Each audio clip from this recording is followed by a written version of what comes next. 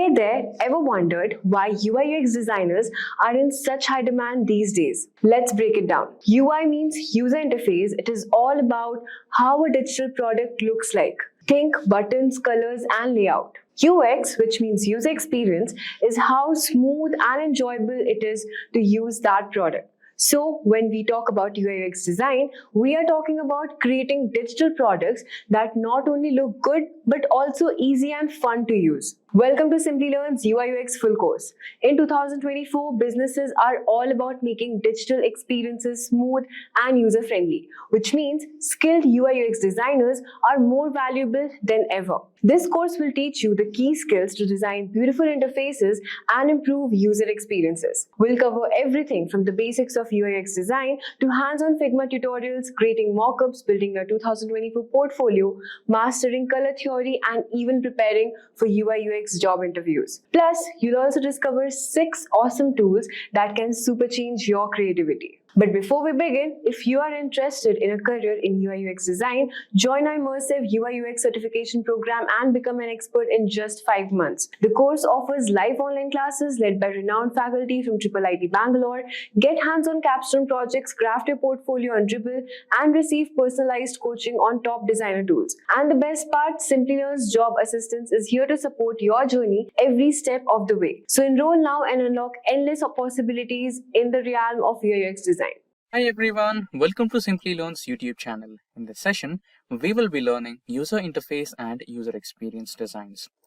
Now, before we begin, I would like to tell you guys that we have daily updates on multiple technologies. So, if you're a tech geek in a continuous hunt for latest technological trends, then consider getting subscribed to our YouTube channel and don't forget to hit that bell icon to never miss an update from Simplilearn. So without further ado, let's get started with today's session on user interface and user experience. So the user interface or user experience design, or also known as UI UX, is the process of creating digital products with a user-first approach. The goal of UI UX design is to provide a product that is both aesthetic and extremely pleasurable to use. It is a common idea that UI and UX are essentially the same thing and belong to the same discipline, but that is not totally accurate. They are separate fields that concentrate on different aspects of the user interaction with a digital product. However, they are closely related and overlap in so many ways that they are largely merged into one profession. So, to start off with, let's have a quick look at the agenda for today's session. We will start off by understanding what is UI UX. We will move on to what skills do UI UX designers need and what are their tasks. Next, we will see the difference between UI and UX, then what are the research techniques in UI UX and how they work together, and what are the disadvantages of combining them both. So I hope I made myself clear with the agenda. Now, what is user experience and user interface is our first topic. Let's get going. So, how a person will engage with a product, understanding your user's complete journey and translating it into a product. The interaction of human user with daily products and services is the subject of UX design. It includes user engagement. User engagement would come up if you were to summarize the aim of your user experience efforts. They maintain a connection with their user interests, motivations, and ambitions through engagement. Next, objectives. Objectives, as in the industry, UX design seeks to increase consumer satisfaction and loyalty through the usability, simplicity of use, and enjoyment provided in the engagement with a product. UX refers to the complete user experience that customers receive with a product. By evaluating products' usability, we can tell whether consumers can execute tasks successfully and quickly. Good usability is the basics for a successful user experience, and it is frequently confused by user experience and the simplicity of use. A part of user experience, UX design, is usability. Usability is the second level of user experience. Therefore, you must address your product's usability once you've established that it can resolve users' problems. The degree to which a designer's features fit users' demands and situations determines how usable the design is, and usability involves navigation. The discipline of creating, analyzing, and implementing ways for users to navigate through a website or app familiarity. Next is consistency. A usable and user-friendly design always provides a consistent experience. Followed by that, we have error prevention, alerting a user when they are making an error with the intention to make it easy for them to do whatever it is they are doing without a mistake. Next, we have feedback. Feedback is used to engage and explain and can improve the user satisfaction. Followed by that, we have visual clarity. Visual clarity is the measure of how effectively visual design prioritizes and conveys information. Lastly, we have flexibility. It is about knowing your customers and giving flexibility for different customer intents. Now that we have brief understanding of what UX is, let us understand what is UI.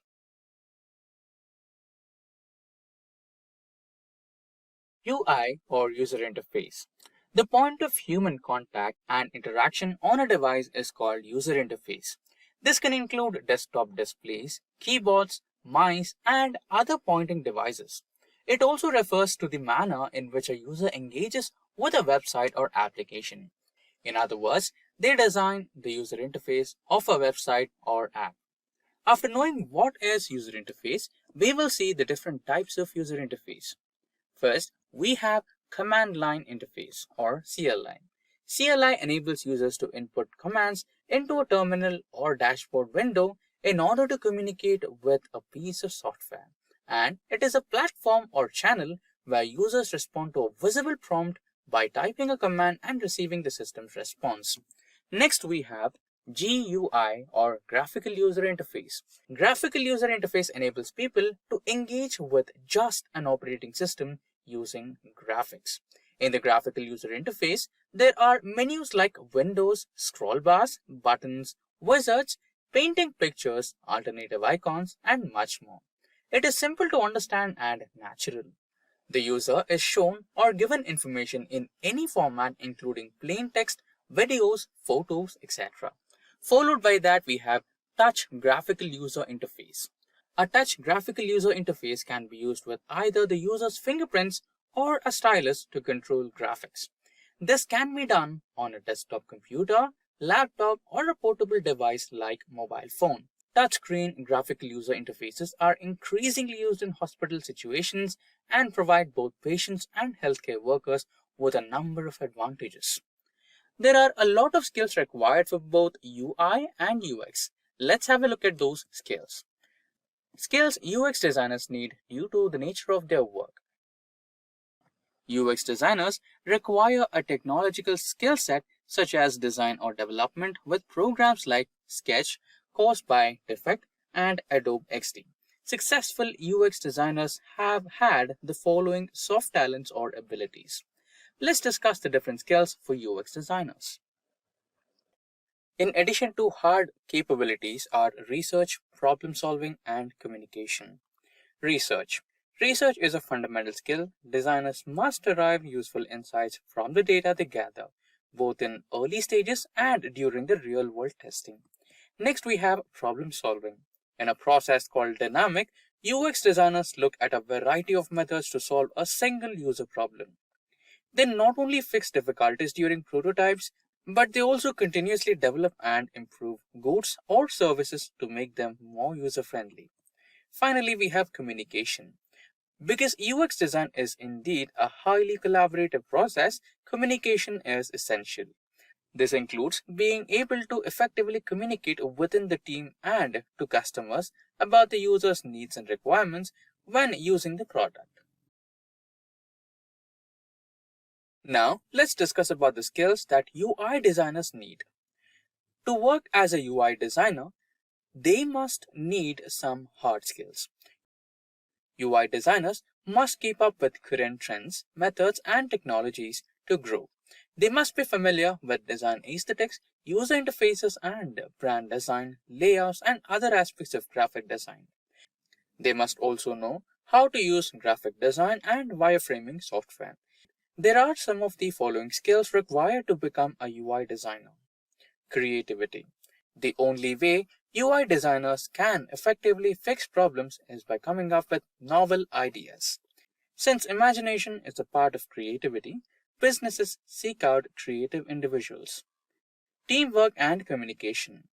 The user interface designer must work well with others. They collaborate closely with product architects and web developers, so clear communication is essential for a successful end product. Adaptability. Technology evolves at a rapid pace. To consistently develop their products and services, good UI design embraces changes and keeps on top of the industry trends. After knowing the skills required for UX and UI designers, we will look into their different tasks.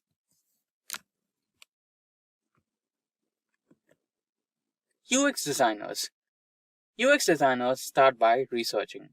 In-person interviews are frequently the first step in user research. These conversations allow them to have a better understanding of the user's motives and problems. User tests are also conducted by the designer to observe the user activity. They improve and deliver the greatest possible user experience by detecting both verbal and non-verbal stumbling obstacles. Such tasks done by UX designers are user understanding, analyze interaction, and wireframing or prototyping. So the first one is user understanding. The depth research is typically the first step in UX design with the aim of understanding the audience, their needs, and wants. A key competency for UX designers is empathy. It aids UX designers in comprehending and revealing the hidden wants and reactions of the target audience. Next, they analyze interaction. Designers of user experience examine how users interact with things, including their routines, preferences, and shortcuts. Better design solutions are proposed during all the available insights. And the last one is prototyping. A prototype is a model or a trial version that UX teams use for testing before launching. It seeks to test and validate ideas before sharing concepts with stakeholders and ultimately handing off the final versions to design engineers for the development process. UX designers are always active in how a product is put together. To make sure the design is going in a proper direction, they communicate with each team member. Now, after knowing tasks done by UX designers, we will look into UI designer task. UI designers. The web designer is in charge of creating how the product is set out graphically once the UX team has completed their process and handled over a wireframe. They must, of course, design from the user's perspective. This includes understanding interface design and implementing basic design principles.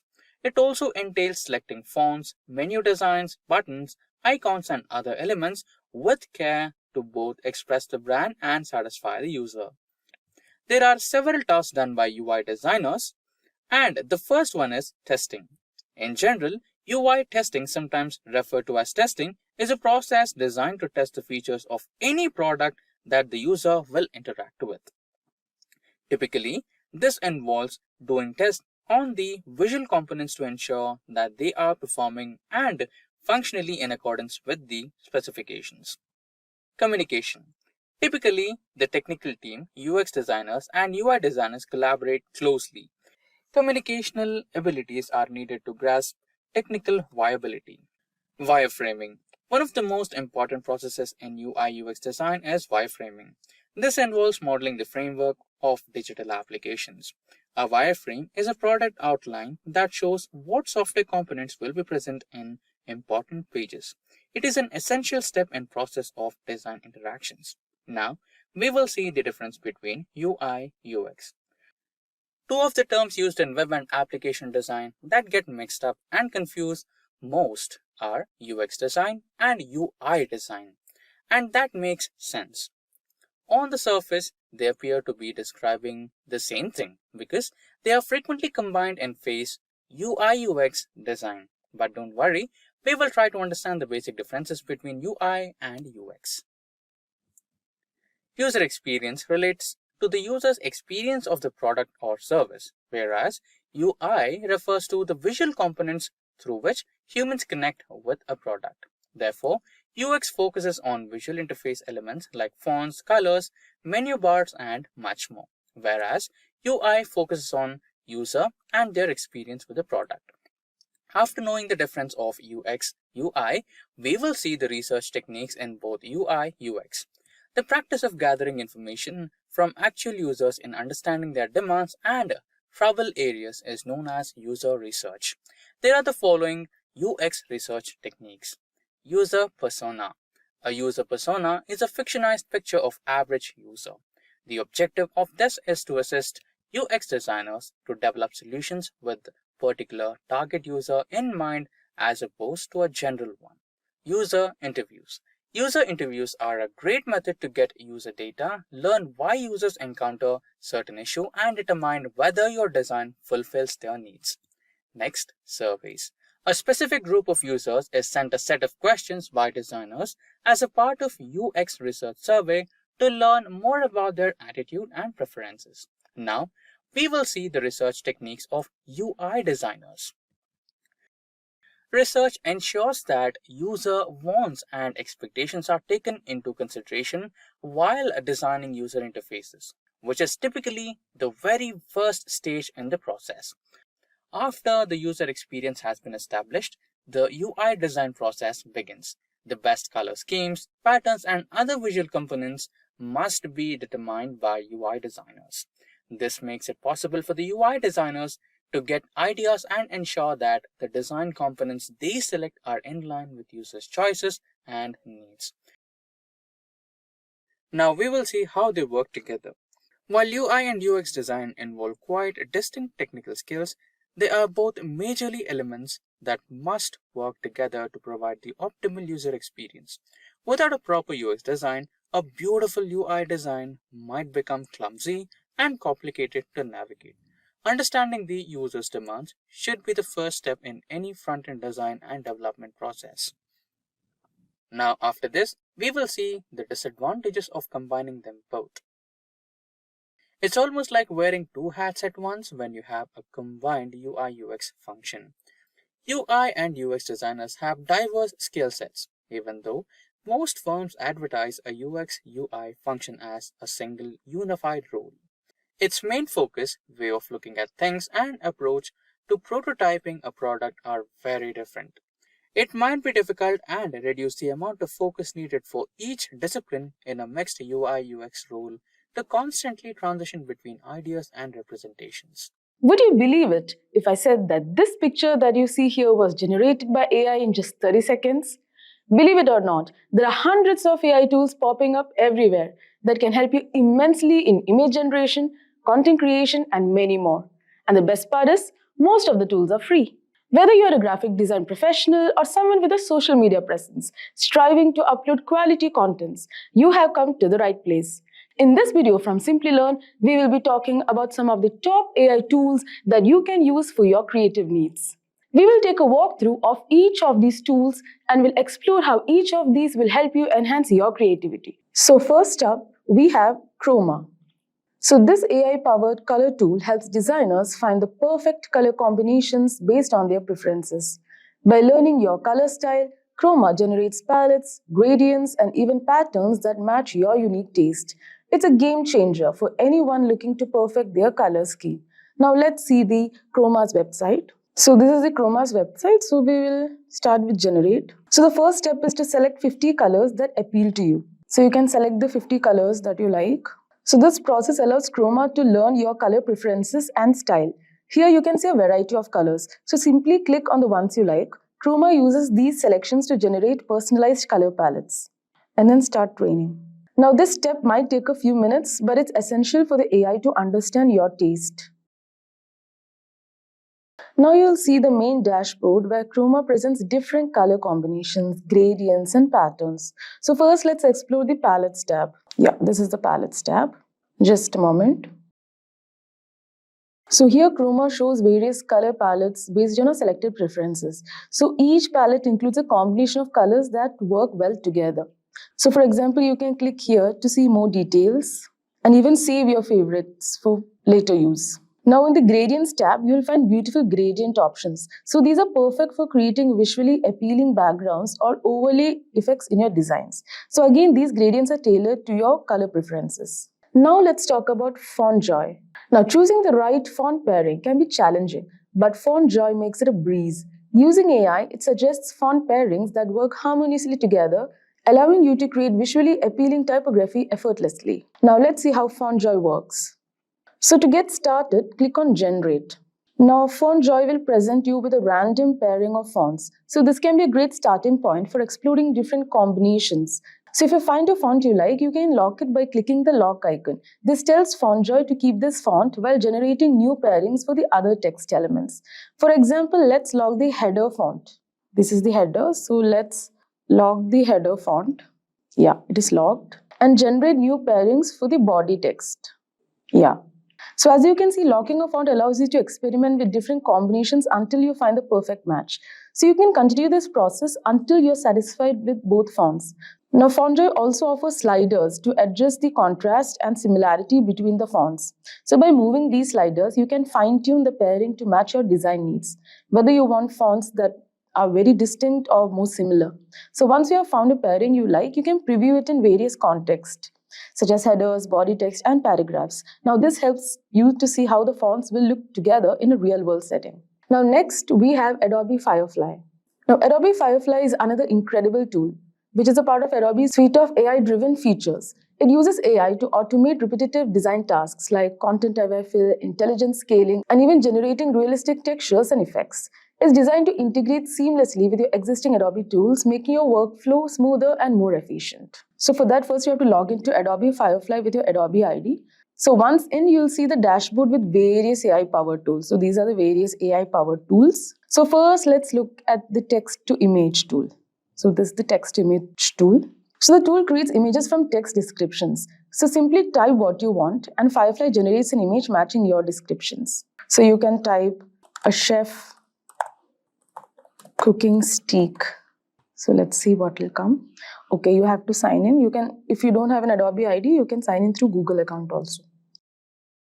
So we gave a prompt which is a chef cooking steak and these are the results. So you can experiment with different texts to get varied results. Now next we have generative fill. So the generative fill lets you fill or replace parts of an image.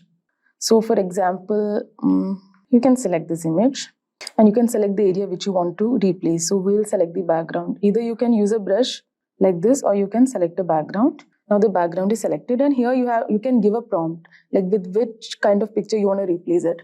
Like for example, we'll give a peaceful lake. A peaceful lake. See, so as you can see, Firefly seamlessly fills the area with generated content. So this is great for removing unwanted elements or adding new features. Now next we have Whistly AI.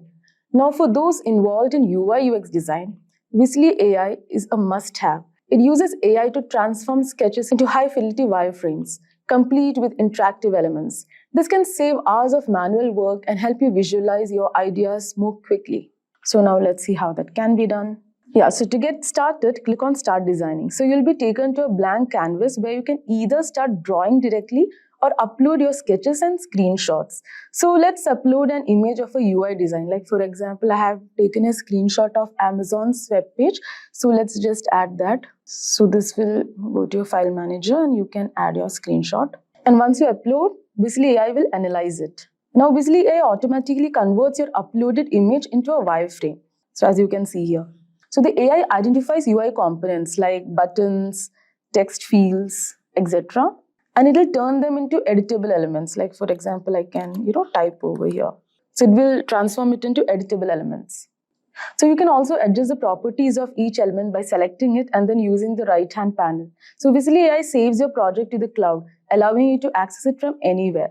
Now, if you want to download your wireframe after editing, now you can click on the export button. Yeah, and you can choose to download your project, whether you need it as an image file, a PDF, or even export it to other design tools like Figma. So that was it about Whistly AI. Now we have Luca. So Luca is a fantastic AI tool for branding. So whether you are a startup needing a logo or a designer seeking inspiration, Looker generates professional logo designs based on your preferences. It's intuitive, fast, and surprisingly effective. So to begin, click Get Started on Looker. So first, you have to enter your company name. Like, for example, Techies Hub. So this is my company name. And then you have to select your industry to help tailor logo suggestions to your business. Yeah, so it's basically information technology. Yeah. So next you can choose a few logo styles, colors and symbols you like. So these choices help Looker match your brand's personality. For example, I'll choose this, and yeah, this. And then click continue. And also you can, select few color options that you like. I'll go for red, silver and blue. Yeah. And also you can add a slogan. So here's the future. Yeah. And you can also pick some symbols like software, IT, technology, programming, digital, etc. And then press continue. So now these are the generated, like some of the generated logos. So you can, select any of the logo. Like for example, I'm selecting this logo. Yeah. And then you can go to customize. And you can edit, you can change the selected logo, you can edit it according to your wish, and then you can download it. So to download, click download and choose the package that suits your need. Okay, so like you actually have to select a package which suits your needs to download. So Looker offers file formats like PNG, SVG and PDF, ideal for both web and print use. Now next we have FigJam. Now FigJam AI, which is a part of Figma, is perfect for collaborative design work. It uses AI to enhance brainstorming sessions, generate design ideas, and streamline communication among team members. So it's like having a smart assistant that helps your team stay creative and productive. So now let's see how FigJam works. So log in or click Get Started to open a new FigJam board. So you can create a new board and start adding sticky notes. So for adding sticky notes, you just have to press S. And then here you have a sticky note. So you can use different colors to categorize your ideas for different sticky notes. Like for example, I will add 3 sticky notes over here. Sorry. Yeah, I'll just bring it here. 3 sticky notes. And for this note, I will give a different color, maybe a yellow color. And here I'll give a different color so that you can organize your thoughts, right? And also you can organize your thoughts with shapes and connectors. Like you can connect between sticky notes. Like for example, this is the connector option. So you can press this. Either you can take a straight line connector or a curving connector. So I'm just, connecting these 2 sticky notes. So yeah, this is how you can organize your thoughts that you write down. Now you can import images or screenshots also by clicking insert. Like for example, here you have a more option. Okay. And through this, you can also insert some other ideas for references. So you can save your work by clicking file. So here you have file option. So you can, just a moment, yeah. You have file option. So you can even save it, also export it. And also you can share the link. So here you can share the link so that you can collaborate with other users also. Because everyone can add, like whoever is there in your team can add the notes, drawings and comments simultaneously. With a projected growth rate of 13% from 2020 to 2030, the demand for UI UX designers is booming, offering a large ocean of possibilities. The field of UI UX is not just about creating visually stunning interfaces, it's about shaping the future of how users interact with the technology. So in this video, we are diving into the world of UI UX design. We'll start by answering the question, who is a UI UX designer?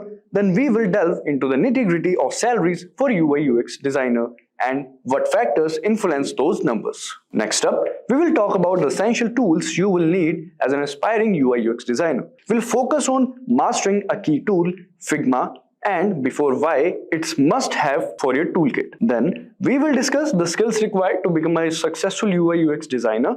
From creativity to problem solving, we will cover it all. After that, we will break down the responsibilities of a UI UX designer. You'll get a clear understanding of what it takes to excel in this role. Finally, we will outline steps you need to take to become a UI UX designer. Whether you're just starting out or looking to level up your skills, we have got you covered. If these are the type of videos you would like to watch, then hit the like and subscribe buttons and press the bell icon to get notified. Alright, so let's start with the first topic. Who is a UI UX designer? A UX designer is a professional responsible for creating the look, feel, and usability of digital products, such as websites, mobile apps, and software interfaces. The UI user interface aspect focuses on designing visually appealing layouts, buttons, icons, and other elements that users interact with. It involves selecting colors, fonts, and images to create an attractive and cohesive design that aligns with the brand identity and enhances user experience. On the other hand, the UX user experience aspect involves understanding the needs and behaviors of users to ensure that the digital product is intuitive, easy to navigate, and provides a satisfying experience. This includes conducting research, creating user personas, and designing wireframes and prototypes to test and refine the user journey. Overall, a UX designer combines creativity with analytical thinking to design interfaces that not only look good but also function effectively and meet the needs of the target audience. Now let's have a look at how much a UX designer earns. Alright, let's break down the salary dynamics of a UX designer. First off, experience is key. Entry-level folks usually start with a modest salary, while mid-level designers get a bump and senior or lead designers rake in the most cash. Location matters too. Big tech hubs like Bangalore or San Francisco often dish out higher pay compared to smaller towns. Then there's the industry factor. Tech companies tend to pay more than traditional ones. Company size also plays a part. Big, established firms usually have deeper pockets for design talent than small startups. In India, the average annual salary for a UX designer is around rupee 624,000, with additional cash benefits averaging rupee 84,000. In the US, a user experience designer pulls in an average of $126,665 per year. So, if you're eyeing a career in UX design, consider these factors when gauging your earning potential. Alright, so this was about the salary structure. Now coming to essential tools needed for aspiring UX designers. Beginner UX designers can use different tools to start their design journey. Figma, highly recommended for its collaborative features, enabling multiple team members to work on projects simultaneously and providing real-time feedback. Next is Just in Mind, ideal for prototyping interactive designs, allowing designers to create realistic simulations of web and mobile applications. Third is Balsamic, excellent for creating wireframes quickly and easily, enabling designers to focus on layout and functionality without getting bogged down by intricate details. The fourth is InVision, offers robust prototyping and collaboration tools, allowing designers to create interactive prototypes and gather feedback from stakeholders. Next is Adobe Photoshop, widely used for graphic design, photo editing, and creating visual assets for websites and applications. Last is Adobe Illustrator, useful for creating vector graphics and illustrations, providing designers with versatile tools for creating logos, icons, and other graphical elements. Mastering one of these tools, especially Figma, is crucial for aspiring UX designers to enhance their skills, collaborate effectively, and create compelling user experiences. Now let's understand the skills required to become a UX designer. Some of the skills that are fundamental for both UI and UX designers are as follows.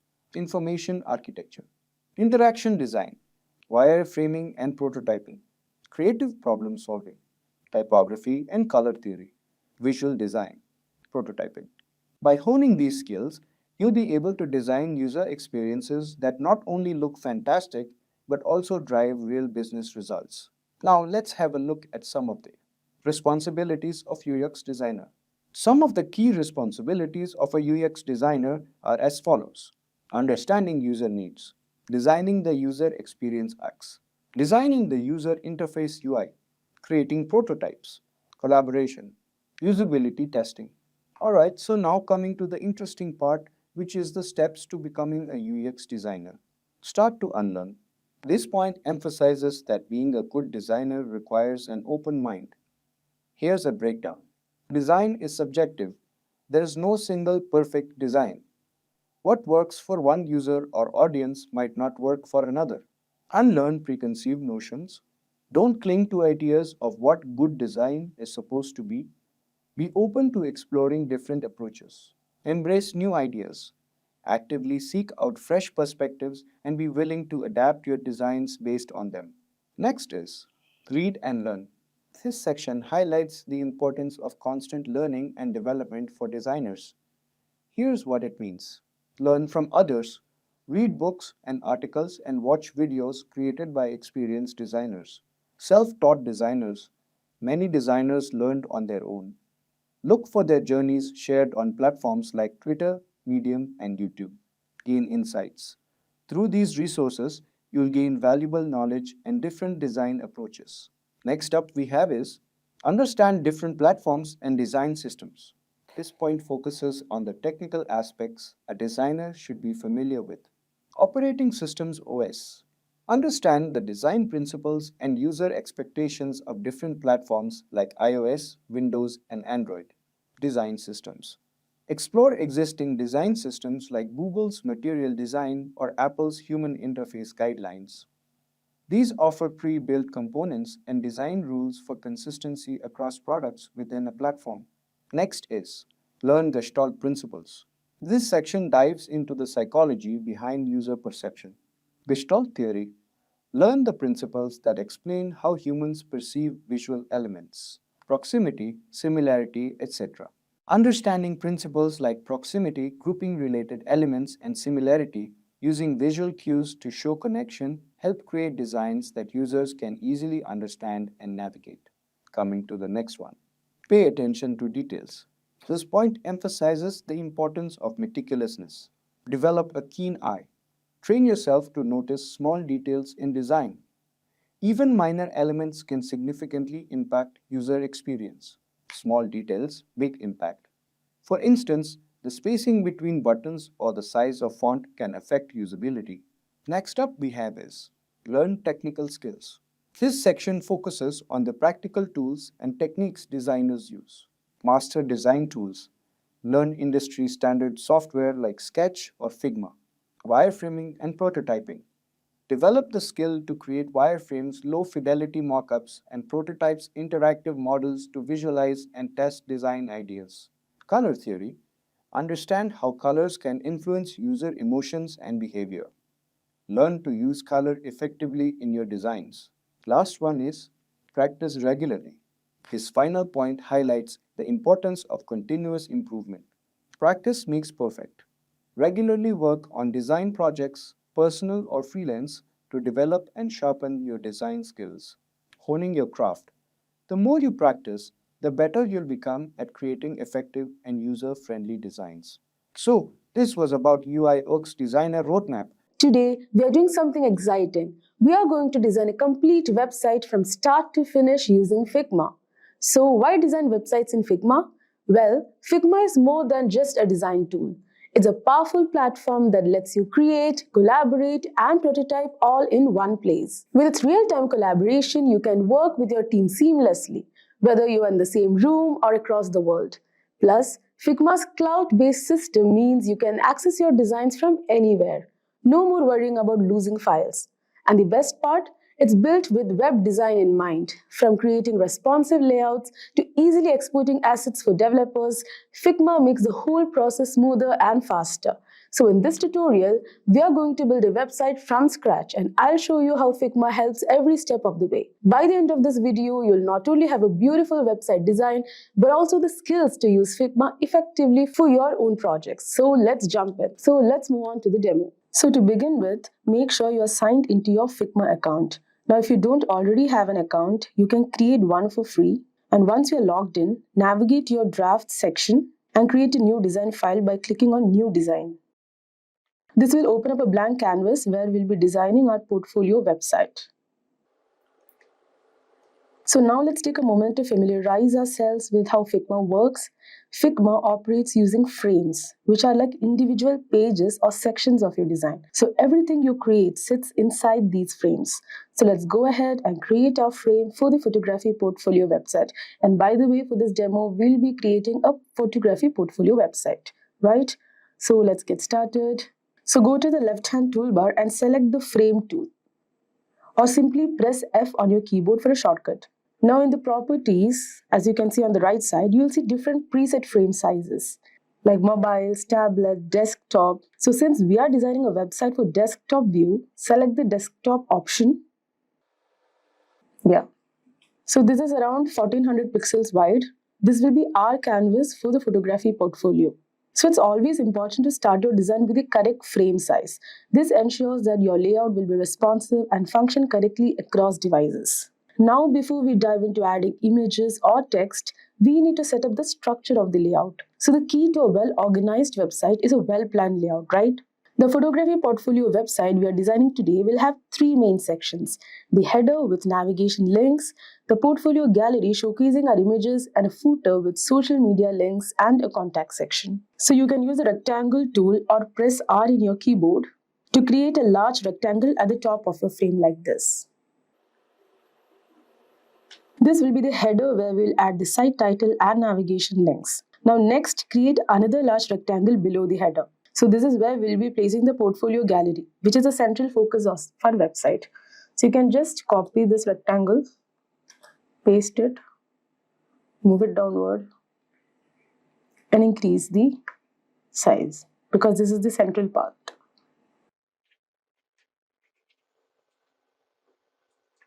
You can also increase the size of the frame like this. Okay, now let's zoom in. Okay. And finally, create a third rectangle at the bottom for the footer, which will hold the social media links and a small contact form. Again, you can just paste it. Yes, perfect. Now we are not worried about the exact sizes right now, so we'll adjust everything later as we add content. For now, just ensure you have three sections laid out on your canvas. Now, structuring your layout before getting into the design details keeps you organized and ensures a smooth design process. So avoid focusing on details too early.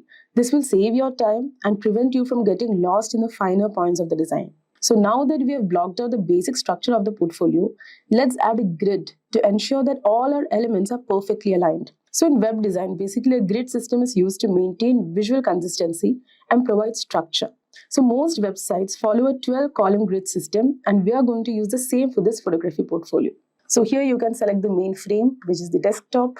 So in the right-hand panel, look out for the layout grid option and click on the plus sign to add a grid. So by default, Figma applies a square grid, but we need a column-based grid. So click on the grid icon and you can select column. And set the number of columns to 12. Yeah. So now we need these columns to be center aligned. So let's just change this type to center.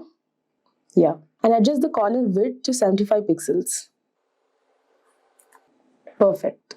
So now that our grid is set, you'll notice that each section we created is divided evenly by these columns.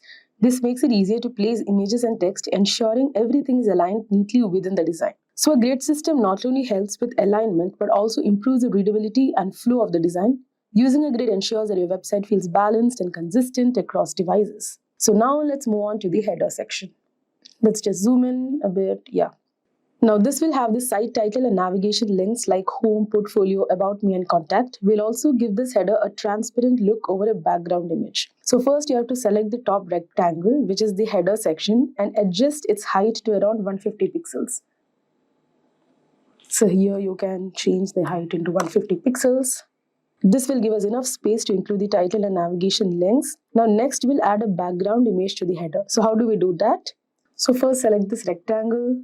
Go to fill. Let's just close these. Just a second. Yeah. Go there. Select an image. Choose an image. Let's choose this image. And yeah. And you can also, change the exposure, contrast, saturation. You can do all these settings. Now as you can see, this is a very light image. I think it's visible. It's like raindrops. I want to keep it subtle. So that's why I've kept it this way. You can add images of your choice. Now next, let's add the site title. So now select the text tool, the shortcut of which is T, and click within the header section. Yeah. And type the photography's name. For example, this is Sneha's photography. And we'll use the Google font Playfair display.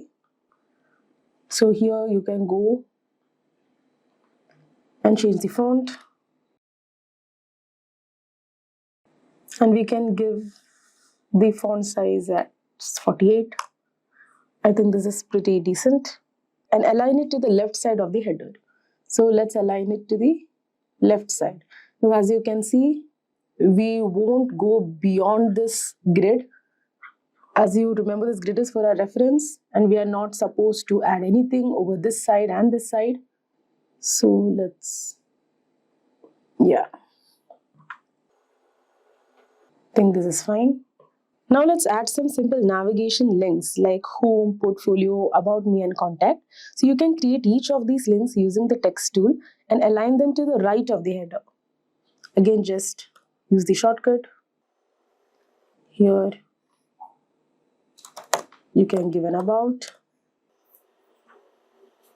This you can keep it. The font size is 18. I think this is more than enough. But you can keep it 20, I guess. Yeah. So we'll align everything later. We'll just add right now the text that we need. Home. And let's keep just one more, which is contact. Right? Now we'll align all this towards the right. Yes, and again I'm reminding you to use the grid. Yes. See how simple it was for me to give equal spaces among these, right? So always keep your header design clean and simple, especially for portfolio websites like this, because our main focus is on the work, right? So now that we have a header in place, it's time to work on the gallery, which is the main focus of the design. So this section will showcase a grid of your best photography work. So here you have to go to the section of the frame, the larger rectangle that we have. Now we are planning to create a grid of 2 rows and 4 images in each row. So to do this, we have to use the rectangular tool R, and then we'll duplicate it. Just draw a rectangle. We'll give it white color so that it's visible. Yep. Now let's duplicate it and keep it here. And we can keep it here.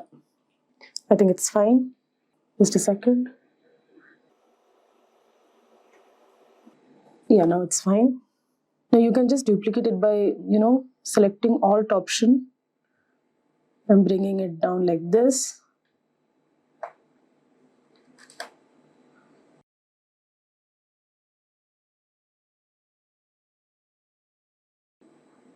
Perfect. So we did not need this to be this big. So let's just adjust this section. Yes. So now we'll replace these placeholders. So this is basically the placeholders where we are going to place our images. So we are going to replace it with actual images. So you can simply click on each rectangle, go to fill, select image fill, and upload your images one by one. For example, here you can go to fill, image. You can go and choose your image. See, fantastic. So you can do this one by one.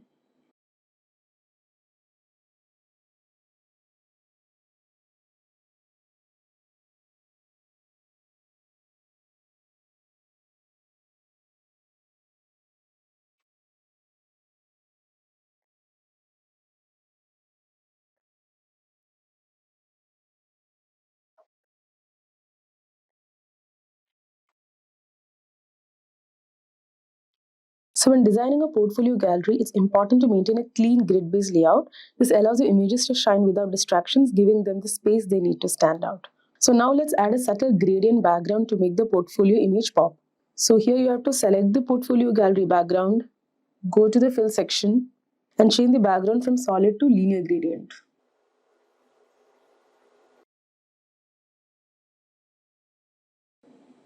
So this is gradient option.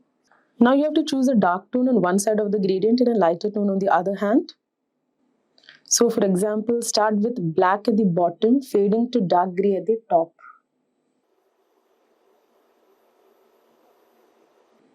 Yeah, let's do it this way. We can even change the color. I think we can keep it. Shall we keep? I think this is better. This is more better. So let's keep it this way. Now this will, as you can see, this has created a smooth transition. So as you can see, a subtle gradient can create a sense of depth and dimension. It ensures our portfolio stands out. Now let's go and design the footer section. So let's just decrease the frame because we don't need this much. Just a second. Let's select the frame. We're having the footer here. Of course, I'm just giving you a basic idea on how to use the features. And as you can see, I've just added the images over here, but then you can write text, create a text field, and you can explain what the image is about and everything and make it more interesting. So now select the bottom rectangle, which is the footer, and change its color to black or dark gray. Let's change it to black. This will contrast nicely with the rest of the site. So you can easily find free SVG icons online at resources like Icon Finder or Flat Icon. So you can download icons for platforms like Instagram, Facebook, LinkedIn and drag them directly into the Figma canvas. So now in the footer section, you'll be giving your contact details like your social media links, social media accounts, and also your email, phone number, and in whichever way they can contact you, right? Basically, that's why the footer is used for every website. So here we can just give an email ID. So we can keep it towards the left.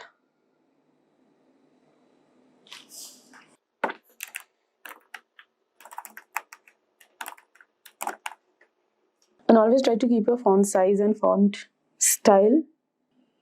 So here I have just added the email address for contact. You can also give your phone number. And also if you have social media accounts, what you can do is you can actually download social media icons from websites like Icon Finder or Flat Icon.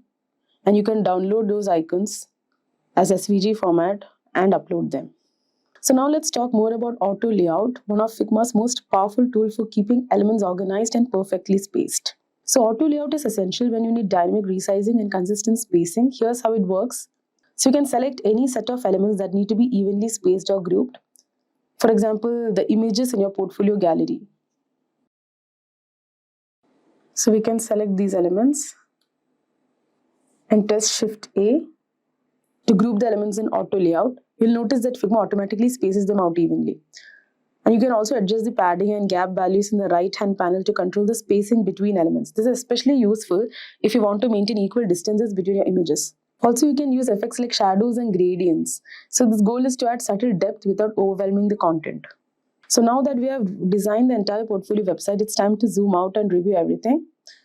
So you can just zoom out and review. I haven't added anything much. This is just a basic idea that I have covered.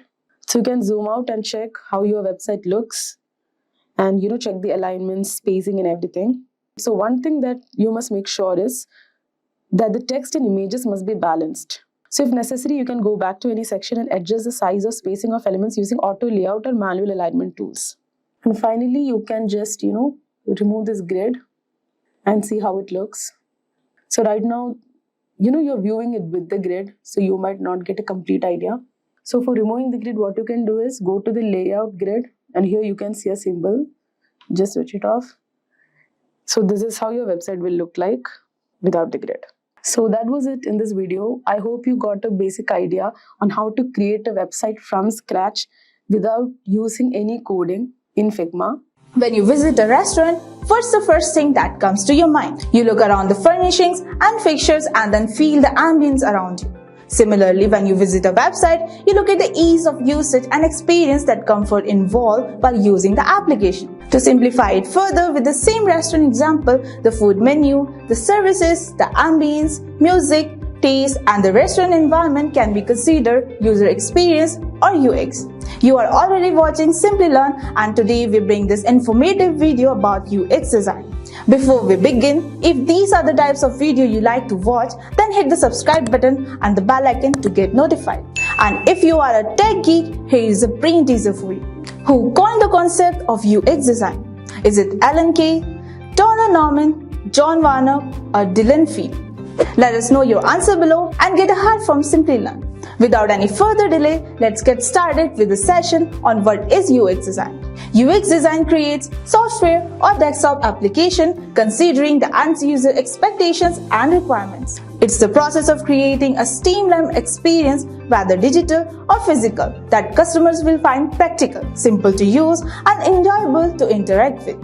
It involves improving the user experience of the consumers when dealing with your product and ensuring they give you good feedback on what you offer. The thought process of constant iteration and ideology to enhance the user interaction with the application and its service can be termed as UX design. There are many factors involved with UX design, but the three most important ones are usefulness, usability, and desirability. If you sum up all these three factors, we can design a great UX or user experience. First comes the usefulness of UX. The primary focus of a UX design should always be on the application usability.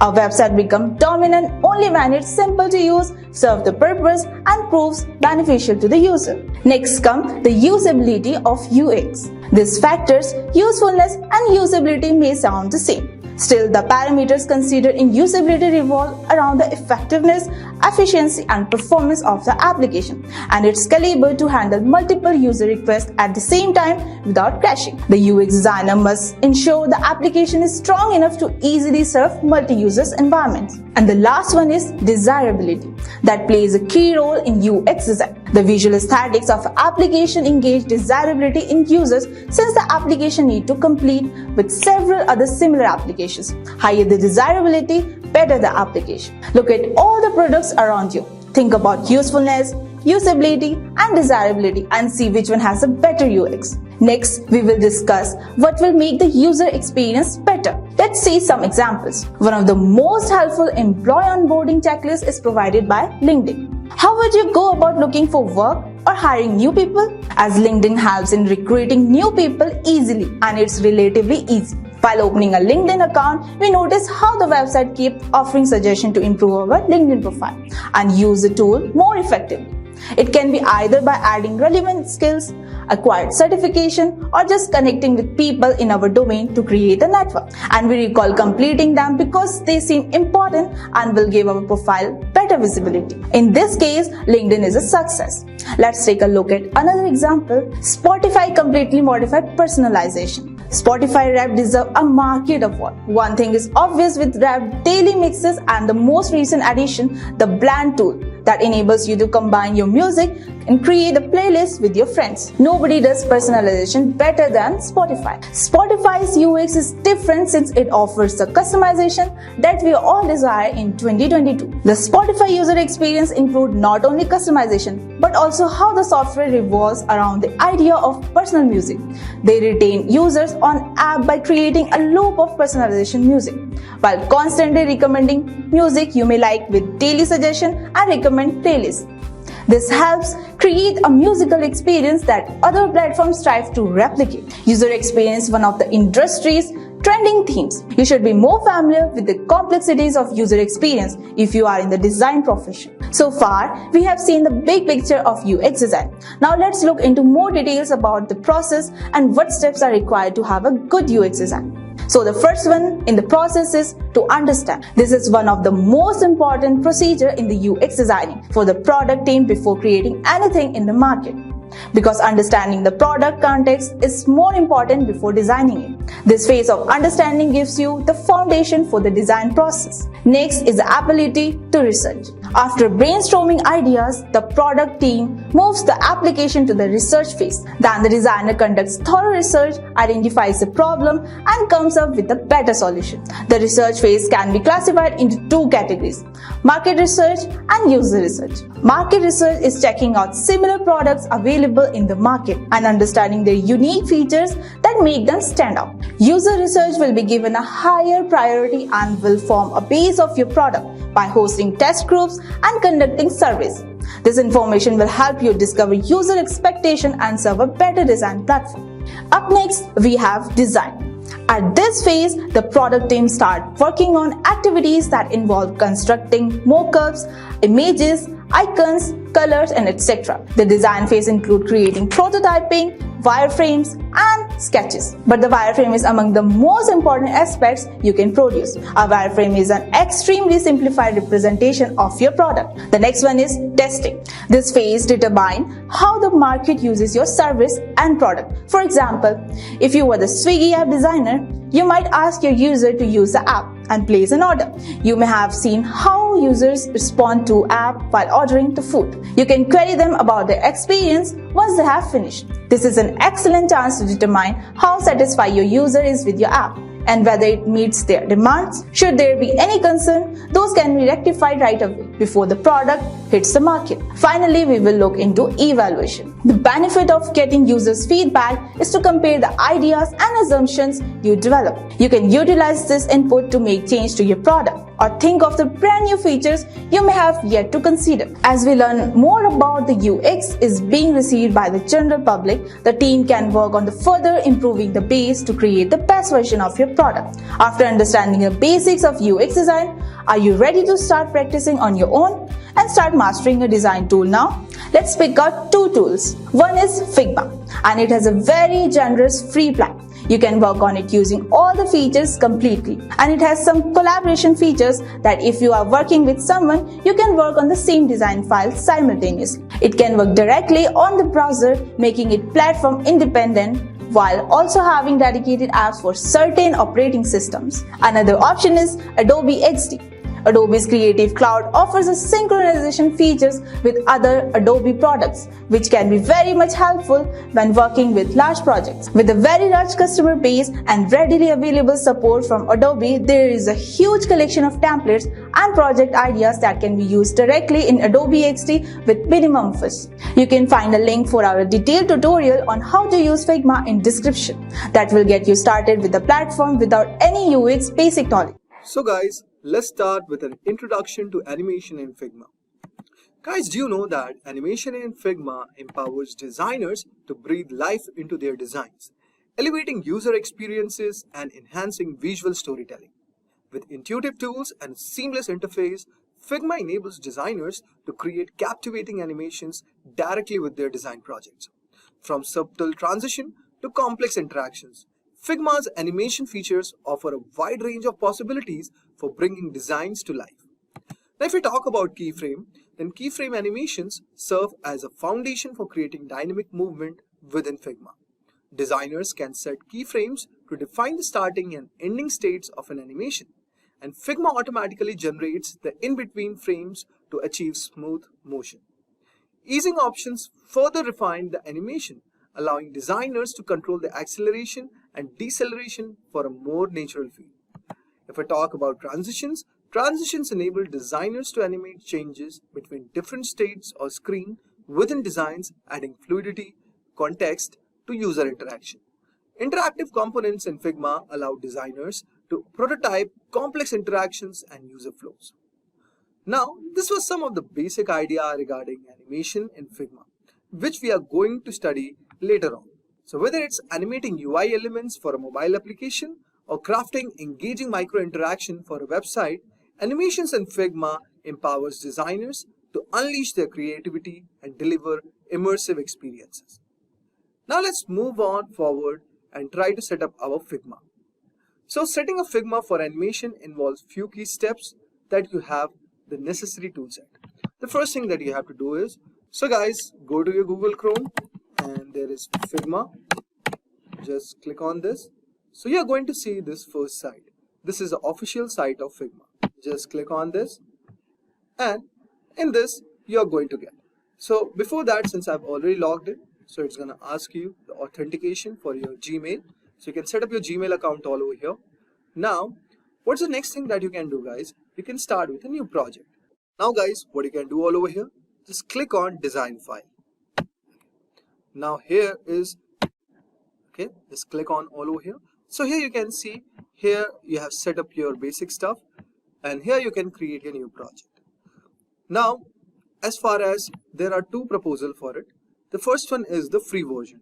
So if you are a student or someone who is trying to learn, you can try using the free version, but I will always recommend you, if you are aspiring UI UX designer, then you should definitely take up the paid version of this, because it offers lot of features which can really enhance your UI development process. Now, in this way, we have set up our project, and just say, suppose let us choose a frame, okay, all over here, and so I've selected this frame, and let us draw a normal, say, a button stuff. So you can see in this way you have set up your Figma.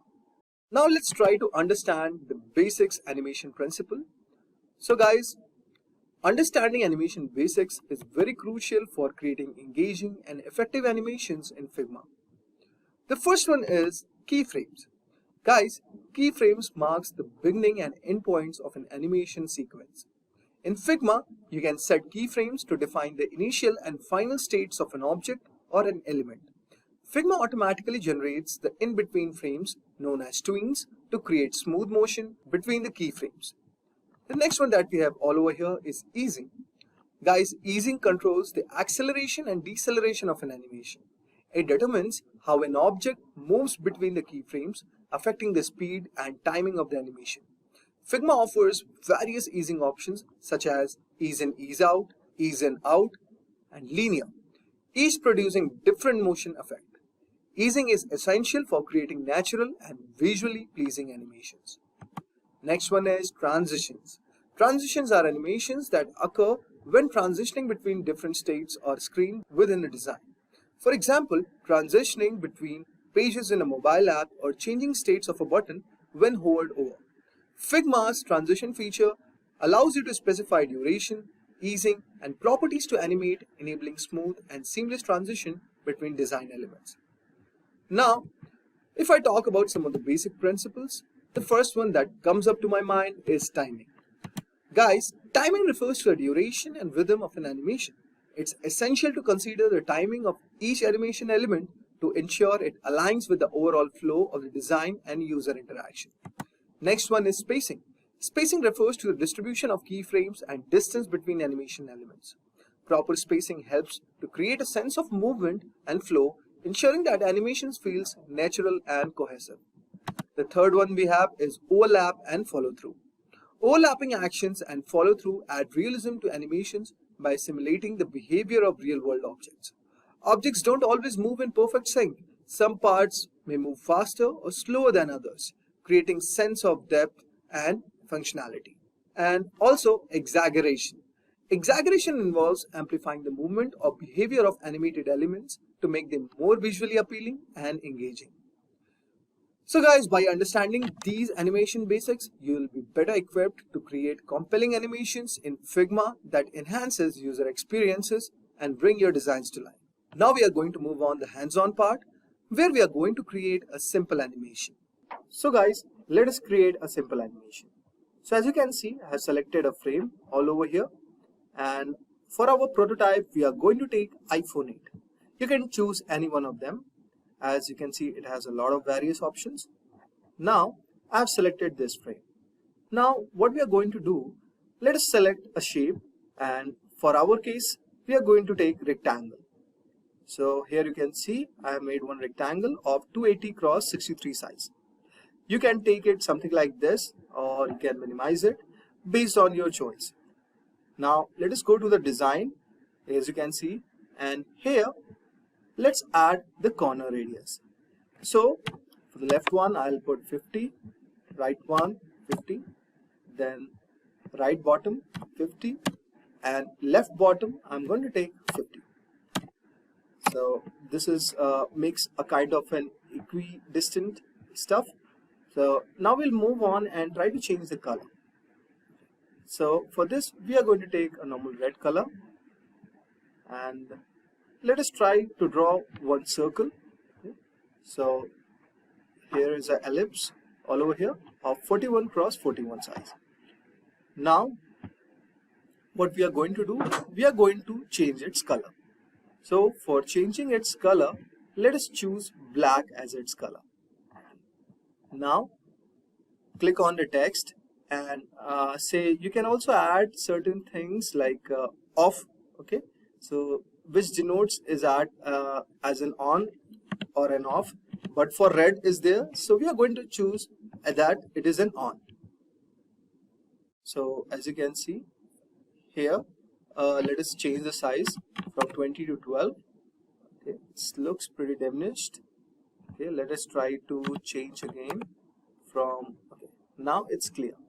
So now let's copy this frame, okay, and yeah, so this is our second frame.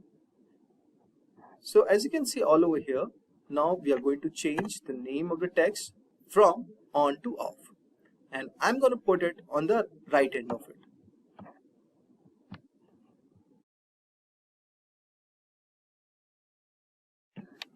So write off all over here. Pretty good. Now let us move on and let us try to add connection from this on. You can see the ellipse all over here, from here to this next frame, which is frame 2. So let us make a connector. So right click on the box, go to prototype, and click on the plus button, and here you can see the arrow will be pointed out to the next frame, which is frame 2. Now you can choose an animation all over here. So basically I have selected Smart Animate. So I'll also show you a lot of various other animation options. So just click on Smart Animate and you can see there is dissolve, move in, move out, slide in, slide out. These are various types of animation which you can apply to your prototype design. Now since I have chosen Smart Animation, and in under which I have chosen ease in and ease out, and the time frame would be 600 milliseconds. Now let's move on and let us make another connector from off to frame 1. Okay. So this is been connected, and let us see. Now after doing all this, what you have to do, guys, as you can see all over here, there's a present button. So just click on this. Now let us try to see how our animation is working. So if you're trying to click on button, so as you can see it's going off, but there's something wrong about it. So as you can see, when it's going off, then the color is not changing, so we might change its color. So let us remove the red color.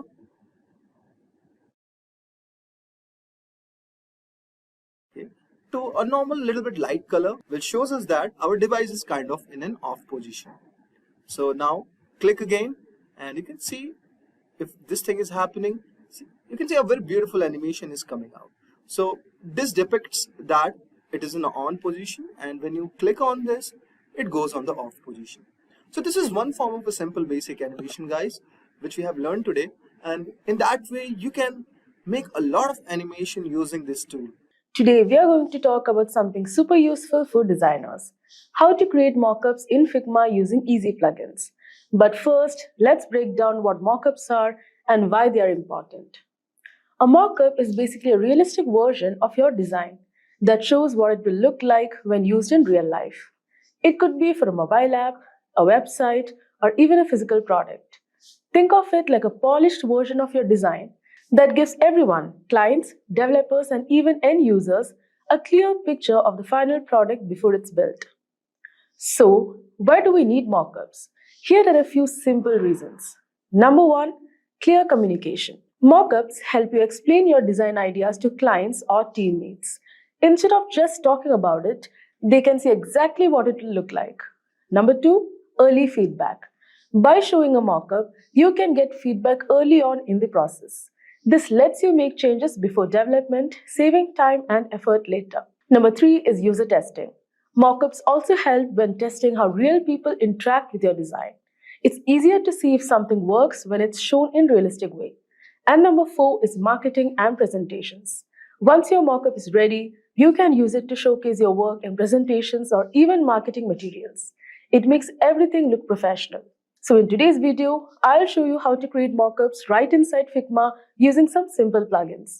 These tools make it easy to turn your designs into realistic previews, whether you need to show them on devices like phones and tablets or create something more advanced like 3D models. Okay, let's start with the demo. So as you might be having a project, you'll be having your frames. For this demo, I have taken the frames from the Figma community. So number one on the list is Artboard Studio Mockup. So it's a powerful plugin in Figma that allows you to create realistic mockups using pre-built templates of devices. It's simple to use and comes with both free and premium options. So here's how to get started. So open Figma and you can go to the plugins and browse plugins in community like this. So you have to search for Artboard Studio Mockups and install the plugin. So once installed, you can find it by going to plugins. And then you will find Artboard Studio Mockups like how I can find, and then launch it. So after launching the plugin, you'll be able to browse through various device mockups such as phones, tablets, and laptops. So these mockups are designed with both light and dark themes. Now you can filter the templates to see only free items because here it's a combination of paid items, which you will get it in the premium version, and free items. So you can filter the templates to see only free items by selecting the free filter from the menu. So right now I can only find this free. So let's create a mobile app design. So we'll select a phone mockup that fits the project. Let me just arrange this for clarity. So once selected, the mockup will appear on your Figma canvas like this, which is ready to be customized. So as you can see, each mockup comes with frame where you can place your design. So you just have to copy your app screen from your Figma file and paste it into this frame. Like for example, you can just copy this and paste it here. So if your design doesn't fit perfectly like this into the mockup, you don't have to worry. You can adjust it by using the scale tool to resize your design so that it fits within the frame.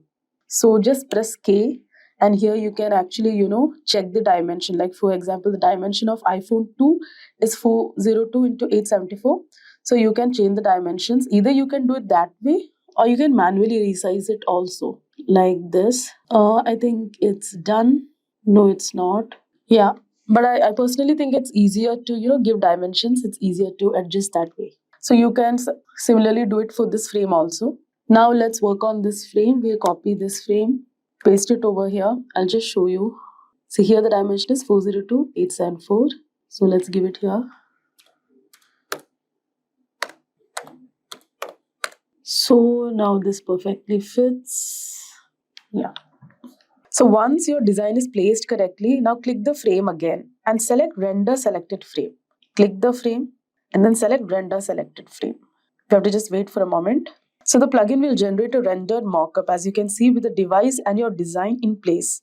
I'll just zoom it up for you. So you can export. So once you're satisfied with this mockup, you can export the file. Export the mockup as a high resolution PNG or a JPG.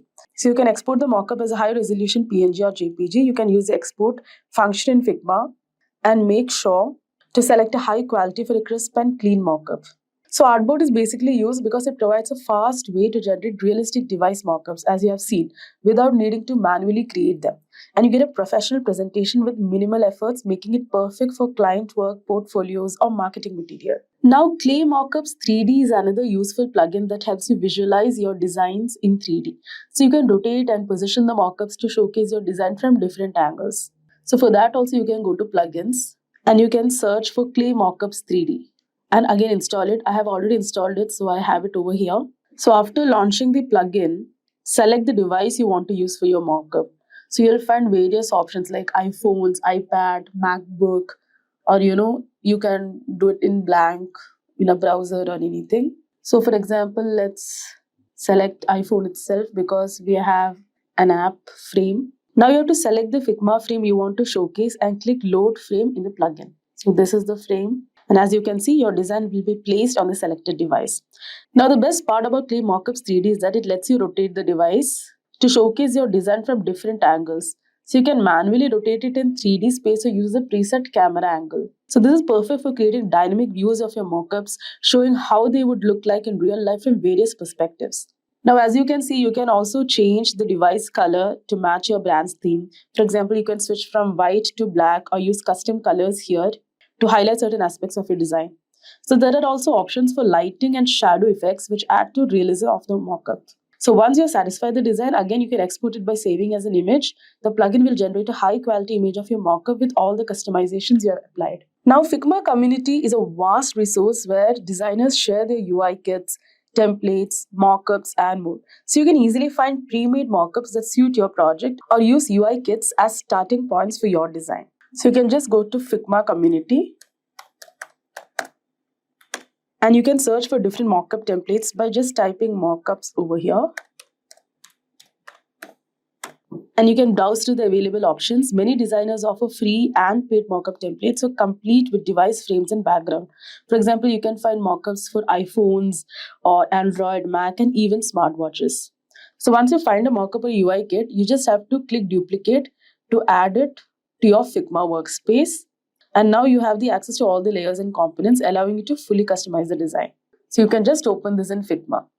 You can go to devices. And as you can see, these are different mockups. So you can just select. You can even go for iPad if you want. You can just Control C or Command C. Go to your workspace. And yes, your mockup is ready. And as already shown before, you just have to select the frame, resize it, and save it. That's it.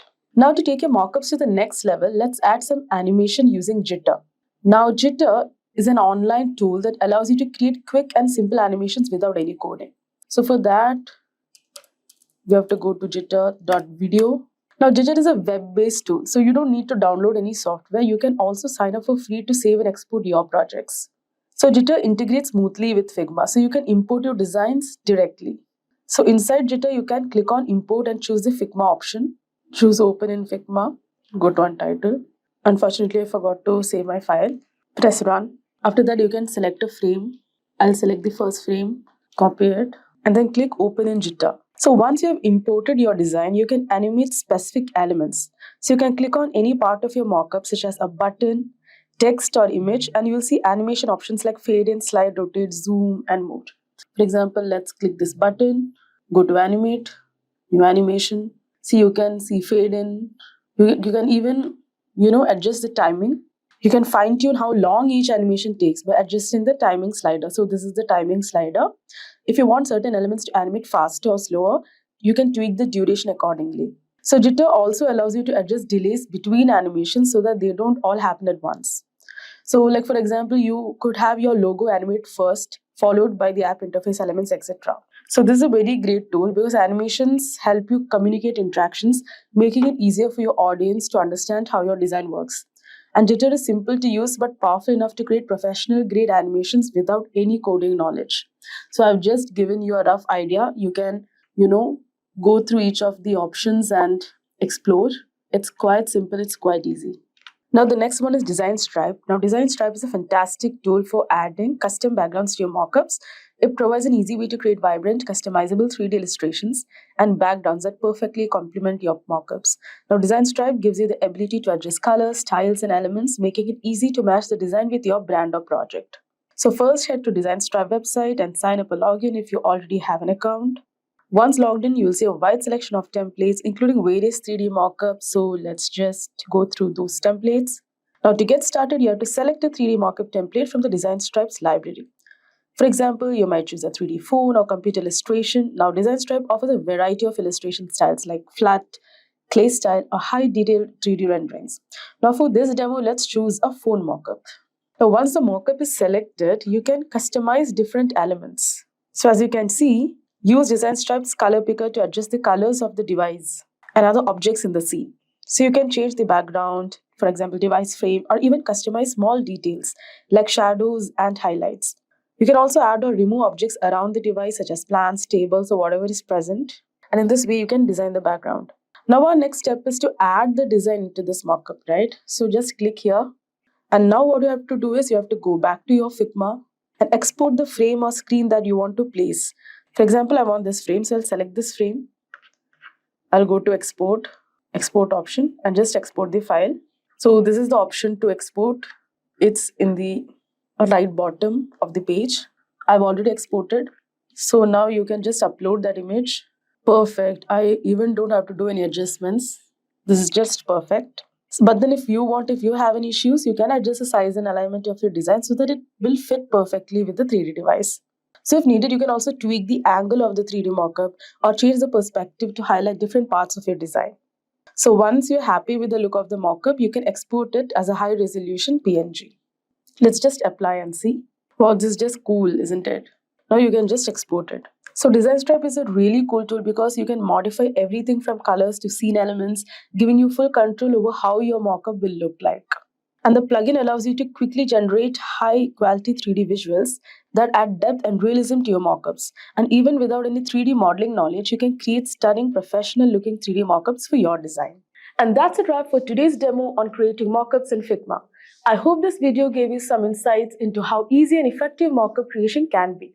Remember, mockups are a great way to showcase your design vision and make a lasting impression. Today, I'm going to walk you through what wireframes are, why they are important, and the different types you can create. So, what exactly are wireframes? Think of wireframes as the blueprint of a website or app. Just like an architect starts with a simple sketch before building a house, wireframes help designers map out where everything will go.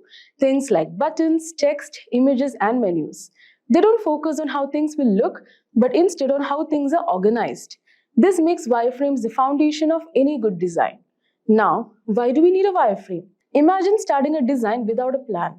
It could quickly become confusing and messy. So wireframes allow us to focus on how users will interact with the design and make sure everything works logically. So by starting with a wireframe, we can catch any problems early and adjust the layouts before moving on to more detailed design work, saving us time and effort down the line. Now, there are two main types of wireframes: low fidelity and high fidelity. Low fidelity wireframes are like rough sketches. They are quick to make and focus on the basic layout. You can create them on paper or digitally to get a rough idea of the structure. And high fidelity wireframes are more detailed and closer to the final design, with more focus on specific elements and how they interact. These are typically done digitally using tools like Figma, so they can be shared and adjusted easily. And speaking of paper and digital wireframes, both have their place. Paper wireframes are great for quick brainstorming or sketching out ideas on the go. But digital wireframes like those made in Figma are far better for collaboration, easy edits, and adding more detail as you refine your design. So let's explore how to create a wireframe. So in this demo, I will show you an example of how we can create a wireframe for a LinkedIn page, that too from a mobile view. So I've already renamed my project as LinkedIn Wireframe. And for the reference, I have saved an image from Google. So let's first drag and drop the image from the files to our Figma canvas like this. So we can just drag it and drop it over here. Make sure to resize it. Yes, I hope it's visible. Now next we have to create a frame. So for that you can either go to the toolbar below or you can simply press F on your keyboard. Now after which you can select the device from the right side panel that you want your frame to be. So I'm selecting iPhone 14 Plus. We just need one frame. Now we have to make sure that the screenshot or the saved image and your frame is of equal size so that your wireframing process will be easy.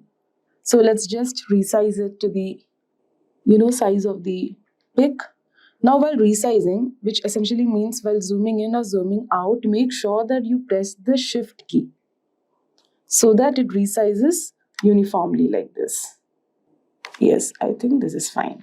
So now everything is set and let's start with wireframing. So basically we start by using the rectangles. So now again for rectangle, you can go to the toolbar or simply press R on your keyboard.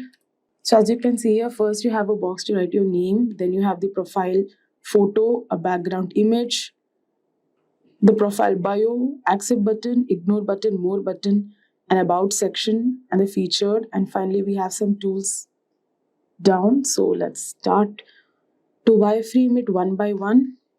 So first let's just draw a rectangle over here. Again we'll draw a rectangle for the arrow button also. We'll place the arrow button inside it later. Now we need another rectangle for the background image. Yes. And the profile picture is inside a circle. So either you can, select a circle, or again you can go to rectangle, draw a rectangle, and you can curve the corners right here on your right side. Corner the radius like this. I think this is fine. We'll give this a different color. Yep. So we'll write the text later. Let's fill the boxes or shapes first. Now here we have 3 buttons. Let's draw the rectangle and then corner the radius like before. I think this is fine. So I've cornered the radius to 48, as you can see here. I think I'll reduce the size a bit. Yeah. So now 2 more buttons are needed. So just copy paste it. So as you can see, wireframe is just a blueprint, and it is mainly done so that the stakeholders or your team members get an idea about your project. So you don't have to waste much of your time perfecting the shapes and icons or the colors. So your main focus should be on the logic of the design. Now let's just mark the separations between each sections. For that also we'll use rectangle. Yeah. We'll just copy paste this. Now we need some rectangles for the featured section. So now as you can see, I don't want to, corner the radius of these 2 sides, just the upper part. So what you can do is you can select the upper part and yes, kept it 30. You can keep this 30 as well. So as you can see, it has cornered the radius of the top 2 sides. The bottom 2 sides are intact, just like that. So that's why we basically use the rectangle for every shapes and then we corner the radius. Again, let's do the same. Here, as you can see, it's the half of the image. So I just need to corner this particular side.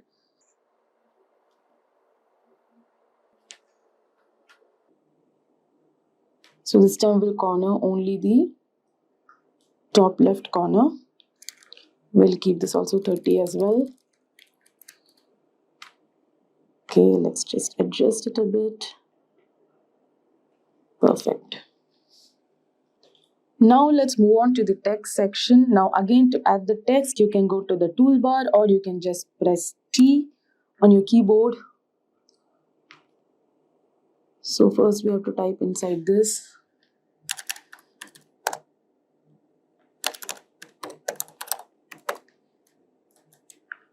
The font is pretty much small. So select your text, go to your right hand side. Increase the font size. So I think 24 is fine.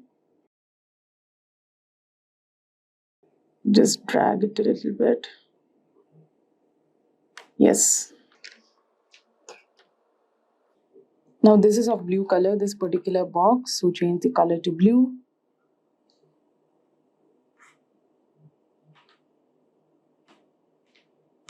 Yes. Now let's just quickly write the texts over here too.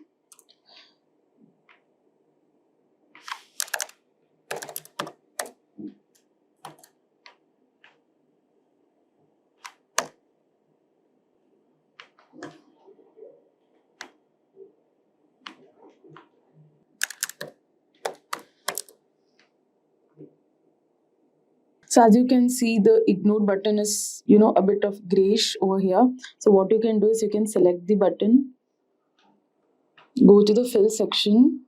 So let it remain black. You can adjust the opacity over here like this and make it lighter. So this is how it's done. And also the box should not be in gray color. So what I can do is I will just keep it white. Just keep it white. But I need the outline, for that I'll just give a stroke like this. Perfect. So I think I'll just copy paste the same thing over here also.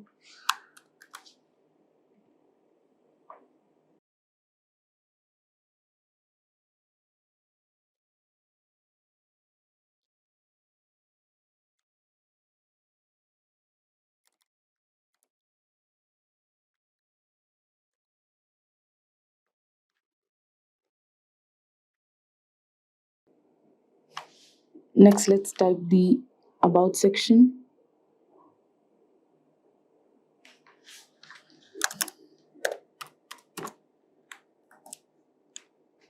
Let's reduce the font size. I think 32 is fine.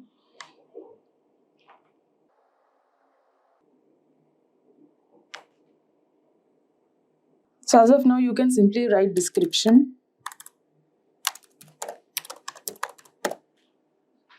So, most of the people, like I have seen in wireframes, they just write L'Oreal, Ipsum, that, this. So it's better, to give to give an idea about what this particular box contains. So now while people are viewing your wireframe, they know that this is the About section and here the description is to be written. Next is the Featured section.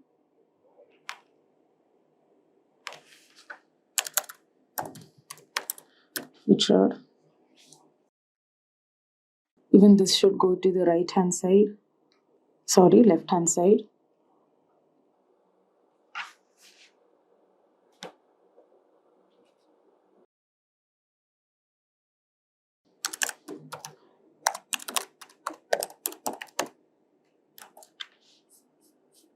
So let's just quickly finish it off.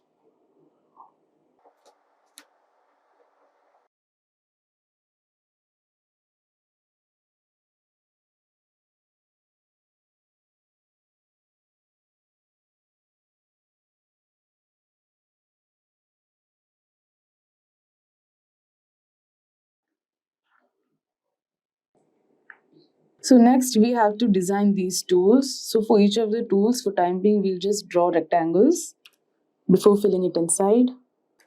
Again, for wireframes, you don't have to take tension about the spacing and everything because it's just a rough blueprint or a rough idea.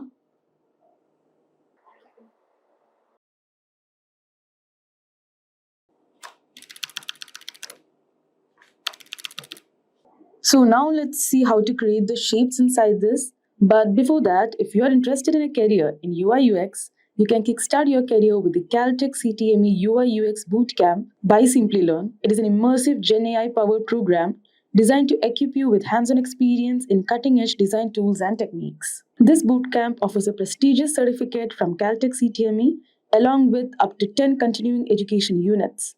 You'll build a professional design portfolio through capstone projects, get end-to-end mentor support, and master 21 essential UI UX tools like Figma, Notion, and Maze. The program also includes masterclasses by Caltech instructors and industry experts. With Simplilearn's Job Assist, gain visibility from top hiring companies and take your first step towards becoming a UI UX design expert.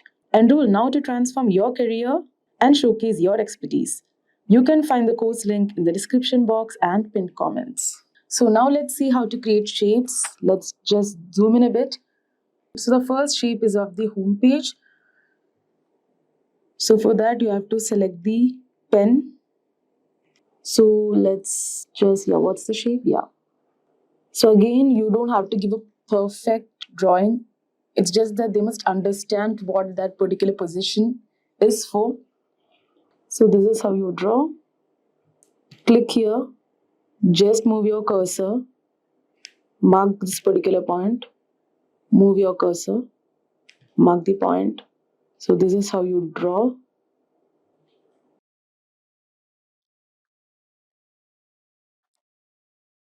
I hope this is fine. Like the people will understand this is for the home page. So quickly, let's just draw the rest of the icons. For rectangle, the shortcut is O in your keyboard.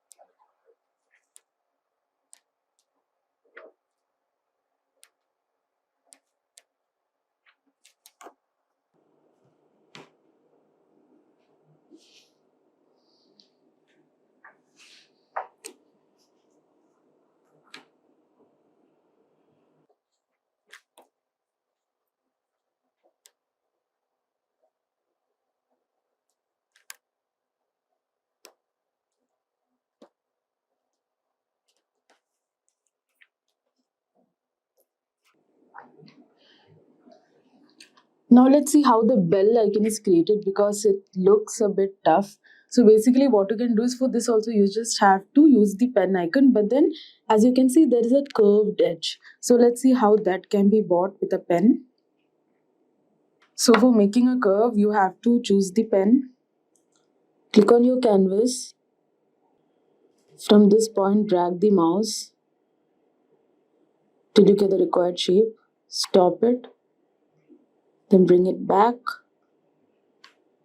Yes. So I hope you got it. I'll just zoom it and do it once more. So take the pen, click on the canvas, go to the point, just click and drag the mouse, leave it over there, again drag the mouse, and yes, you got the perfect curve.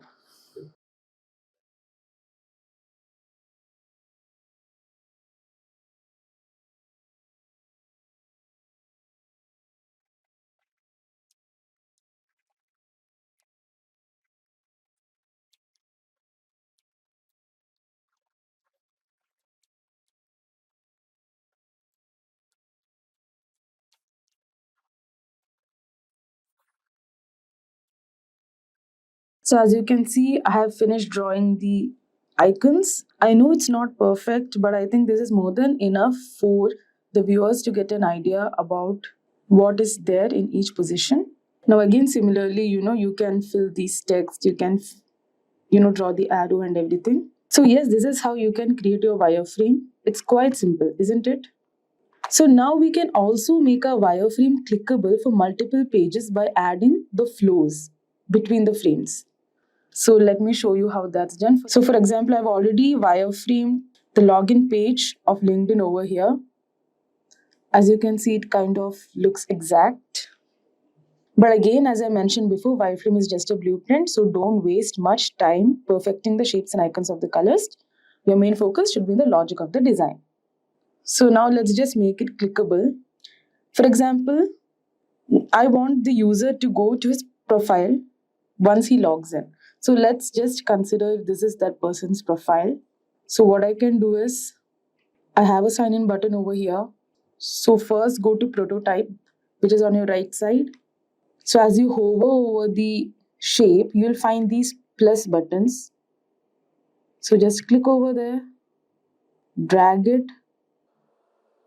Just a second. I have to zoom out a bit, yeah. So I will drag it to this particular frame.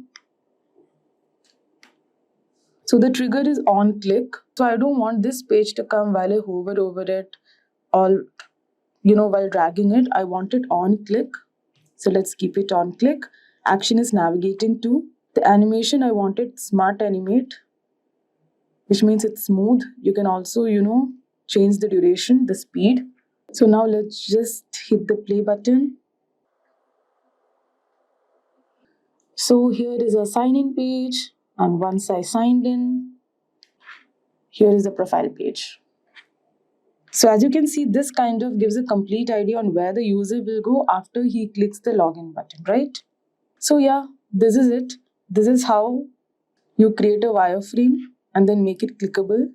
And now here's a quick tip to make this process even faster. So you can use the Figma community wireframe kits. Now the Figma community offers tons of free wireframe kits made by other designers that you can drag and drop into your project. So this is a huge time saver, especially if you're in a rush or working on large projects. So to access these kits, you just have to go to the community tab in Figma and search for the wireframe kit and browse through the options. So there's something for almost every type of design project, as you can see here. And they're customizable, so you can tweak them to fit your exact needs. So for example, let's just check out this low fidelity wireframe.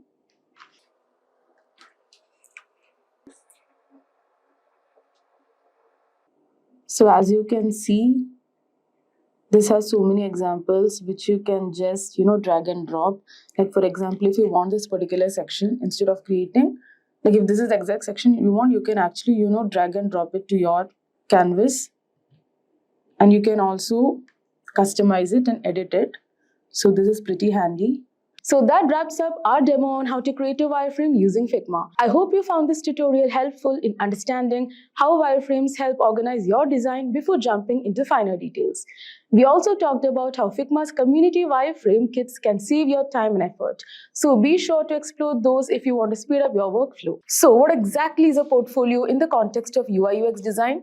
A portfolio is essentially your showcase. It's your opportunity to display the breadth and depth of your skills and creativity to potential clients or employers. Unlike many other professions, where your resume does most of the talking, in UI UX design, your portfolio is the main thing that will make or break your chances of landing that job or project. It's a visual resume, but with storytelling. Through your portfolio, you demonstrate your problem-solving abilities, design process, and how you approach real-world challenges. Think of it as a narrative. You're not just showing pretty screens, you're showing how you arrived at a solution, what the problem was, and how your design impacts the user experience. So in short, a great UI UX portfolio not only highlights your skills, but also communicates your thought process and the value you bring to the table. Now that we know what a portfolio is, let's talk about what should go in it. So the content of your portfolio should be carefully curated to highlight your best works and demonstrate versatility. So here's a checklist of key elements. Number 1, case studies. Now, these are the heart of your portfolio. You need at least 3 to 5 solid case studies. Each should tell the full story, from problem to solution, starting with the research phase, wireframing, prototyping, and final visual designs. Next comes process documentation. So don't just show the end product. People want to see how you got in there. So include sketches, wireframes, iterations, and feedback loops. So explain your thought process and design decisions along the way. Now comes user research. Show that you understand the users you're designing for. Include personas, user flows, journey maps, and insights you gathered during the research phase. Next comes visual design. The aesthetic part of your work should reflect your UI skills. Highlight your use of typography, color schemes, and UI elements like buttons, icons, etc. And then prototyping and testing. Include any user testing you did, along with the results and how you implemented changes based on feedback. And then about section. So don't forget to introduce yourself. This section should explain your background, what got you into design, your approach to UI UX, and what kind of projects you enjoy. Ultimately, you want to showcase your ability to solve real-world problems through design while also showing your creativity. Now, I hear this question all the time, like how do I make a portfolio if I don't have any experience? So here you have the good news. It's completely possible to build an impressive portfolio even if you're starting from scratch. So next, here are a few strategies to help them. Number 1 is personal projects. So you can create your own hypothetical projects. It could be redesigning an existing app or website, solving a problem you have noticed in your daily life, or even creating a product from scratch based on a concept. So these projects still showcase your abilities. Next comes volunteer work or freelancing. So you can offer your skills to non-profits, small businesses, or startups that may not have a big budget for design. So it's a win-win situation, like you get experience and they get much needed help. Next comes design challenges. So you can participate in UI UX design challenges on platforms like Behance or Dribble. You can also find daily or weekly challenges that push you to design under different constraints. So these can go straight into your portfolio.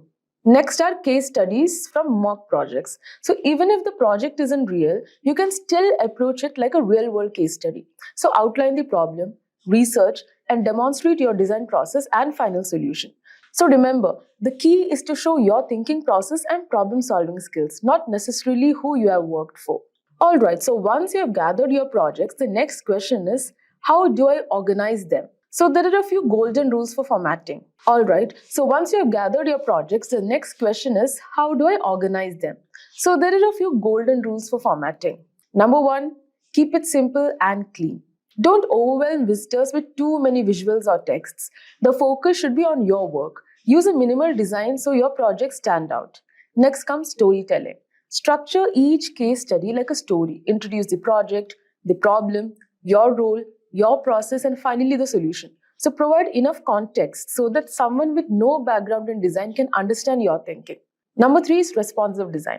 Make sure your portfolio looks good on both desktop and mobile. You're a UI UX designer, so this is a must. It shows you understand the importance of good user experience. Number 4 comes interactive prototypes. So if possible, include interactive prototypes. So tools like Figma or InVision allow you to embed live prototypes that can be clicked through, giving a more immersive experience for the viewer. And then comes ease of navigation. So organize your content so that it's easy to find. Use categories like UI design, UX case studies, or mobile projects if you have multiple skill sets. So now let's quickly talk about some common mistakes to avoid. Number 1, too much focus on visuals. So remember, UX is just as important as UI. So don't make your portfolio all about flashy interfaces. Show that you understand the user experience side as well. Then comes not explaining your process. Now, employers don't just want to see the final result. They want to know how you got there. So beautiful design without context might not be enough. Number 3 is overloading with projects. So quality is over quantity. It's better to have 3 strong projects with deep insights than 10 surface level ones.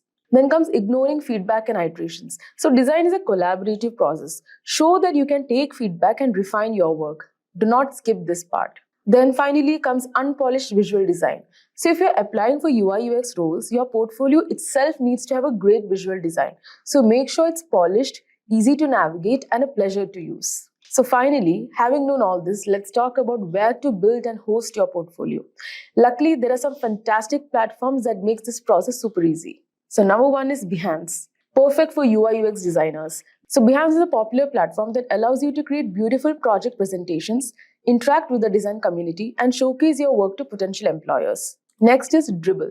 Known for its creative community, Dribbble is ideal if you want to showcase short snapshots of your work, particularly UI design.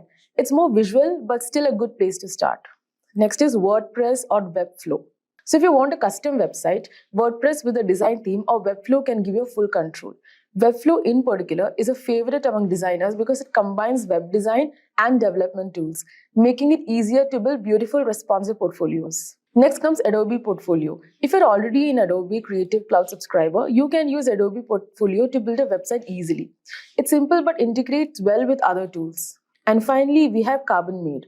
It's a user-friendly platform designed specifically for portfolios. It has beautiful templates and is great if you're looking for an easy setup with little to no coding involved. So you can pick a platform that best fits your needs and make sure it's easy to update over time. So now that you got a clear idea on how to create a portfolio, let's say a portfolio from Behance. So this is a well-made portfolio.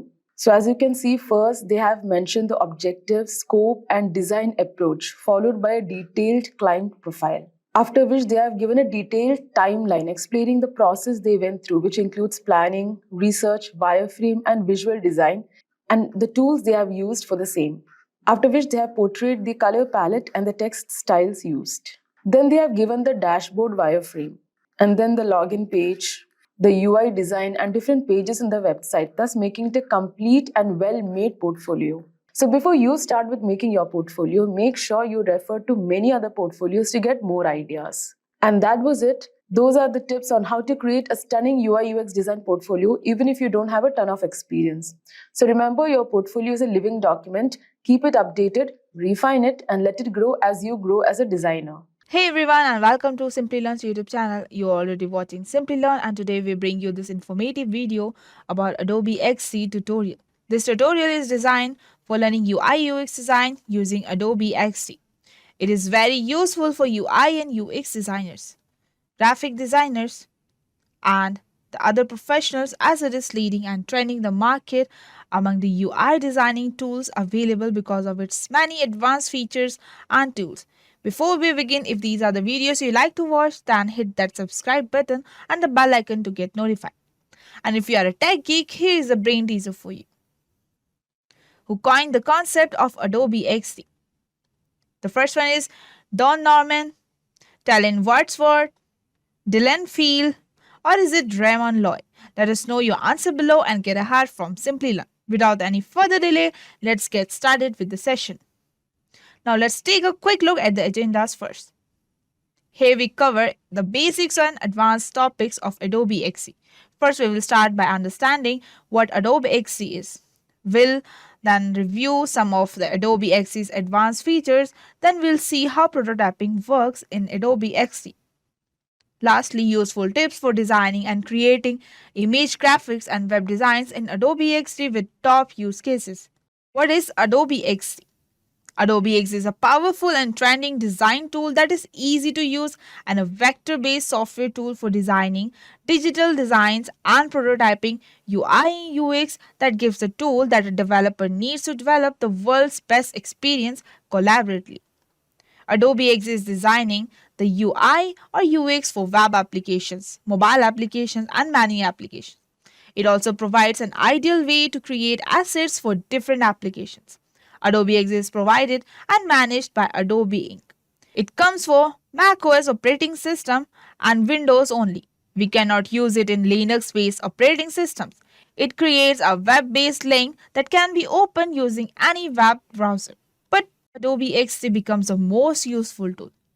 Before Adobe XD, the Photoshop tool was widely used for design purposes, but Photoshop doesn't have a user experience. This disadvantage of Photoshop design makes Adobe XD the most efficient design tool as we have an application for user experience. Its prototyping and animation features give the application a complete virtual tool. The best thing about Adobe XD is that it provides a user interface for design. Each tool in Adobe XD has optimal options, making it incredibly simple to utilize. As a result, it saves the designers a huge amount of time. On the same project, designers make various places can simply work together. Team members can watch and provide comments and suggestions through commenting and pinning directly from their browser using the link sharing tool. Now we will see what are the advanced features of Adobe XD. Adobe XD has a wide range of extensive and powerful features and applications that makes it an essential tool for any UX designer. Some highlighted features of Adobe XDs are: the first one is components and states. Second, padding and stacks. The third one is repeat grid, and the last one is responsive resize. So the first one is components and states. These are advanced features that Photoshop doesn't support. Components allow the creations of it once and then can use it multiple times in the same existing project, providing features to the applications. When building certain design elements like buttons and navigations and maintaining the alignments across our design, components are helpful. Changes we make to the primary components will also affect the supporting components, therefore it will be helpful for design changes. And for the stats, as opposed to components, are also effective approach to making the design functional. We can preview our variations on a single component thanks to states. States can be used to design produce effects like hover, click, toggle, and many more. And it is helpful to create and design cleanly by reducing the number of artboards. For example, instead of developing a new artboard for a drop-down menu, we can construct one using a click state. So the next one is padding and stacks. These are also some advanced features of Adobe XD that are not available in other designing softwares like Photoshop and are useful features of Adobe XD. It is very helpful when working with dynamic content such as buttons and labels and managing content sections and exploring design. It will save significant time and effort and provide a well-organized design structure. And the third one is repeat grid. Repeat grid is also one of the excellent feature of Adobe XD and also one of the best feature of Adobe XD. By using a feature of a repeat grid, we can easily copy up with the same layout multiple times. It can be used in building the images, data tables, image galleries, and other things. It takes a long time to design these UI components. The repeat grid functionality could save our lives in such circumstances. We may turn on the repeat grid for a certain items with just one click. Using the repeat slider, we may repeat any objects or collections of objects once the repeat grid features is enabled. The text and graphics on the repetition grid can also be modified. And the next one is responsive resize. The world is full of different types of e-gadgets, smartphones, smartwatches, and TV. So while working with the design, we must ensure UI compatibility for all sizes of devices. The responsive resize features allow us to automatically understand the design for a new device and fit the design in. There are several other exclusive and intelligent features of Adobe XD that allows us to choose Adobe XD over any other graphic designing software. To understanding some of the features of Adobe XD, we will see how prototyping works in Adobe XD. Adobe XD supports dynamic and interactive prototyping for the design to interact with different layouts. We can add animation transitions to stimulate the flow of the application. We provide a real-time preview of the application. Using the prototype features of Adobe XD, we can experience a virtual tour of the application. The prototype can be shared with the team and stakeholders through a web link. The team can experience a complete preview of the applications and provide valuable feedback right from the browser. Adobe XD supports dynamic and interactive prototype for the design to interact between different layouts. We can add animation transitions to stimulate the flow of the application. It provides a real-time preview of the application. Using the prototype features of Adobe XD, we can experience a virtual tour of the application. The prototypes can be shared easily with the team and stakeholders through a web link. The team can experience a complete preview of the application and provide valuable feedback right from their browsers. So, in the design mode, we create the design for our applications using Adobe XD tools and designs features. Then we switch to prototype mode to specify the interactive links between the artboard and components. We can also create prototypes using the components tray. Once we are done with the design and prototype, we can share the design using the share feature. We can preview the designs and prototypes using the previous features.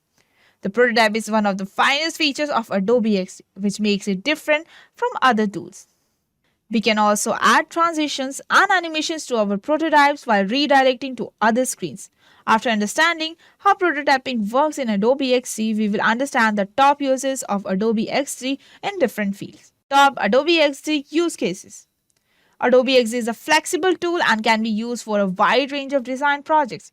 Some popular uses include create wireframe, templates, and prototypes, design user interface, create illustrations and graphics, streamlines the UI and UX design process, enjoy custom design, and the last one is design augmented and virtual reality. The first one is create wireframes, templates, and prototypes. Adobe XD is an excellent tool for quickly creating wireframes and prototypes. Creating simple and complex design is easy, and you can add interactive elements to make your prototype more realistic. The prototype tool is excellent for web design, mockups, and mobile apps, and for making real-time updates to your UI and UX project. And the next one is design user interface. Adobe XD is a great tool for designing. It's a vector base, so you can create designs and has many built-in UI elements to use in your designs. The third one is create illustrations and graphics. Adobe XD is a great tool for creating illustrations and graphic design elements, offering an extensive creative library with the vector, images, shapes, colors, and fonts. The interactive prototype updates in real time, so your workflow is fast and responsive when building mobile apps and web designing and more. The next one is streamline the UI UX design process. Adobe XD makes it easier to duplicate and reuse the common elements, create repeating content, and automate the process to save time. So the next one is enjoy custom design. Adobe XD lets you create variations of a single component and maintain spacing between the contents of a group and the other bounds. It is possible because of its padding options, endless customizations using space, wireframes, and colors, and more within the Adobe XD design system. And the last one is design augmented and virtual reality. Adobe XD supports designing augmented and virtual reality experience. You can add 3D objects to your prototypes and test how they work in an immersive environment, making crafting AR and VR experience easy, even if you are a beginner. Let's take a look at Adobe Experience Design XC. It's a part of the Adobe source that primarily focus on UI design, UX design, prototyping, and responsive web designs. It's available for both Mac and PC as long as you have an Adobe CC subscription. It's most definitely competitor to along the modern design tools that have come out recently and you might be using like Sketch or Figma or the dozen others that are on the market right now. So in this video, I'm going to cover the basic things you need to know about XC when you first open up the project to help you to get up and running and feel really confident about the program. I'm ready to get started. I hope you are. Let's do this thing. Okay, let's get jump into right the computer and figure out when the 10 basic things or the basic that you need to know about. I'm just going to roll and I'm gonna open XD.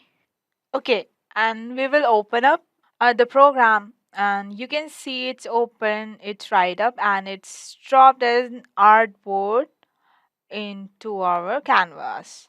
The artboard system is really common things nowadays and model design tools and exists no different and allows you to put new artboards onto the canvas anytime you want. You can do that's by rolling over here into the tools panel and here an artboard tool, and you can use the hotkey of A and you can do the things. You can draw out and customize the size of an artboard, and I'm just gonna command Z to undo that. Or you can choose from the different selection that we have, like we have iPhone X up here. Maybe we want to do like an Android mobile device as well, and I'm want to like an iPhone 14 Pro to the right, and then it's every time you want to put an artboard just down on the screen, it's going to just space it when you open out to the right. And also with artboard, you can use, and also with artboard you can press the V command or use your selection tool, and you can grab the artboard by just grabbing the top kind of portion of the name of that artboard, and you can move it around the canvas and you can get some automatic snapping for spacing and all that kind of good stuff. But that's the first thing that you need to notice: how to make artboard, how to move them, and also how to resize them by just simply that. And all right, so the second thing you probably need is a basic tool or understanding of the interface. And so what we are going to do right now is very general fashion, not real in depth. We are just going to kind of cruise through the interface and show you what we have on the very left hand side. We kind of already covered it. We have the tool panel where you can drop the different shapes or lines. You can use your pen tool, text, and you can zoom in. Each of these have an hotkey and that you can learn to kind of speed up your workflow, down at the bottom of this same panel. And you can see there we have a hotkey, and as well as, and you can click over these assets, the assets where in where X is gonna store all of your colors and your characters style and your reusable symbols or components you can reuse through your projects. And so you knowing how to click back and forth between your layers and your symbols or your layers and your assets, really powerful part of X3. Right next to that we have all the artboards displayed. We can see all the three on their own separate line. Up at the top left, you can see we are currently on the design tab, and we'll talk about this layer, but we can click over to prototype tab where we can able to create interactions between our kinds of artboard and create interactive prototypes. So that's the difference between these two tabs, that we have the name obviously of our project, and then we have some basics controls on the top right, like zoom in, zoom out, like what percentage are we currently looking at. We want a device preview it or desktop preview. It looks like, so we can share these designs. And then you all have your basic tools. If I just draw a rectangle, and then you have all your basic tools. If I just want to draw a rectangle, and then if you all see the basic tools, I have just drawn the rectangle, and you see over in my properties panel, then you have all your alignment tools and some interesting repeats grid, and you have pathfinders or the boolean operations, and you have all your different properties for your width, your height, your x and y value, and we have some different prototyping options, as well as all of your appearance options like colors, text in different stroke sizes, and all the good stuff is there. And that is a basic tour of the interface. All right, the third thing you might want to know how to do using Adobe XD, like any other Adobe product, is to use the pen tool, and that's by simply clicking on the pen tool in the tools panel or by pressing the hotkey of P. Once I do it, I get my pen icon and I can start by adding nodes to my artboard and create custom shapes, filling those custom shapes with colors. Coming back and redness of redressing, we can redress the individual node, and we can redress in the individual node, and I can add new nodes on however any line. I can redress in the individual node. I can add new node by hovering over any line. I can also delete each one at a time by pressing delete key, and it will just slowly move around and delete each of these points. A few interesting things about the pen tool in Adobe XD is that, unlike most other Adobe products, may hold down shift and gently, I can hold down shift and get increments on. I can just kind of freeform it by doing it with nothing but my hand once I release. And I have created here a brazier curve.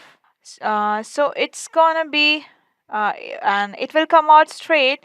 It's gonna automatically kind of smart pan or bow the curve. I don't know if that's a good thing or a bad thing. It's just a thing. If I created a straight line, and if I hold down the option key like is in most other program, I can just control one of the basic handles instead of both the handles to give myself um, a little a little bit more controls of where I'm going to go next. But the automatic curve thing, it's a little bit yeah. The fourth thing that you are gonna want to know about in Adobe XD is about styles and reusable symbols. We have created kind of funky shape on our canvas, and I can select the shape, fill it with, and we can add an ugly color. Yeah, that's not such an ugly color, but now let's say I want to make this some sort of reusable component that I could use over and over. In this a bad use case, and I had it probably be something more likely a button or logo or a certain style that you can have to going on your project. But for our example, this will do if I want to create a reasonable symbol out of this element, though I would roll all the way over to the left and down between my asset and my layers. I have an asset panel, and it's here. There's few things I can do while I'm here in my asset panel. I could probably create a reusable color. We have a border color and the fill color that are both a part of now that the rest of this design, and I can always come back and reuse those styles.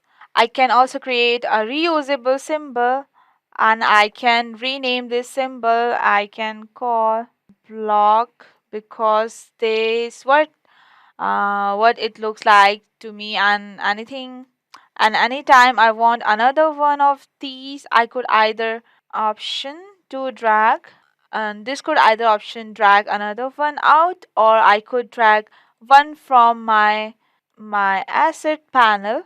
And there's like this, it's a nice visual representation of all your reusable components in your project, and it's really nice symbol work in a very interesting way, I will say. You just take any of the represented symbols on the canvas, and you can change the properties with the color, and will change the size of this, right?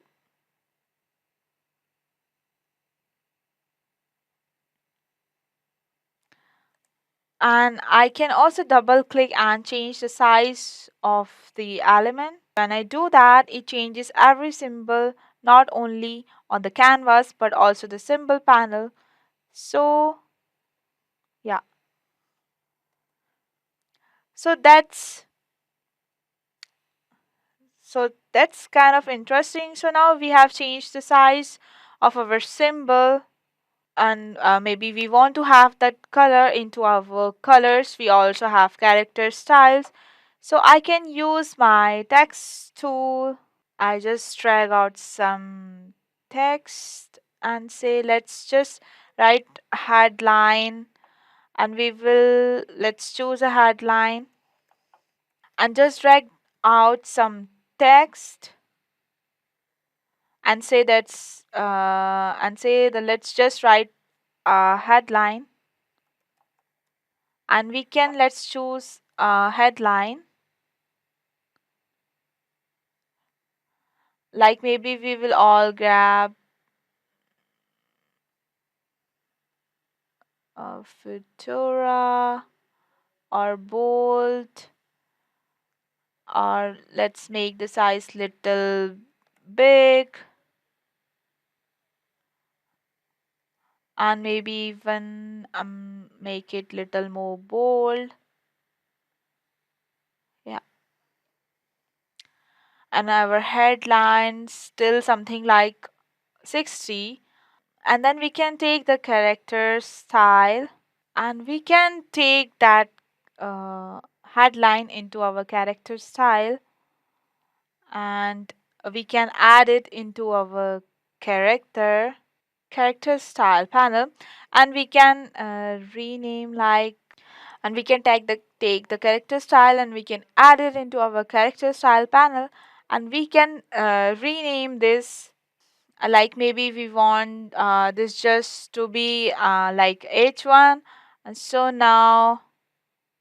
so we have a headlining, and anytime we have like two new text, we could start when typing anything like, see, with kind of text that I was using, I can apply that character style simply by clicking on my new and text and double clicking on my character style and home, and we have our headline style has been applied on one thing.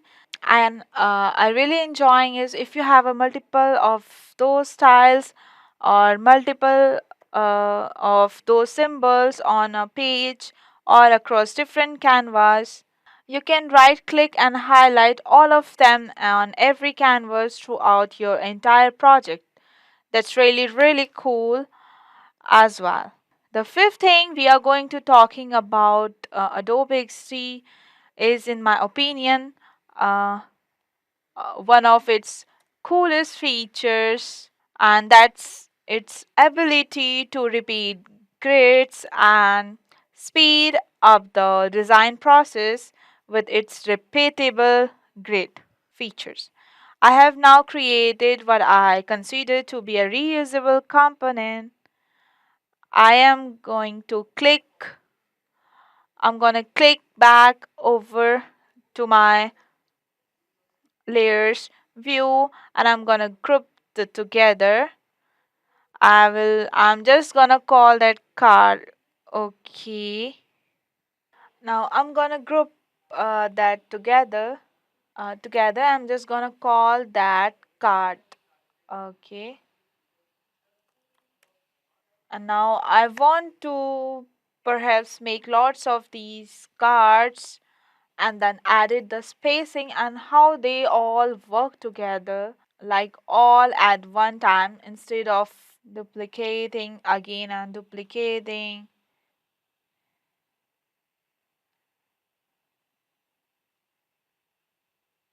Instead, I can just click on the element I want to duplicate and head over to my properties. After dragging down and all the copies of it appear, and now we can have multiple copies that are being controlled by our grid.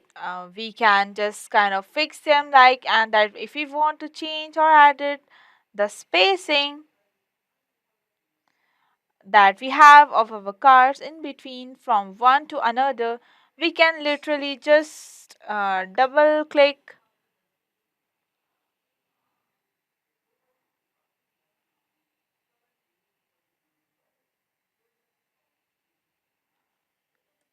and we can roll over those margin areas and we can grab and just kind of stretch out to our liking. So now, and this feature is very extremely enjoyable. I think it's really speed up kind of the rapid prototyping aspects of design as well as some of that tedious kind of back and forth of spacing things. You don't have to do that because all these taken care of right here in our repeat grid function. The next thing we need to talk about is prototyping. It's a kind of big deal in XD. It's so big, it has its own tab up the top of the left and to the right of the design.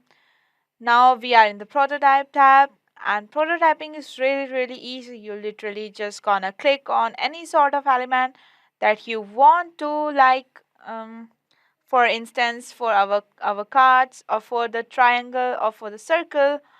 I'm going to grab the tab and I just connect it to, and you're gonna set it any type of trigger.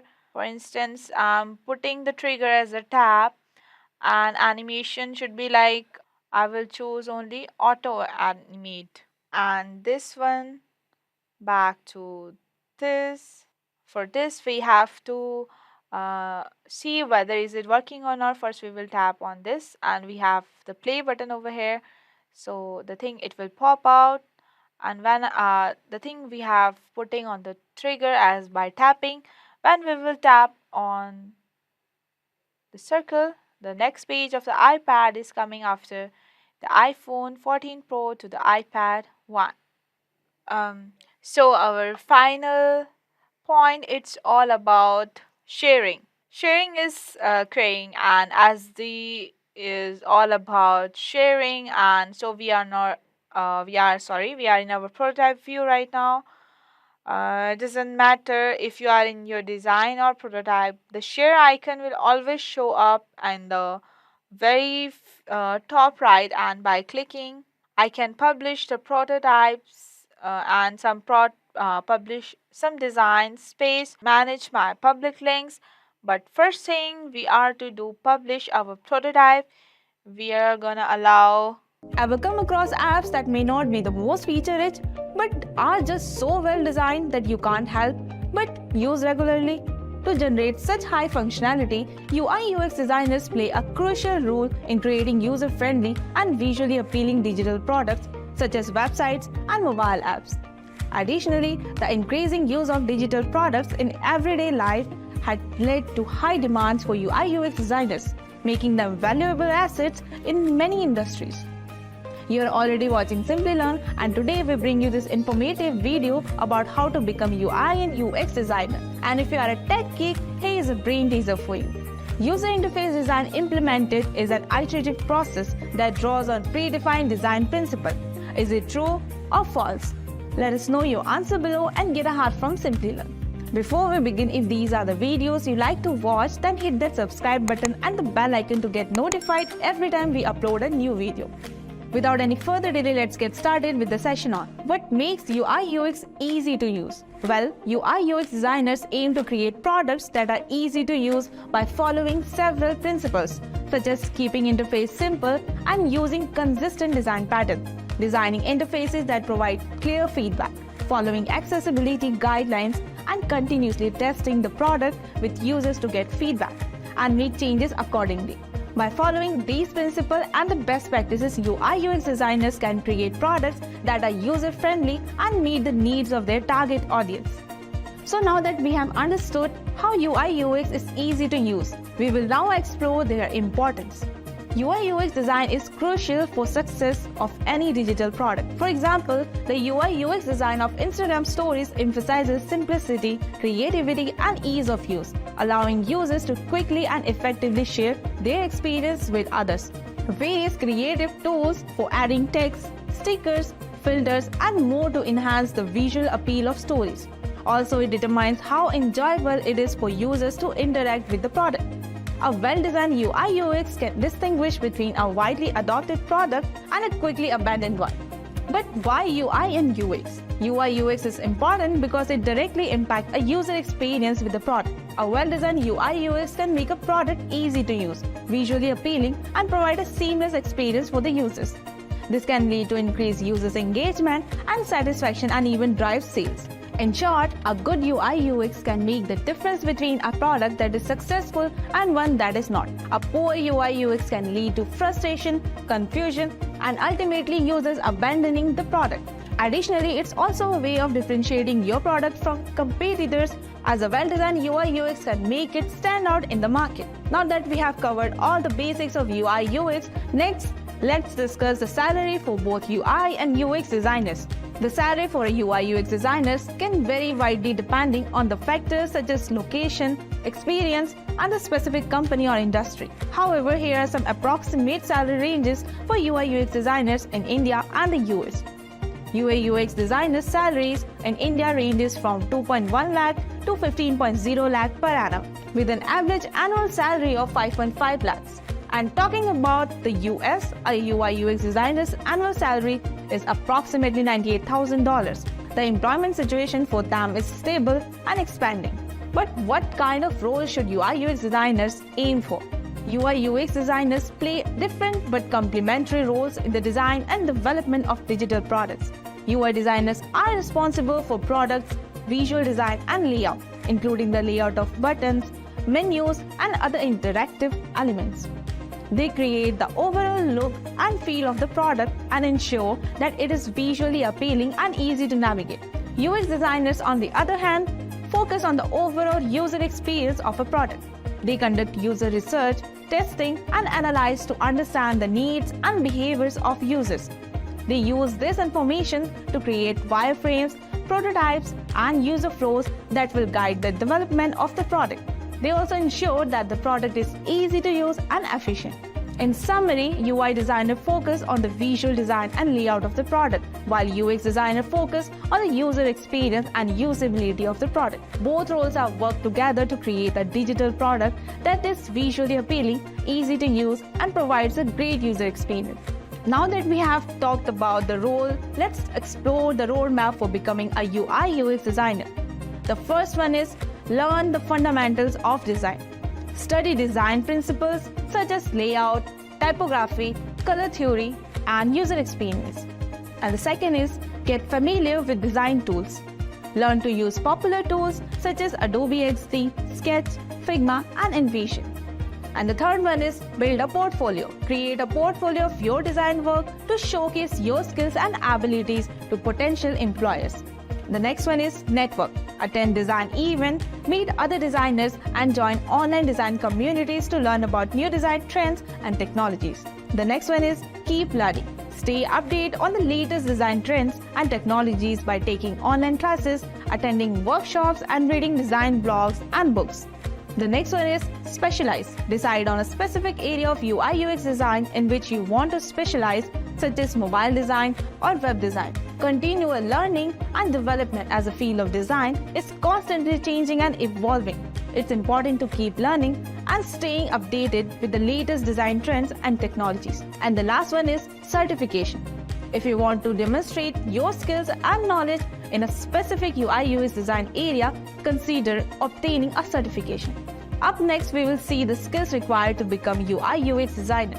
Now, to become a UI UX designer, one must possess technical and creative skills. These include strong understanding of design principles, including layout, color theory, typography, and user-centered design. Knowledge of user research and user testing method or understanding users' requirement.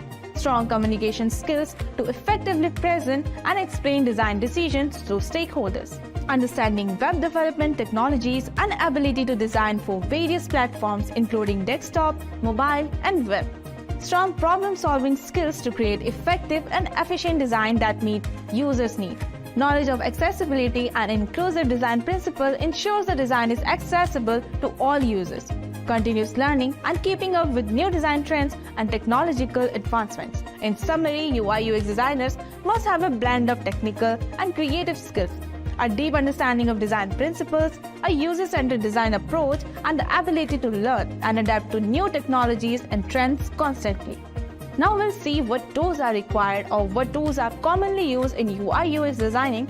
So the first one is Sketch or Adobe XD. These tools are used to create wireframes, mockups, and user interface prototypes. InVision. This prototyping tool allows designers to create interactive wireframes and prototypes. InVision. This is also a prototyping tool that allows designers to create interactive wireframes, mockups, and prototypes. Figma.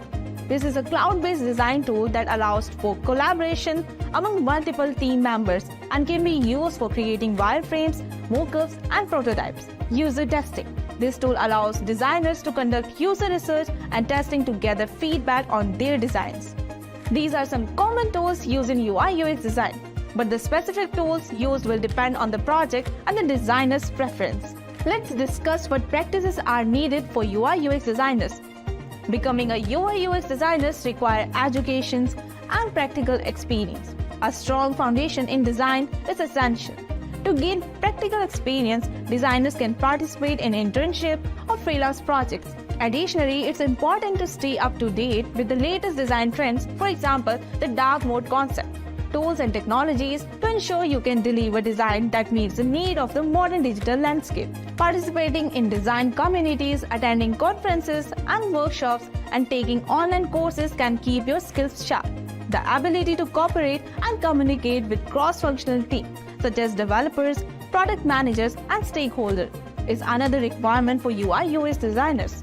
Next, we will see portfolio for UI UX design that needs to include.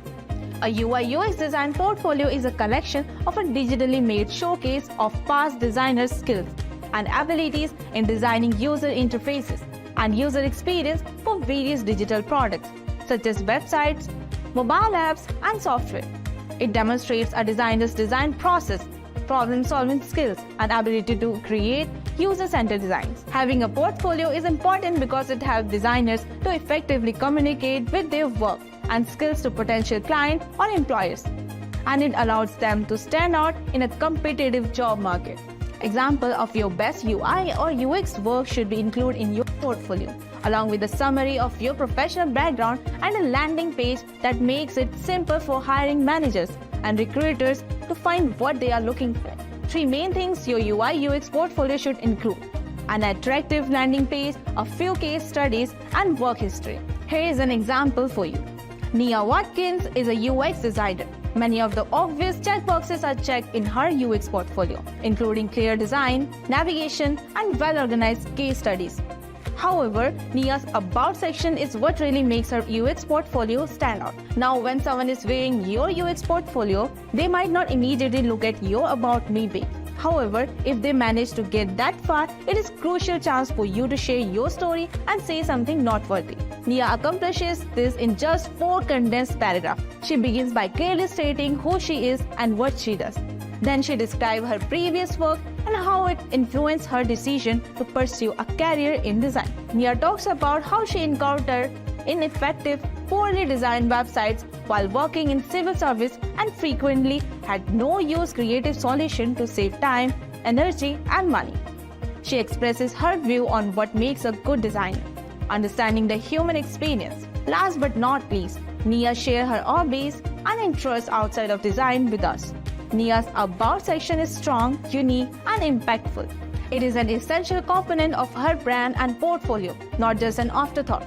You may not realize how important your About Me page is. You can definitely take a reference from Nia's portfolio and create a unique About section for yourself that relates a personal meaningful story about your enthusiasm for user experience, contains few brief paragraphs about your experience and inform the reader about the person who created the portfolio. Let's take a brief look at companies that hire UI UX designers. Google, Freelancer, Apple, Amazon, IBM, Microsoft, Facebook, Adobe, Salesforce, Tesla, and Oracle. It is important to research the companies you are interested in, their design philosophy, and the type of products they design to ensure a good match with your skills and interests. After looking at the companies that hire UI UX designer, we will see how to apply for this job. So you can follow these steps to apply for a job in UI UX design. Update your portfolio and resume to reflect your abilities better. Investigate potential employers and job posting in the industry. Personalize your cover letter and resume for each position you can apply, and network with others in the field to obtain recommendation or connections. By practicing and showcasing your design process and problem-solving abilities, you can get ready for the interview. Now at the last, we will discuss some tips for interview. Know the company and the role. Research the company, its product, and specific role you are interviewing for. Show your portfolio. Have a strong portfolio that showcases your design skills and process. Understand the design process.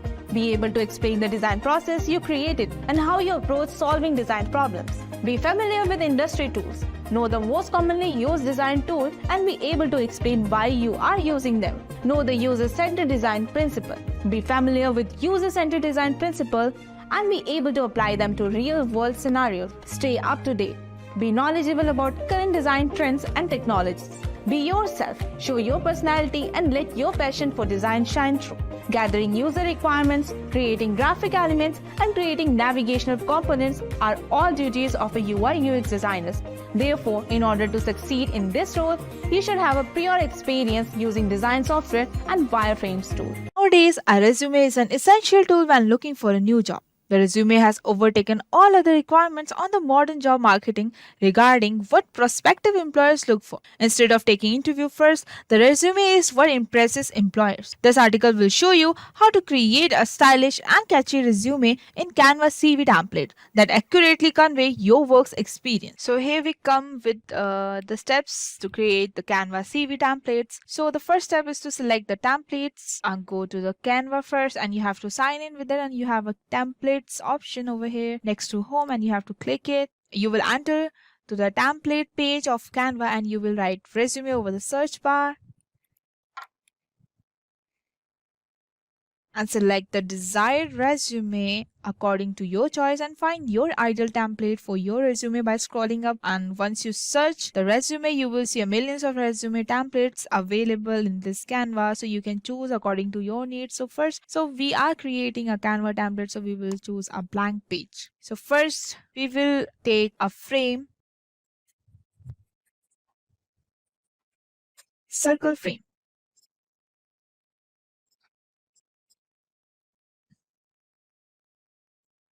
So that you can put your picture in this circle. So let's take a picture of a girl. Let's take this. Yeah. Now let's take an rectangle.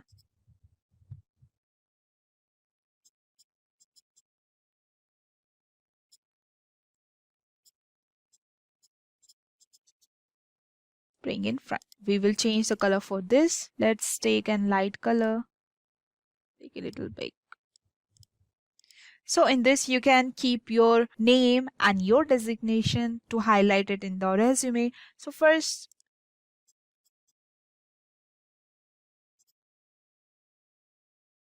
so I have highlighted the name as Sam given, and she is a graphic designer. So I have highlighted this. We can make it bold and little bigger. We can change the color font. Okay. Now after selecting the picture and highlighting the name, we will customize the background. Now we are in the Canva home page with the selected template and we can customize it. Changing the background color is a good place to start with customization. To select the background of a template, you have to double click on it and you can have a small box on the left of the panel and you can select any of the color. Let's take this color, and you can pick any of them to include on your resume. And now we will see the header and the contact information. This section contains your name, designation with some personal information like email, date of birth, and any other social media links like LinkedIn, etc. So we will write it over here. So here I added the information with the header with the contact information of a user. So here I'm adding the contact number with the email ID and the location with the links of like LinkedIn or something, the websites that she is or the user is on. Next, we can add the summary statement or the career objects. Like this section contains a small description of your career objectives in this field. For example, your expectation towards the company. So we will design it over here. So here I have designed with the colors. Suppose we can change the color for this also. I have put it the light sky color, or you can keep any color. Let's take this color. Yeah. So after professional profiles, after adding this summary statement, now we have to add the additions, educations and the skills. This section contains the details of your educations and soft and hard skills. For example, BE, BSc, BTech or etc. So let's add it over here. So here I'm adding the educations and the skills of the expertise skills, that is web designing, creative thinking, Adobe Photoshop, Adobe Illustrator and etc. And for the education also I am putting the masters in arts and illustrations and BA in arts or illustrations. So next we will add the certification, hobbies, interests or projects. Like this section will contains additional information about your habits, projects, etc. For example, hobbies like playing cricket, etc. We will mention it with the stars, or we can mention it with the dots, or we can with the poll, how much the language you know. So here I have mentioned the certification or the hobbies, interests or the projects, like the language also, like how much she knows the language of English. Like she knows, I have written it by, I have mentioned it by the dots, like how much out of 5 she knows, almost 4, or out of 5 she knows only 3 for the French and etc. And for the interest, she's interested in traveling or reading books. So this part is of the certification, hobbies and interests and the projects. So the next one is the work experience. This section contains the details of your previous work experience, like your role and responsibilities in that company. For example, system engineer and you having experience in that, so we will keep that in this section. So here I mentioned the experience for the users where she worked before, present or before that also I have mentioned it over here. So that wraps up our tutorial on how to build a Canva CV templates, and the final output of the resume is this. Or we can make it more attractive with the different colors. We can use it like, as I have chosen the rectangle, we will keep it over here. 1 minute.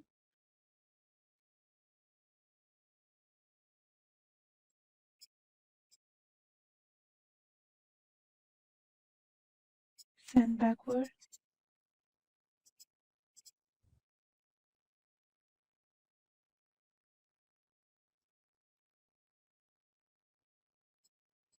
And we can change the color for this. Let's pick some colors like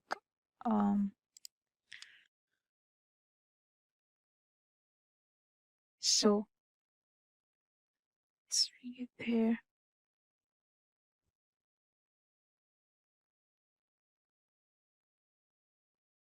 From this side also we will increase a bit.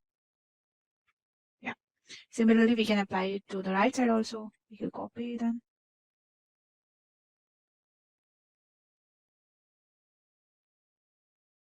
Yeah. So this is the final output for our resume templates in Canva that we have created, where we have wrapped up with the profile picture of the user with the name and the designation in highlights. After that, we have come with the header with the contact information, where we put all the information of the user.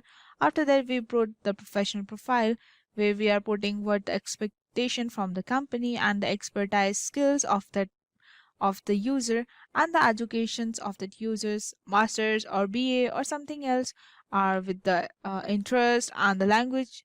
And after that, we have mentioned the header with the contact information, and after that we have mentioned the summary statement and the career objects with the educations and skills. And after that, I have put it the work experience of that users, and the final I have mentioned the certifications if it have, or the hobbies and the interests and the projects. So to start off with, let's understand the top UI and UX tools to master in 2022. And the first one is Adobe XD. All the graphic designers are familiar with the Adobe industry's leading software, including Illustrators and the Photoshops. These Adobe XD cloud products are beneficial to the UI and UX designers. Photoshops can be used to modify, composite, and produce visual content such as arts and graphics. Some of its features are they can change the master component, then distribute it throughout the company. And it is perfect for designers in huge business and organizations with the necessity for asset uniformity. And it is good for prototyping and designing. And it works on Mac OS and Windows. Next one is Sketch. In order to create high-quality prototypes and the interfaces with just an intermediate preview on the mobile devices, Sketch has become a common UX tool. It has an icon that makes it easier to construct UI elements for reuse. With the help of these capabilities, it is possible to create design systems and uphold consistency in interface design. Some of its features are user can generate mockup using these design and prototype tools and share them with the group for the feedbacks. To get an accurate knowledge of the final product, they can add photographs and edit the text. And it is good for prototyping and designing, and it works on Mac. The third one is InVision Studio. It is a set of 3 UI and UX tools that offers user a centralized workspace for the collaboration and quick screen design prototyping. All the prototypes, sketches, and the designs are accessible in one place. So thanks to InVision Cloud. Communication is also made simpler through InVision Studio, and they can get intermediate input and stay informed about the document's modification at every stage. Some of its features are the Studio platform provides a simple method for quickly producing responsive design for any screen, as well as the ability to quickly test a user experience with the vector-based drawing capabilities. It mimics users' navigation by animating screen changes, and it is good for prototyping and UI designing, and it works on Mac OS. The next one is Figma. It is one of the top UI design programs. It features a drag and drop user interface designers that enables cross-organization collaboration. One of the few UX solutions that unites designers, developers, and project managers is Figma.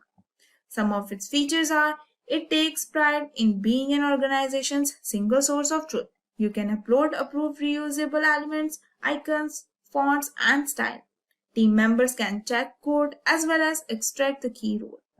And it is good for designing, and it works on browser, macOS, and Windows. The next one is Framer X. One of the most powerful UX tools is Framer, which was formerly known as a Framer X. It provides demonstration of a future product's functionality and performs that are so close to reality as possible. Professional UI designers aiming to produce amazing prototypes that should consider using Framework.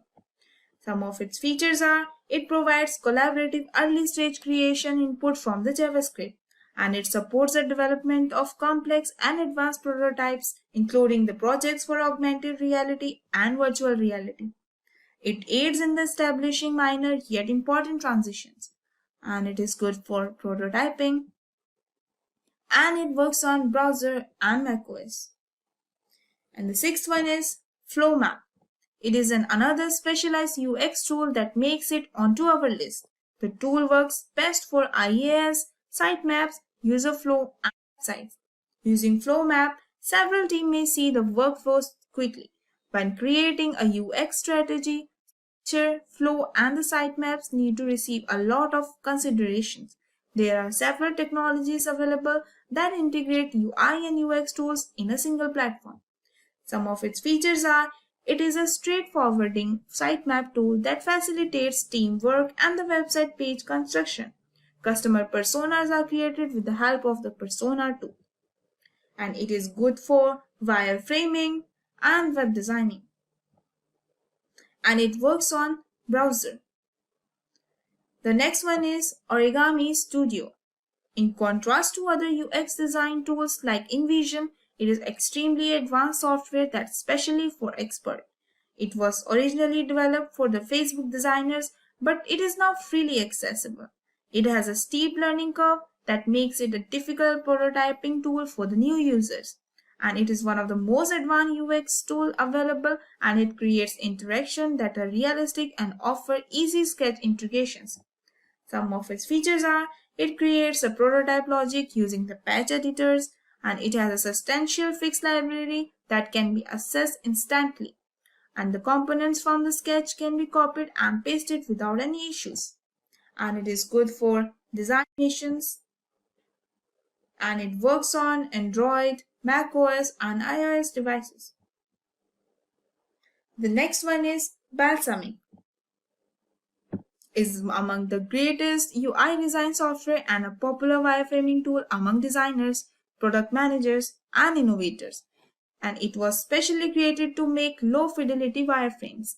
Despite its simplicity, this tool is recommended for the UX designers of all the levels to quickly demonstrate the usability of a given website or the applications.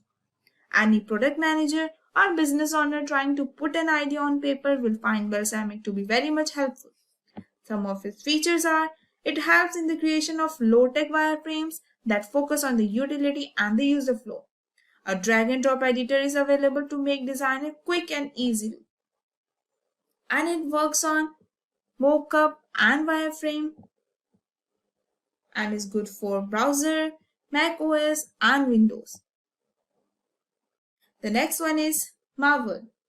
Another excellent UI and UX tool is Marvel, which can be used to create a variety of hi-fi and lo-fi wireframes, prototypes, HTML, and CSS handoffs. It is a fantastic tool for polishing the interface for the prototypes and giving it a finished look.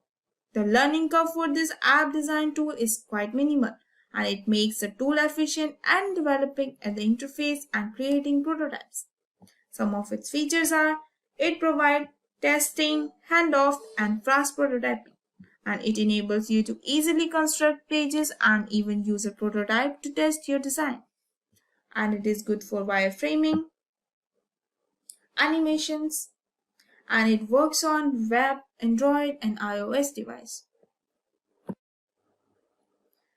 And the last one is Exure. The dynamic content, conditional logic, and the adaptable views capabilities of the Exure RP UI design tools allow you to quickly create the prototypes that function similarly to the real things. In order to exchange design with the stakeholders, you may also connect Exure to the well-known design software like Sketch. Some of its features are you may instantly distribute prototypes with the organization for the intermediate feedback using the built-in Exure cloud capability. It enables UX designers who don't frequently work with the coding to transfer a design to the development team with the full documentation. And it is good for prototyping, and it works on Windows and macOS. Now let's discuss what Figma is and proceed further for the same. Figma is an online tool for designing and editing users and graphics interfaces. It may be used for various graphic design tasks, including wireframe websites, creating users' interfaces for the mobile applications, creating design prototypes, creating posts for the social medias, and everything in between. Compared to other graphics editor software, Figma is unique, mostly because it immediately works with your browser. Also, you can begin designing and getting your project from any computer or platform without installations of additional software or acquiring additional licenses. After discussing what is Figma, we will see how to use Figma. It is a web-based application as we already explained. To begin using the app, you only need a desktop or laptop with a reliable browser and an internet connection. After that, you may sign up for a free account on the Figma websites. Additionally, you may immediately get to work on your designs. With Figma, you may design products from scratch or from pre-made templates using an editor that is incredibly user-friendly for the beginners. There are many sources that are available online to teach you how to use Figma, but learning will be much simpler if you use the lessons we provide below. In the tutorial, I'm going to show you the best way to start practicing designing apps and websites in Figma, and will give you step-by-step instruction you can literally follow click by click. I will only tell you the stuff that you need to get started designing interfaces. So let's get started. So we are going to look at the tool called Figma, and it has a few advantages. But most importantly for you, it's free to get started. If you are working by yourself, we like using it at Smart because it has also really good collaboration, so we can have multiple people working on the same design file at the same time, and it's really very fast. It works on any computers, whether you have a Mac, PC, Linux, whatever you have, it works right in the browser. As you're watching the video, if you have any questions about how to do a particular effect in Figma, or any comment or something that you want to recommend, please put it in the comment below. And if you want to find out more tips about UI and UX, make sure to subscribe our YouTube channel so you will never miss an update from Simplilearn. I wanted to start off with the templates. So what I want to do now is create a triangle for my own design, and it will called as frame. So the first tool you need to know about is the frame. Here, or you hit the F on your keyboard, or anything I press will show here in the bottom left corner. So you know exactly what I press to activate a particular tool, and then I can start drawing a size. But I know if I look at the frame here, I click on that, it shows. I can hit F again to go into the frame mode, and then I can select from here a bunch of templates, and I will select iPhone Pro Max. And then it automatically puts in the frame of a particular size, and I will just place here and I will start designing. So let's assume I want some different color background, right? So the easiest way I could accomplish this is I could draw a rectangle. I could do from here, you can see that there is a rectangle tool and it already says like R next to it. So I'm going to hit R on the keyboard and draw a rectangle, right? So I don't want to take it up. I don't need to take up the whole screen. This is fine. Now I can see by default this is dark color, so I will click on it.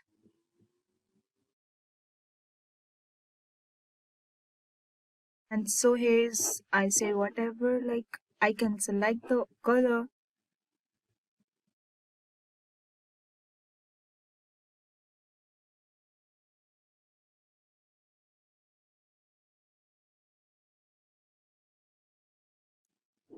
Fine.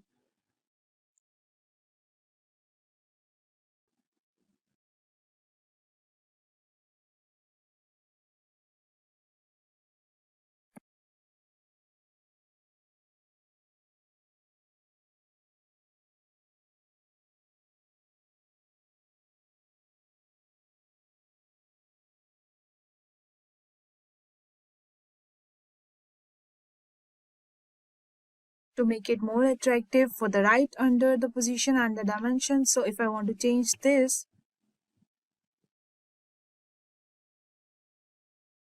this is just in changing y coordinates, and this is for the y coordinates and this is for the x coordinates.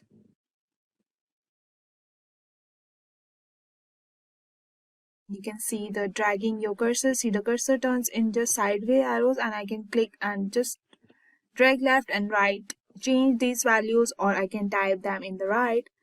I can also change the width and the height. This is the width and this is the height.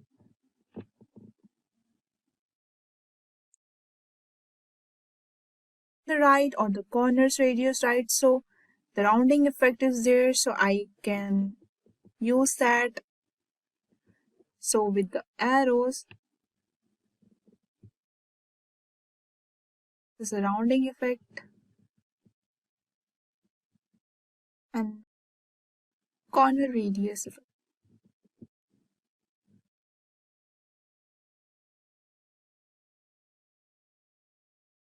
Suppose it must be 29 or 39.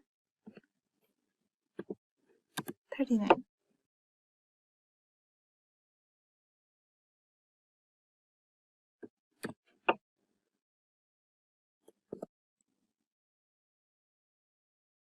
And I will keep this also by 39. So we can see this and this corners are giving the round effect.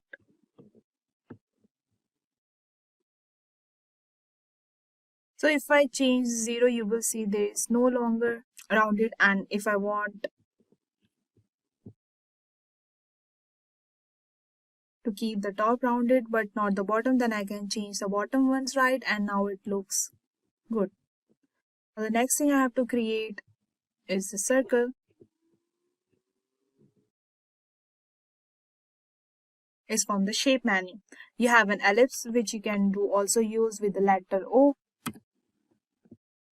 on your keyboard. Now by default you will be able to draw any kind of circle with any aspects of ratio.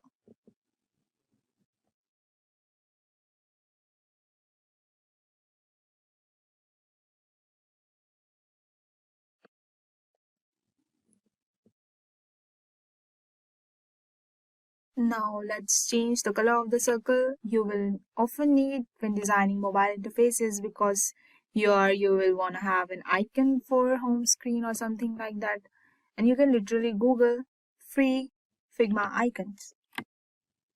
After searching, this page will open, and let's say I want to copy this one, and I come back to my file and I will paste the element.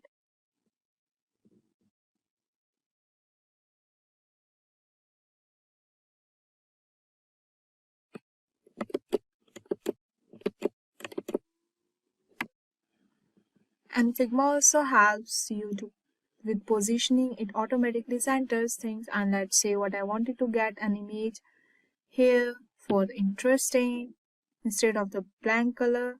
So one good website is called Unsplash. Here I just write food and I will get the image.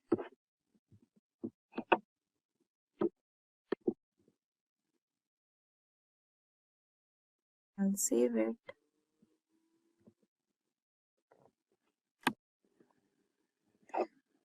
We will copy that and paste it over here.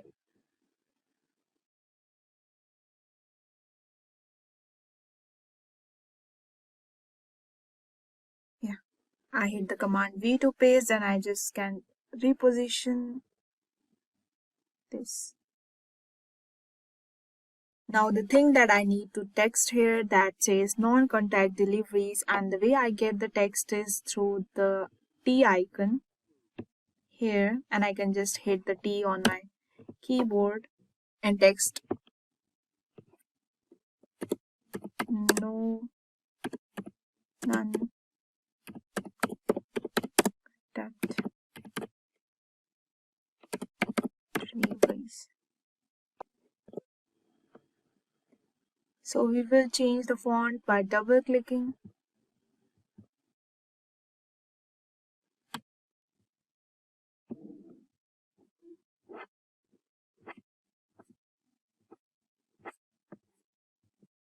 We will change the font of the text in SF Pro text.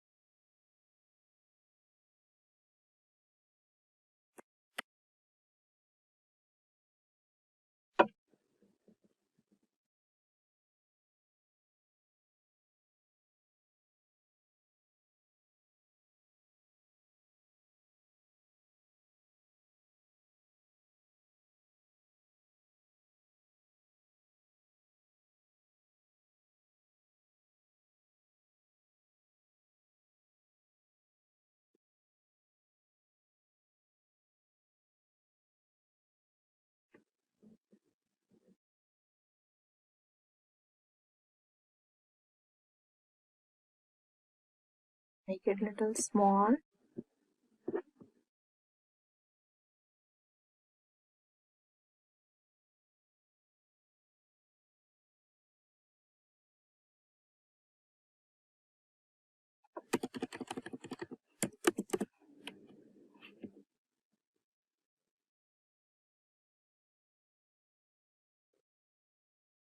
So now we will write one paragraph here below. So I will hit the icon T again.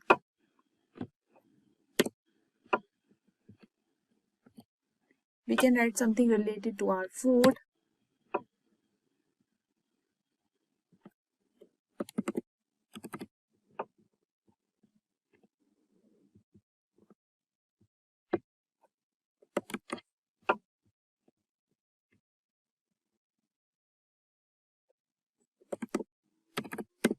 And we'll make this font as small.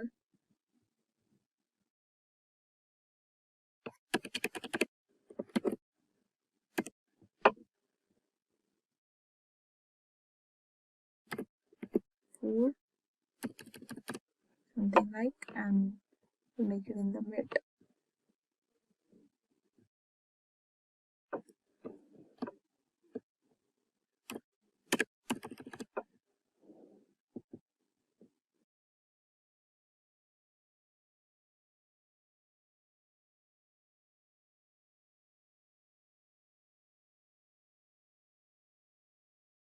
Yeah.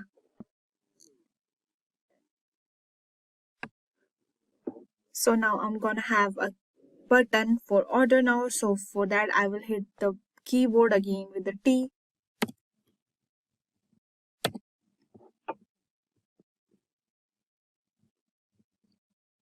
Repeat.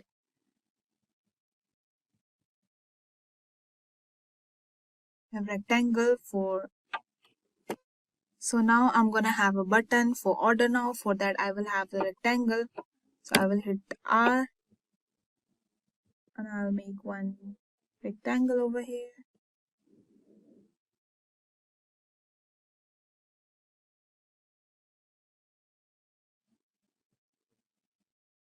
And make it in the center. I will pick one color for that.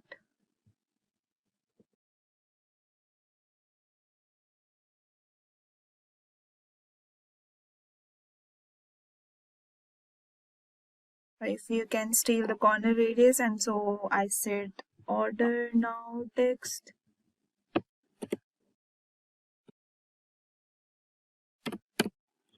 And I will make it in the mid.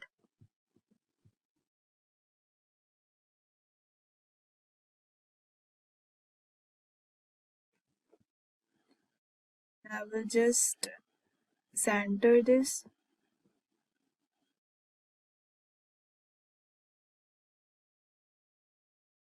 And make it and let it be white. And this is very easy. And now I will just write another text for dismiss.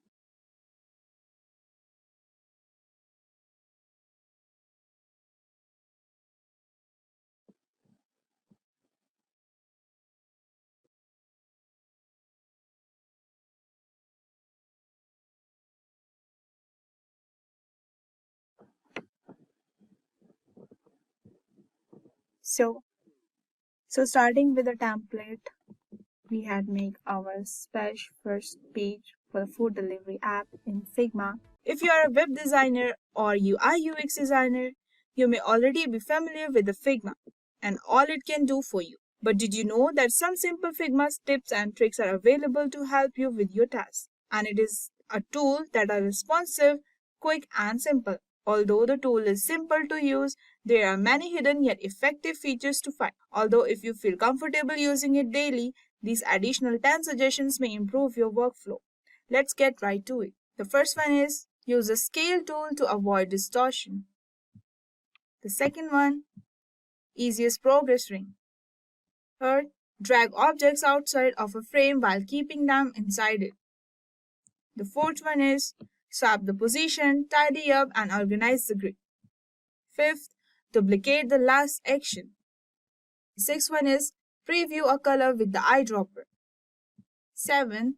Fix the line height in seconds. 8th, create the square cells with ease. 9th, control the reels and unsplash.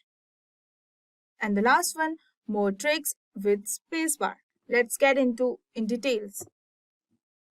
So the first one is use the scale tool to avoid distortion.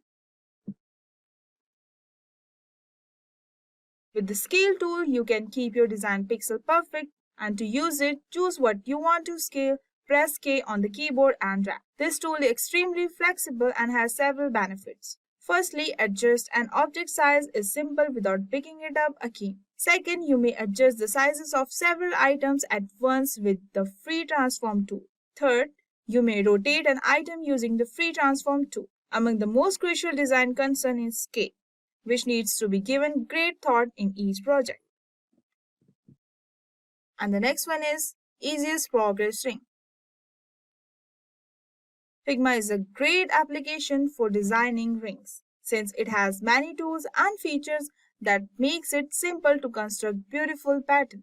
These are helpful for reminding users to carry out the desired action or for letting them know how much of a product or plan still they have left. And in Figma, you must first create a new file, and to begin, select Create New File from the screen upper left corner menu. In the menu or the left side of the screen, select the shapes. That will be the tool. Doing this will appear in the menu of several forms you may use in your design. We advise utilizing the circle from the rings. And the next one is drag objects outside of a frame while keeping them inside it. An object can be dragged so far. Any object can attempt to drag off the canvas while immediately log back into the position. To keep an object inside a container while dragging it outside of a frame, hold down the spacebar. In order to view the object while it is outside of the container, you may also disable Clip Contents for the frame that includes the item. And the next one is swap position, tidy up and organize the grid.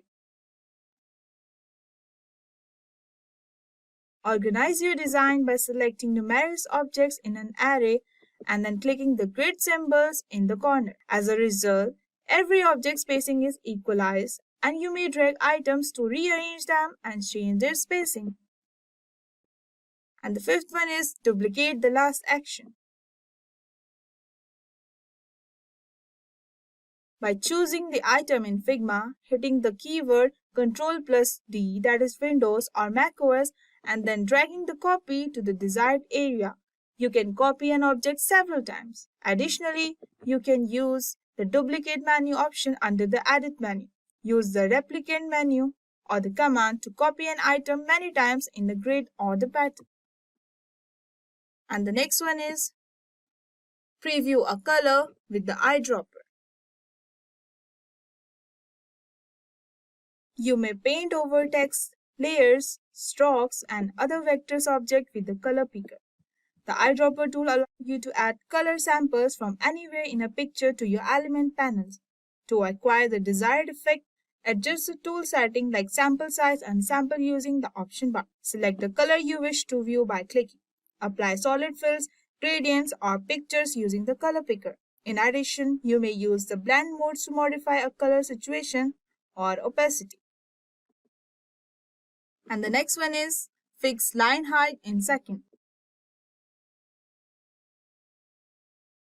When you input auto or remove the current value from the line height box, your line height automatically adjusts if it appears weird and you don't have a specific value. Using the leading setting in the text section of the inspectors panel is a second technique to modify the line height in Figma.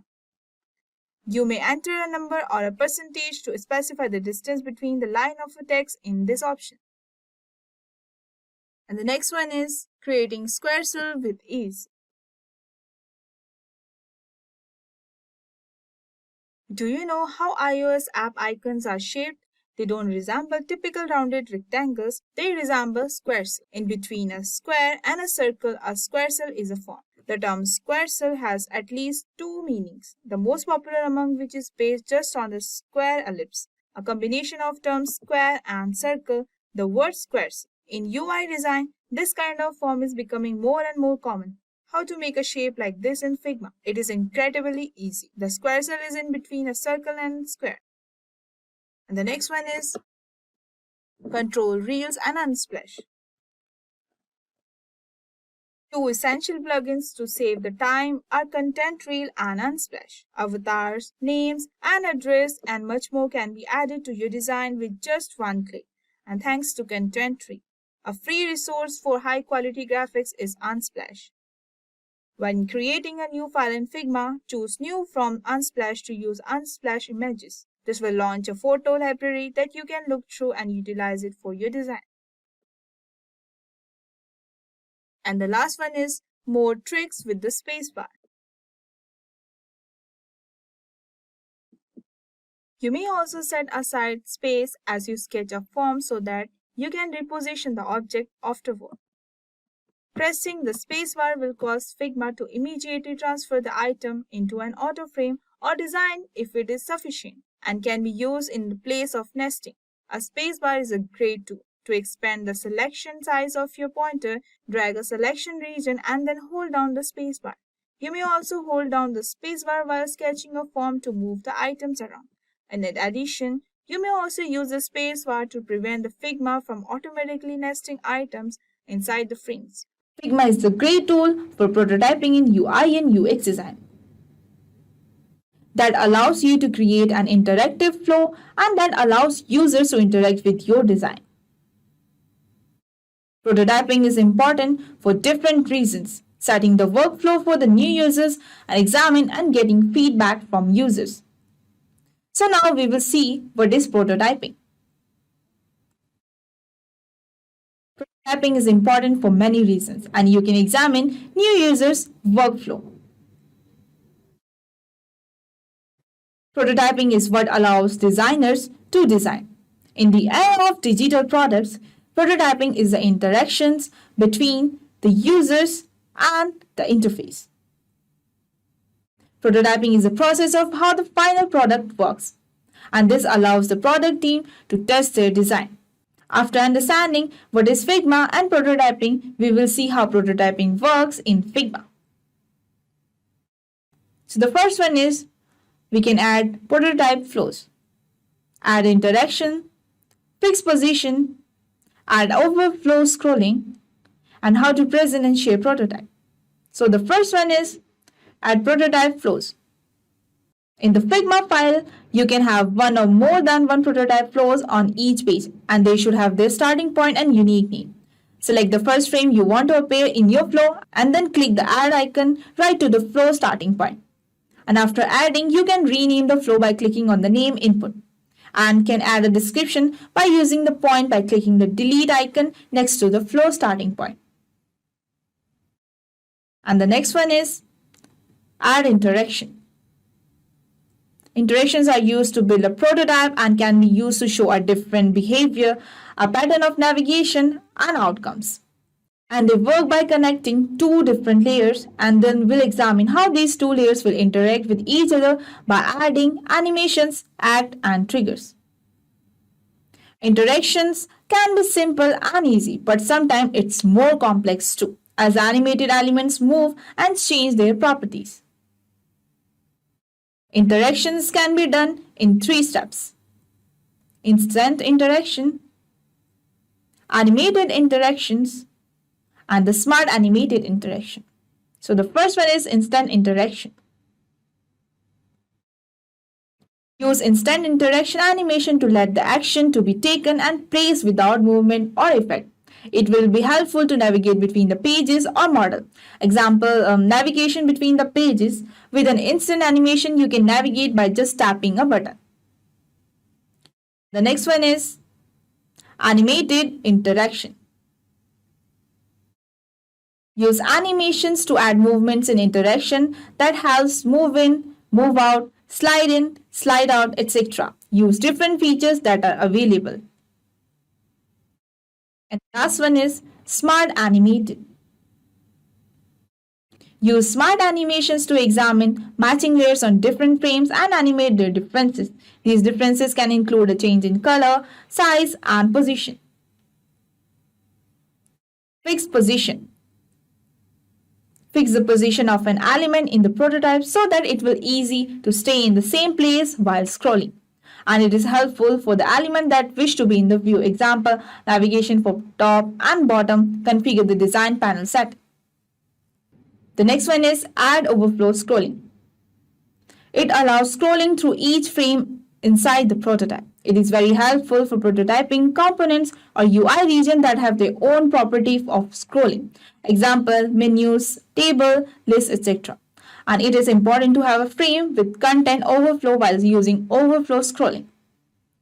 And the next one is how to present and share prototype. First, select the present icon near the top toolbar that presents the prototype.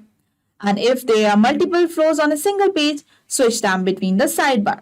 And here comments can be mentioned as notes, tasks, and questions, although you can leave feedback too. Prototyping can be shared by clicking on Shared Prototype in the presentation toolbar. After understanding how prototyping works in Figma, we will see how it is useful. Using prototype is a great method. We can use it in user flows and interaction in advance, idea sharing, and improvement. We can get the feedback from the users. And also we can test the users' interactions. And the last one, present your concept to the interested users. You may preview a user's journey and experience with your ideas by creating several flows for your prototype on a single page with Figma's prototyping features. So in this tutorial, we will look at how to create prototyping with Figma. Figma is a powerful design and prototyping tool that you can use for both your UX and UI projects. If you are new to Figma, I recommend you to check out the tutorials I created on how to create mockups in Figma first, which I will link to it in the description below. In this tutorial, we will make some interactive prototype. So we will get started by opening up the Figma file with this wireframe. Here we have few static pages, including the home page and the women's category page and the product page. And I will walk you through in this tutorial is how to connect these pages so users can click through just like they would on the real products. So the first thing we want to do is enter the prototype in the Figma. And you can do that by clicking on the prototype tab in the top right corner. Now you will notice that nothing really changes except for the content in the right sidebar. Yes, the sidebar. So we will start there. And there are the settings for your prototype. These are the few things you want to change depending on your device your design. So the first setting that you may want to change here is the device.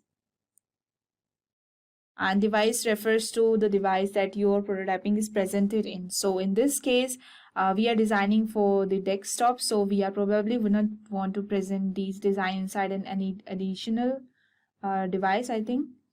So, wait, let me do it in that. But if you were designing for mobile instance, it would be nice to show these designs. These designs inside an iPhone. But for our case, we will design it for the desktop. So let me back with the none. Okay. Another setting that we can change is the background color, and this refers to the background color of our prototype that appears where you are presenting the mode or this present mode. So if I open up, present mode, here is a top right hand corner, right? So I can see the design here. Yeah, I can see the design here. There are some few margins, these dark margins on the side that are currently look black, and that because here is the background. Another setting that we can have is the background color, and this refers to the background color of the prototype that will appear in your present mode. When you click it in this, and you can present it, and you can have that color of the background. If you are, suppose,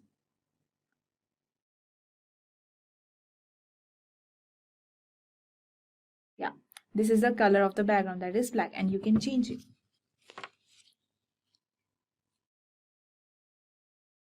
So yeah, so that if we'll do it as a white color, so it's lot more than a natural, feels like there is not that awkward cut or the sides of the design if it is a black color. So let it be white. So yeah, so now that we have set up our prototype and adjusted the settings, then we can actually start the connecting these different screens. And the way you do it is by just creating the connections. So to create the connection, we will actually have to go here to the home page. Yeah, this is the home page, for instance, right?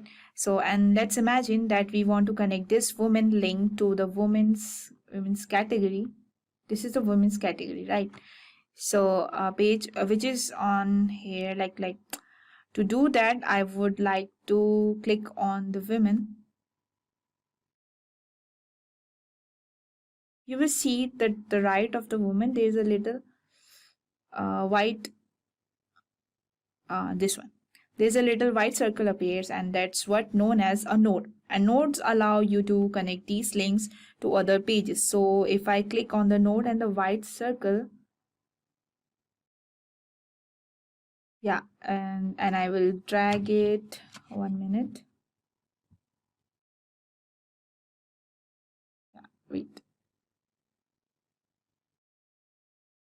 If I'll drag it, yeah, I can now drag to many other pages in this file. So I can drag to this category page, or I can drag to another page which is further on this file. So if I drag it to the category page of this women, you will see that there is a connection created, right? Wait, it's not created, I think. Let me connect it once more. Yeah, it's connected, right? So there is a line revealed here that shows that there when you click on in the women, see, when you click in the women, it's going to take you to the women category page. And another thing that pop up when I created that connection was a little arrow. Yeah, this one here in the top left, and this is known as the starting frame indicator, and allows this, and all these indicators is which a frame of a prototype on, or which one of these screen will be the first screen that people see when they open their prototype, right? So right now it's set to the home page, but if I wanted to change as it, I would just click it on the arrow and drag and then change it to another screen. So in this case, when people open your prototype, they will start on the women category page. But in our case, we actually want users to start on the home page. So I will click that arrow again and drag it back to the home page. Yeah. So now let's create another connection. So currently we are having a connection from the home page to the women's category link, to the women's category page, right? But now let's create a way for users to get back from women's category page to the home page. So what we want to do is just select, I see shoe, and then you can see the node appear right here to the right. You will want to click in on that node and drag it over, 1 minute, and drag it over to the home page so that let me connect it with here. Yeah. So that way, when the users on the Nicey shoes logo, it will take them to the back to the home page of the women's category. That will be this one. So before we create more connections here in our own prototype, let's make sure that the connections are already created, working correctly. So to do that and to preview your prototype, what you do have to do, you have to go to the right of the corner and there is a play button. So it will open it up. Yeah, right. Present mode. This is known as the present mode, right? And you have already looked at the screen previously, and there is your actual prototype, and this is what you did. You want to share with your users, client, teammates, etc. So in this present mode, there are few things to know. We will see the present mode is just another tab, right, in your Figma file. So if you want to go back to your design, you just click on the tab to the left of you can go, yeah, this one, and to the another tab to the right side, and enter present mode again, and you can do the present mode again, right? And what's really nice about this present mode is that it updates automatically as you update any of your prototype. Here in the left, this tab here just updates automatically. You don't have to keep opening up a new prototype every time you want to preview something. So in your case, you want to preview all of the connection we just created. So to do that, we just have to click anywhere. So you will see that the little a little rectangle appears overlaying in the women. So, and that's what are known as a hotspot, and that indicates that there is an interactive element that we have to click and we can click on. So if we go ahead and click, as we already clicked on the women elements, we can women, that takes us to the women's category page, and this is the category page, right?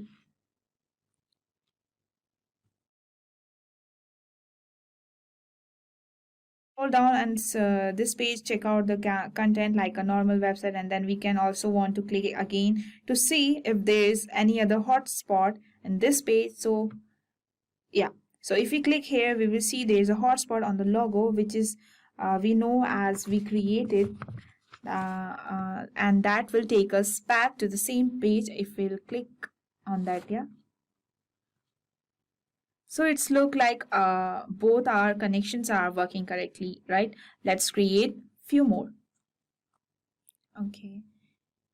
The next connection we want to make is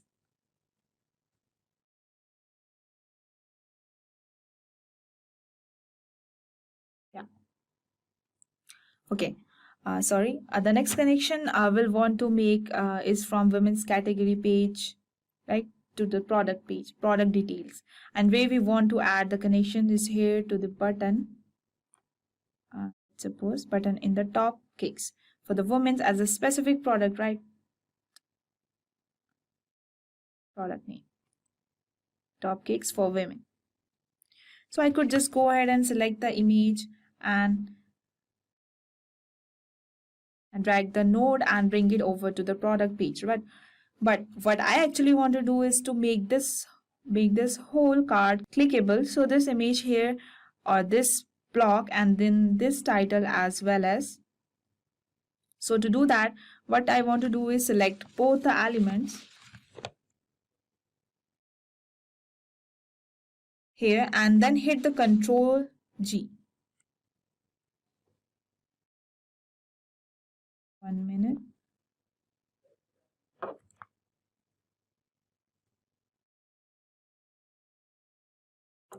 Yeah, on the window. Okay, you have to hit the Control G on the window, and what that does that will group both the elements together and create one single node for this entire group. So now this whole card is clickable and uses just the rectangle, and now I can take this node. and text node, and drag it over to the product detail page, right? And we will see that there is a connection now. And now when it go back into previous mode, I will go over to the women page,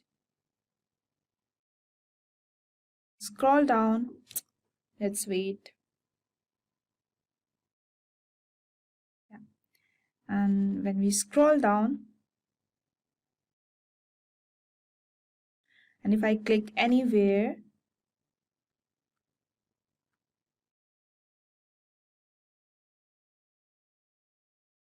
yeah, here is the prototype. I will see that the hotspot is for the entire card. So I can go ahead and click that, and that takes it to the product. Yeah, product page. This is the product page. So the next thing I want to do is give users way back to the women's category page. So actually I want to include a link right here. So yes, or connecting that link back to the women's category page. Or to do so that, I will go back to our design file, and then I will select this women here by double clicking on that. Yeah, when I select the women, the selection box or this boundary box is actually pretty large, and I will show you what that means when we go to our prototype. So if I click in on the node and will connect it to the women's category page, I will zoom out. See, yeah. So you can see what when we go back to the prototype, that the selection box is actually the same as our hotspot. Yeah, is actually pretty large, as well as it would be fine for the most cases that prototype find in these cases, because it's just a couple of pages. And we are just linking back and forth. But if you had a more complex prototype where you want to include a link on women's and then another link on sneakers, that's really wouldn't work. So to fix this and to make this hotspot slightly smaller, what you do, you have to go back to your design file, and then we have just click to drag the selection on women's here. You have to drag it slowly and make sure it only covers the women link. And now when you go, and now when you go back to our prototype, we can click anywhere. You can see that the prototyping, let's wait 1 minute. Yeah.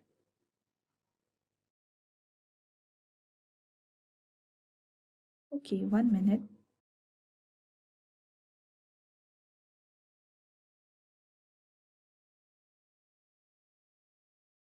Yeah, actually, yeah, after prototype, we click anywhere. We can see that the hotspot is exactly at the size of the women legs and the sneakers below, right? So last connection that I want to make here is a connection from the product page, this product page, which is page product page, which is the page where on the back on the home page. So to do that, I will create a connection here on the logo of nice shoe. Yeah, logo that links back to the home page. So we will go over this design file. Design file is this one. Yeah, I will could just select the nice shoe logo, drag it over to the home page. But I'm actually going to show you a trick to speed up this process of creating connections, especially when it comes to navigation element. So what can I do is go to another page, and I can select this element and then simply paste it into another page. So first I will copy this,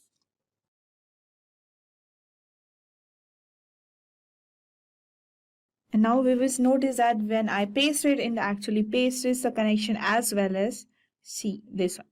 and it keeps this one too, so you have a connection on the women's category page which made before.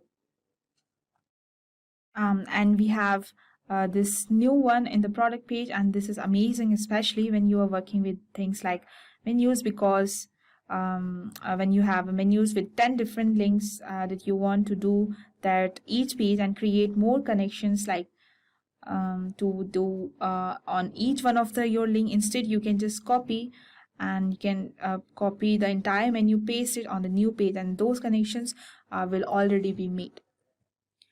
And now we will look at how to edit your prototype. In other words, edit some of the connection that you already made. Yeah. Doing this in Figma is super straightforwarding. All like you have to do is click on one of the connection. So in the first case, the connection from women's to women's category page, this one category page, I will click on that. Yeah, and now you have a few options or what call interaction details on this specific connection, and there appears a little pop-up here to the right called interactions details. And there are a few things that you can do here. Is one, you can manually change what screen you're navigating to. So for that, if you are for the instance, I could choose product page instead of women, right? Which I will touch on briefly, but few cool features that Figma has to offer. So first off, animations between the screens. So when I click on this link, and that makes me to the category of women's category page. This is the animation or the transition that happens between these two screens.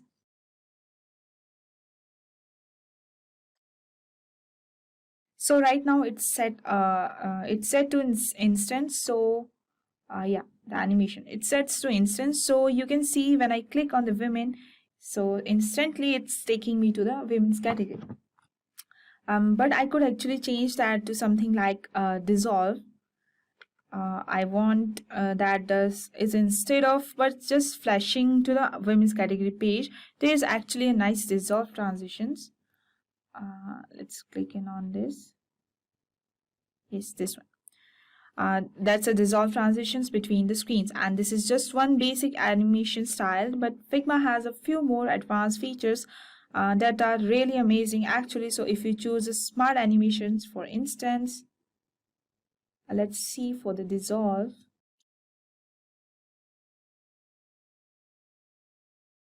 Yeah, suddenly it dissolves, right? That effect. And actually, if you choose a smart animation, for instance, let's choose.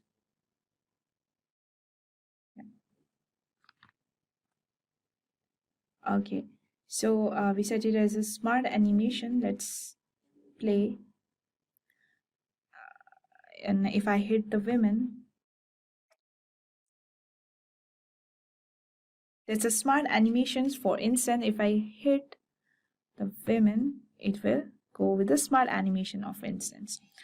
And if you can see that some elements start to shift, and that was not very smooth because these were not a lot of common elements from page to page. But if I do something like that, takes so the women page, duplicate that, and then we'll actually make this duplicate. 1 minute.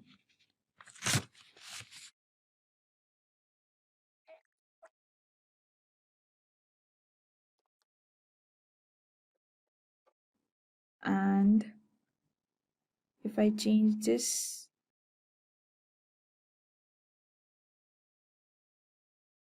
changes to the man, make it a little small,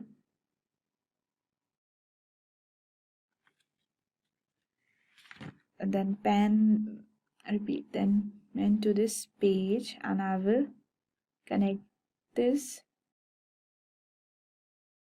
And if I link men to this new page, and now I preview this, let me connect it with this. And see, it's set to smart animate already. If I preview this, let's preview this one.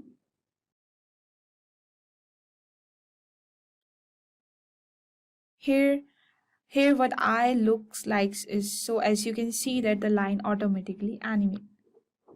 See, and its menu link in the case if it is also gets smaller, I mean that what smart animation can does, that's really basic example. And it gets a lot more complex when you are working with different elements, but it's really a quick way to create transitions between the screen, and it works especially when things like an app where you are pulling up sheets or pop-up. Yeah, Figma offers some amazing features when it comes to animations, and it's really powerful. So I definitely encourage you to play around with some of these features in the interaction details panel. So the next thing I want to talk about here is how to share your prototype. So you might want to share your prototype with a client or a teammate that involved on the project, and to do that in the Figma, it's actually super straightforward. And so the first thing you want to do is you open your present mode. If it is not open, then you can click it on the right side of this one, or otherwise we already opened the prototyping present mode. So you could know that when you open up this tab, you already open, then you have to hit the share prototype. Now your important note that you make sure you are not hitting share from the actual design file, because in this case you had to share a design file, not the prototype. So when you are sharing just prototype, make sure you are not doing it from present mode. So will you go ahead and hit this share, then repeat and hit share prototype, and that gives us a few options, right? So the first option is to invite access. And you can do that by entering email here or here, and just they will get an invitation to the prototype, and they will get open that up with that. That's one way to do it. But the way I actually prefer to share out your prototype is by hitting this copy link option, and then just open copies a link to your clipboard to this prototype that can share out in the message or the personal message or by email or by FB or Facebook messages, or really whatever you want. Yeah, but just to mindful that if you are doing this copy link method, I guess you want to make sure that this is set to anyone with a link, because if it's set to only people invited to this file, when someone receiving that links and they are not invited to this file, they may not be able to open it. So if you are sharing out your link, make sure you set it to anyone with a link. Hope you enjoyed this tutorial, and if you are interested to learning about more UX or becoming a UX designer, please check out the link below for the UX design, and we will cover the fundamentals of UX design. Let's say you are creating a poster for a school event. For that, you need to design a poster by choosing various assets. To edit an image, we need a Photoshop. For creating books, magazines, and brochures, InDesign is there. And if you require different pictures, then there are many stock photo sites with a collection of templates. Rather than navigation to so many platforms, for these tasks, we present you Canva, the one-stop solution that combines not only these editing but also publishing tools that provides an online design platform. So hey everyone, welcome to Simplilearn's YouTube channel. Today in this video on Canva tutorial for beginners, we will showcase Canva tools for designing. But do you know that UI UX expert use Canva too? So if you want to learn UI UX expert in 5 months and attend masterclasses from the top faculty of IIT Bangalore, consider our advanced certifications in UI UX design course. Check out the link in the description for more details. And if you are a geek, here is a brain teaser for you. Which country uses Canva the most?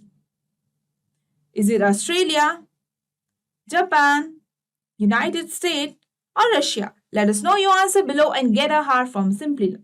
Without any further delay, let's get started with the session by taking a quick look at what you are going to learn. We start by introducing what Canva is and what makes Canva so popular. We then take a deep dive into some of its features. Finally, we look at where Canva is used along with its pricing. And also, we will create a poster for the school. So let's take an overview about Canva. Canva is a platform with a graphic design that provides user with the tools and resources to create visually appealing design for various purposes. Canva users can create professional-looking graphics, social media posts, presentation, and marketing material, among other things. Canva is a popular graphic design tool where users can create visual content of a wide range of templates, customizable design, collaboration, and cost effective.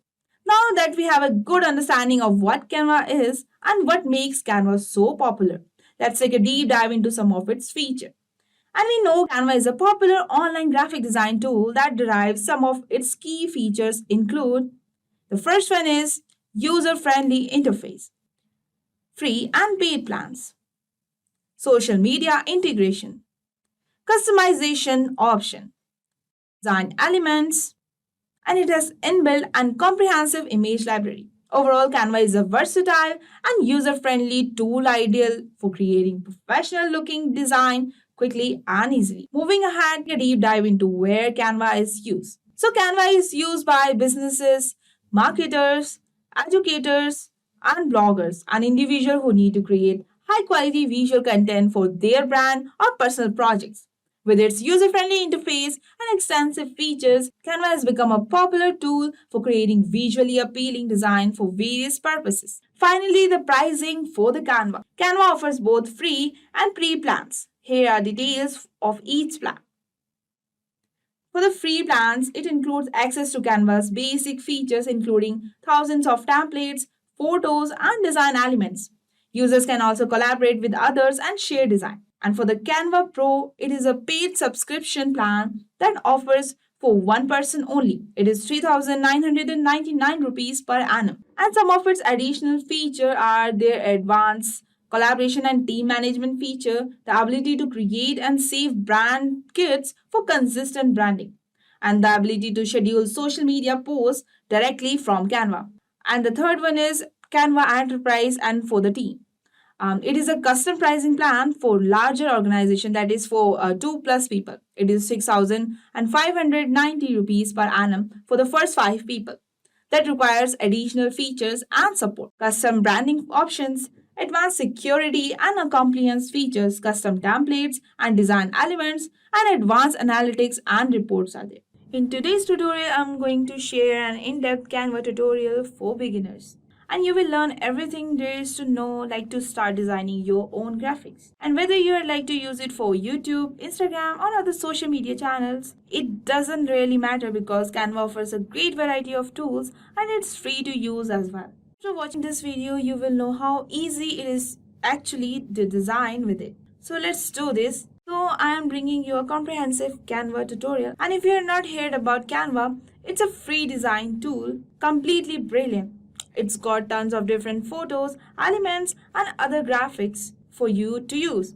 So in other words, a complete lifesaver in the content marketing world. It's absolutely brilliant for any graphics that you want to design. Whether it's a social media, your website, and blogs, whether it's for any presentation card, invitation card, anything of that nature, Canva will sort you out. So without any further ado, let's do this. Okay, so we will start off with creating an account in Canva, and it's completely free to begin with. So you can sign up either with Google, with Facebook, or traditionally with an email address. Obviously, I have an account already, so I didn't need to do that. So just signing up, and it's super easy, and then we will start designing. All right, first. So in the top left, you have got the main navigation panel, and you have got the the returning of the home page, of course, and then you have got the templates, and then obviously categorized into different types. You have got their social media templates, background, birthday, marketing, educators. So there are various different templates for you to browse, and whenever you need something, you can just glaze through it and see what they offer already in Canva. You have got the features. Let's see the features section as well with the photo icons, print, because Canva now offers printing as well. There are different apps you can have to connect it with Canva, and some of the use cases are there with different graphics, charts, video, teams. You can invite your teams. Different templates are there.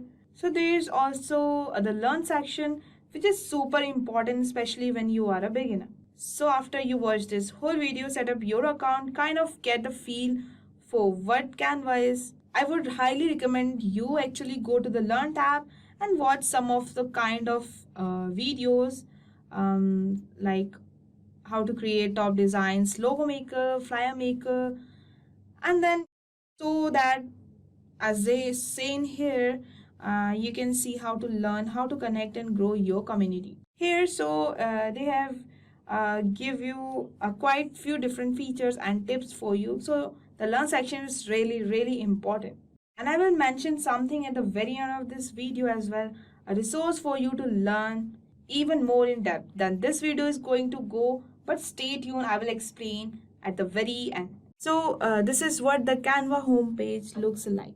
There are quite a few different areas to help you navigate. So I will explain each and every one of those so that you can you know where to go, certain functionalities over there.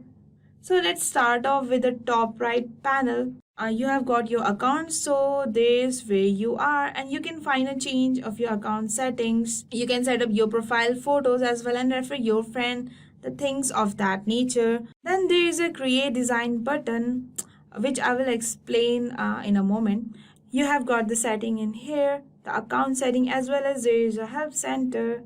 So let's get back 1 minute. Yes. So, and one of the most important part is the search bar. You can once you have signed up for the free Canva account, there are some difference between the basic kind of free Canva and Canva Pro, which I will explain at the end of this video. So make sure to watch till the very end.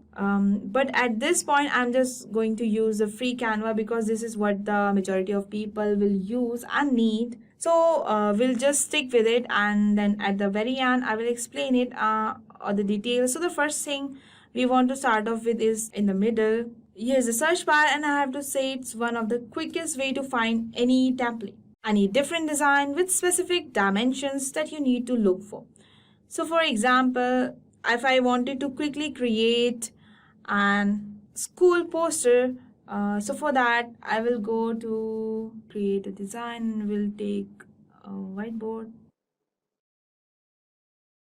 or we can select, okay, I will select the whiteboard,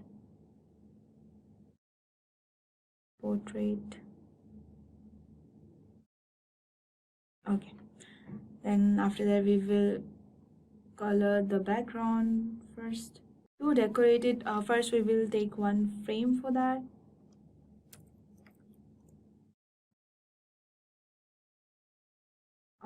Let's search more about it.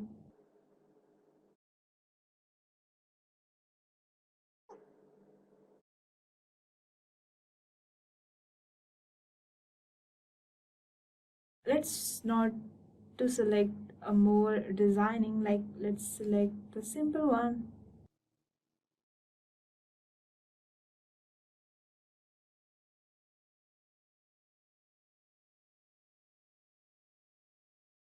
Or we can choose another one.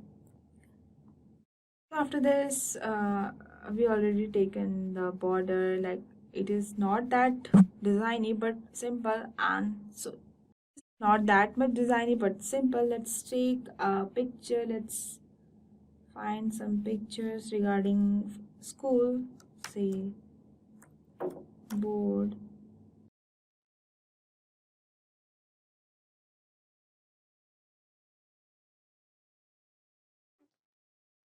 So as we know, this is a poster for school. So let's say, let's write one heading, suppose maths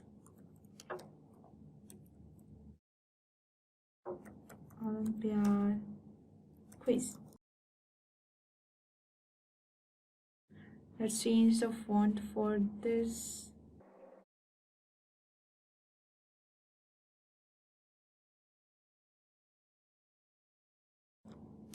Now let's add some elements, some images that I've already installed, I think. To decorate this poster for the school, let's take this medal.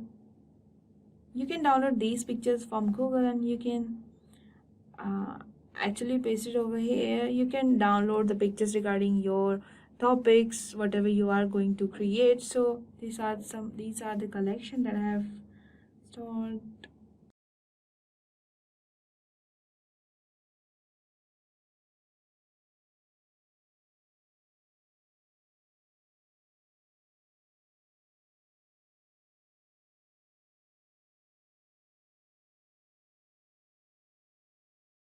Like this, you can add all the pictures, whatever you have downloaded.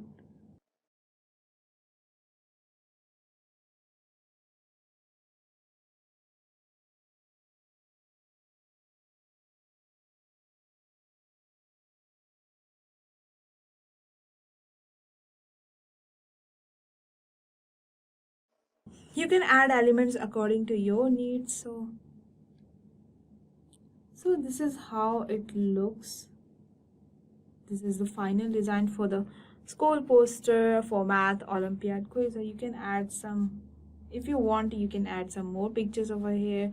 You can edit the color for the background. You can pick any frame regarding your posters and your needs.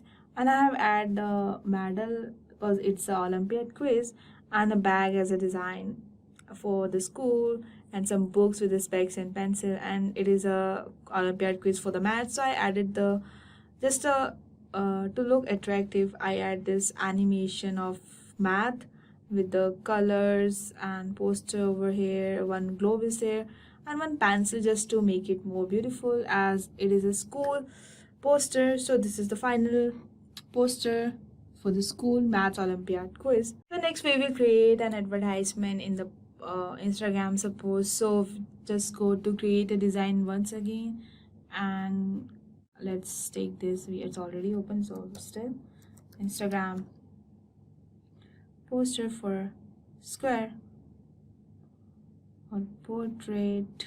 Let's see how does it look. What is the size for this? Okay, this is perfect. Let's change the background color. Let's take this,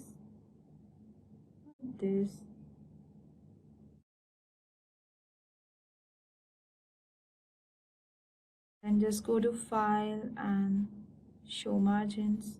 Wait. Okay. So after this, choose some elements to make the design look, repeat. So now just choose some elements to make your design look more attractive and beautiful. So we'll add some elements. Let's say circle. We did in the mid. Change the color for this. Let's take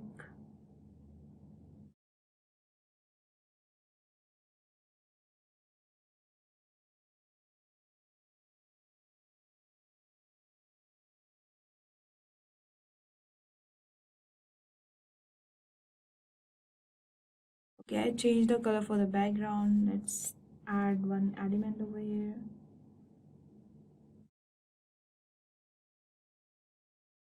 Be little darker in color. Let's suppose this.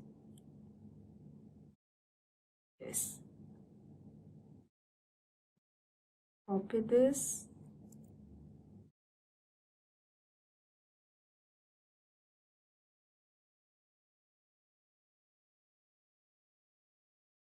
Make a design with this. Let's make it over here.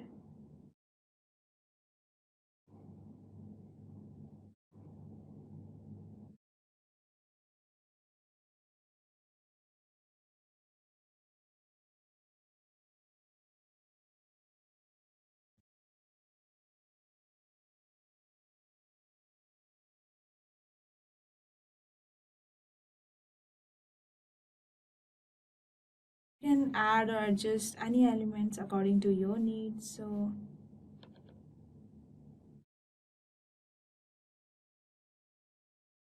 one line over here.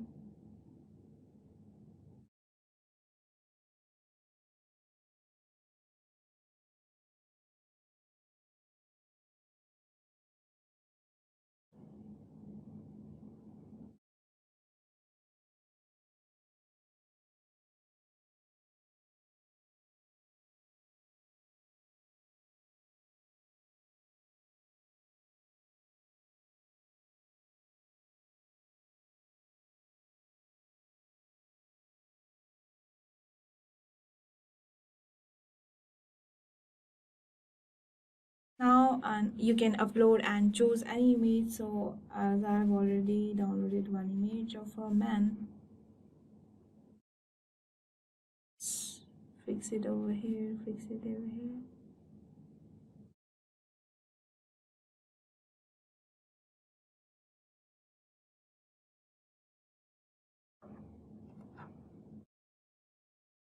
Okay.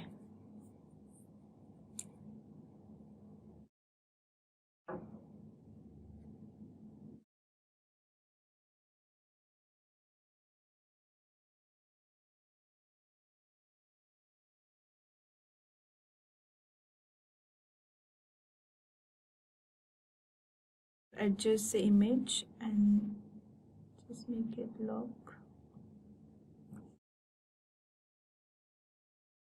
Just the image and just added the image with the saturation. Let it be 0. Yeah.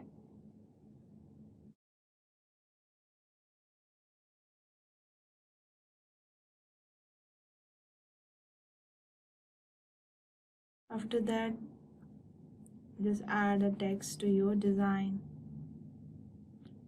Let's suppose. And always keep in mind that always you have to choose one font in all the design. So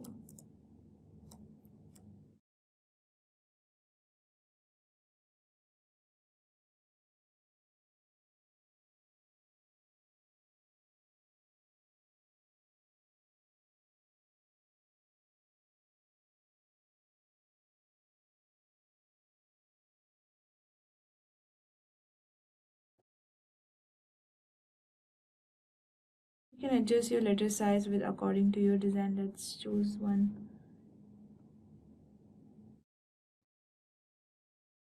Take one font for all the text.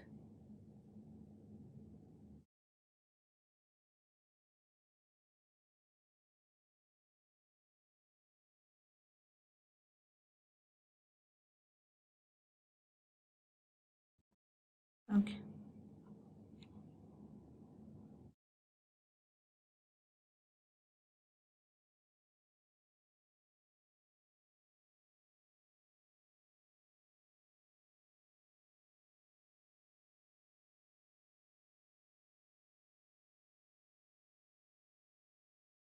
Let's add another text over here.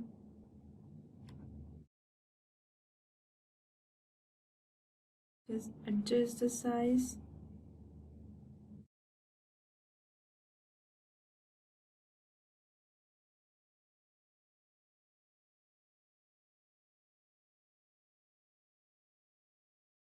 Adjust the size. Let's change the font for this too. Okay.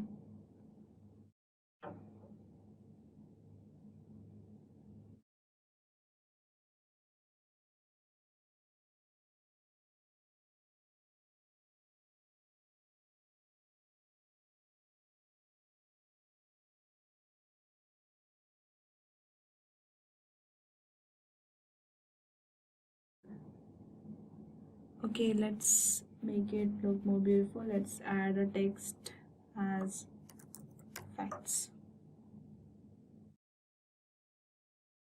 And always keep the same font. Let's change the color for this.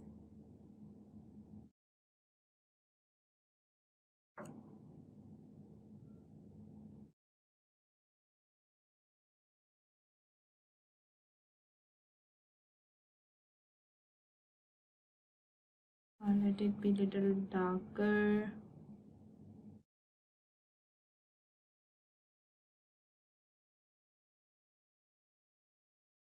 Fine.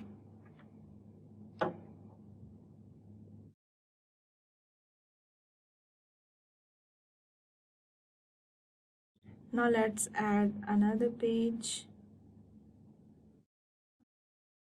Copy this first. You can paste over here. You can write actually anything, but for the design, let's Look, how does it look? Do you know? Then again,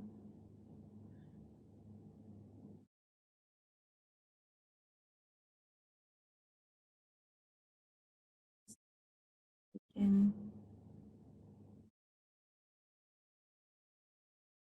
paste. So actually, we will keep it little down over here.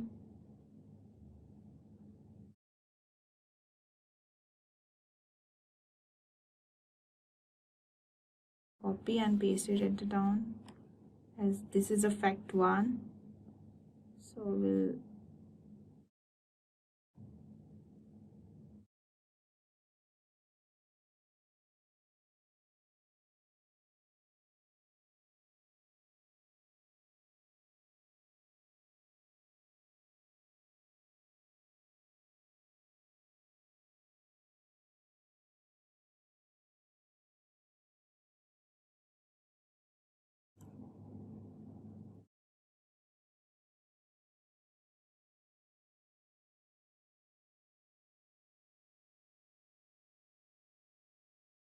you can add design to carousel your effect.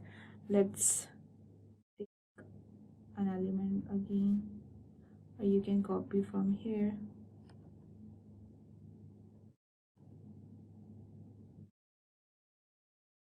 Let's make a different color.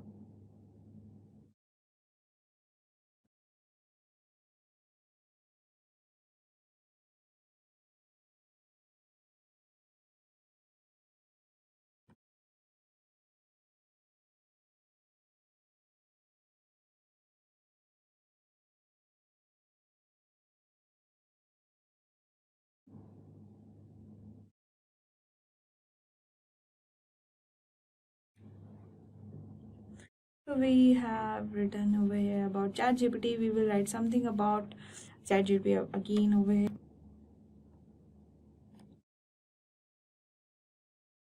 We'll adjust it. Let's size big and same font again.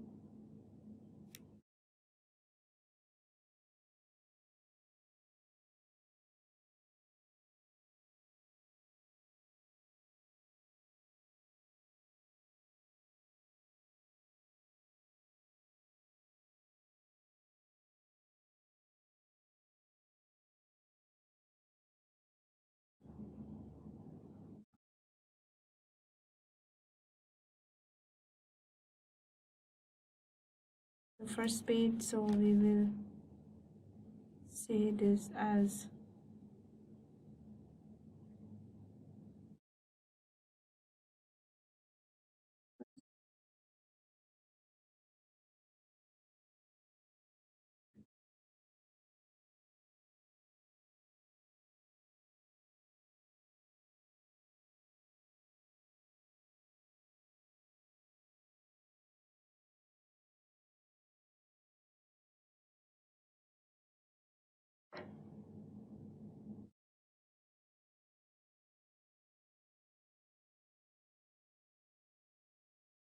just adjust the size and the alignments of the text.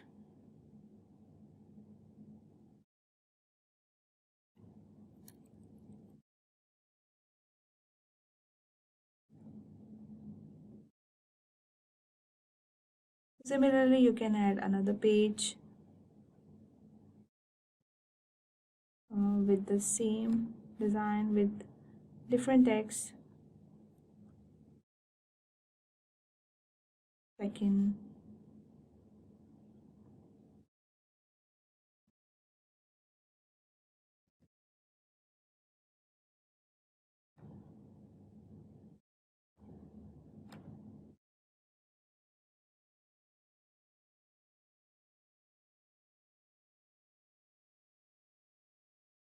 two, and again.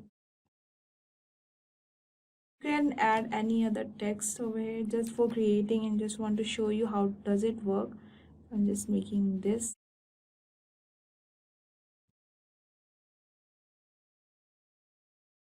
Change the color.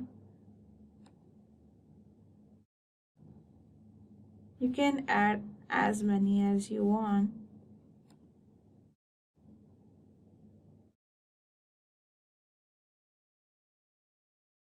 Let's change the color for this also.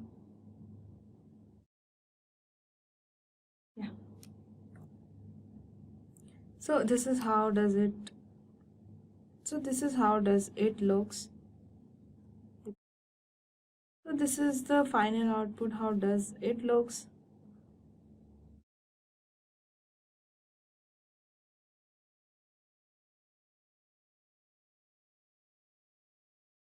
So next we will create a web page.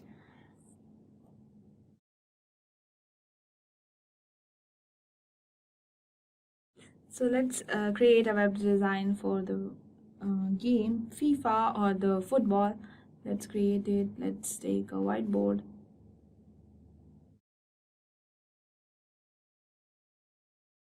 Let's take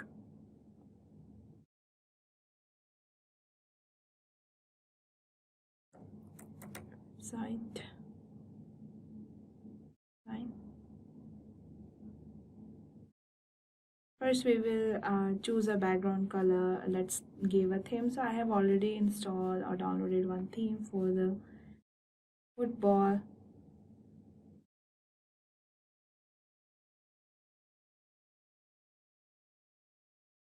Let's edit it and make it little.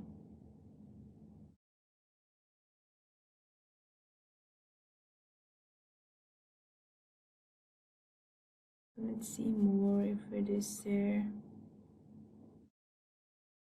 Yes.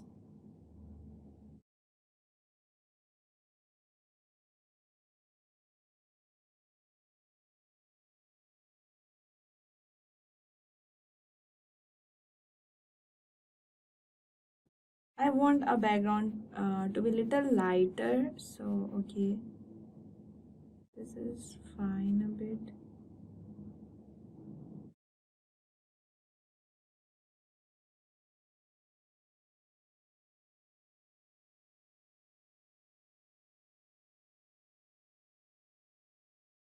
It's good. So we'll add elements. First we will upload a picture of a man playing football. 1 minute.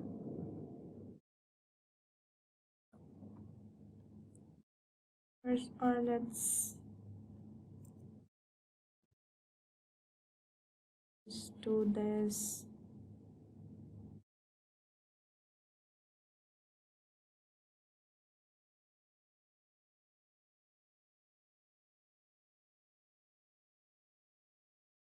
And we'll create one boundary first.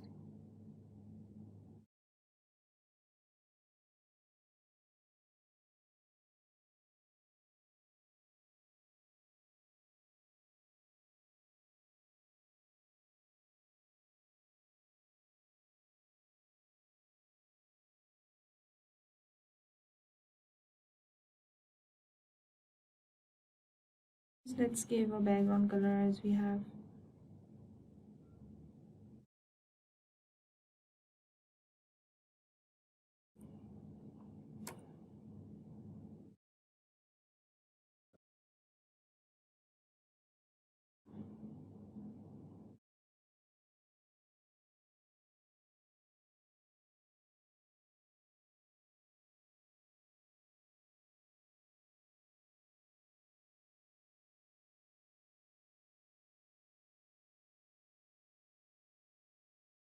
After this we will add some lines. Suppose home, align it over here. Before that we'll add one rectangle.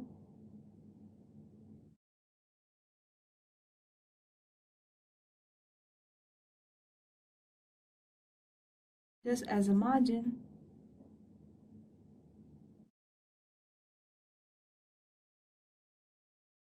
Change the color for this.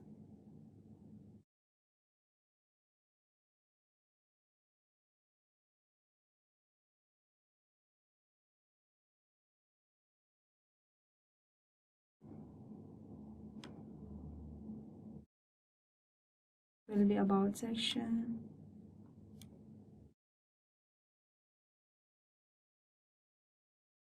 This will be setting, and let's add one more option. log and one contact.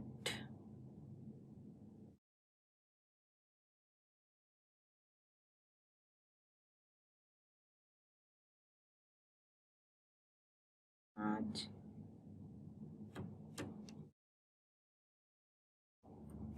pages.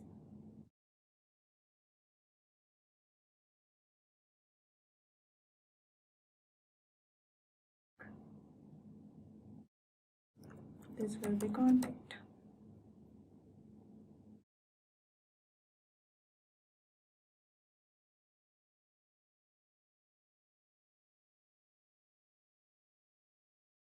After this, we will write one text for as a heading.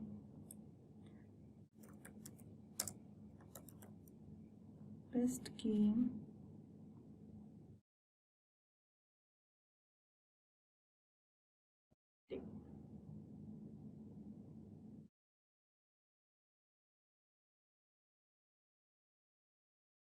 Let's change the font. Let's say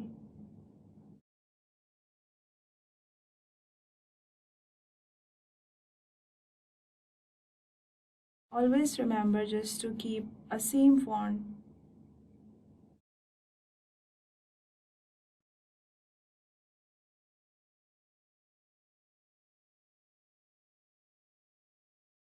Let's change the color.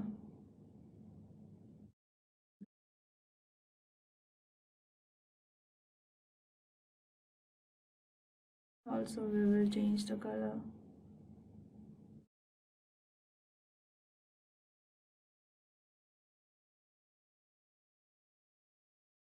Let's add an element, suppose ball. Sorry.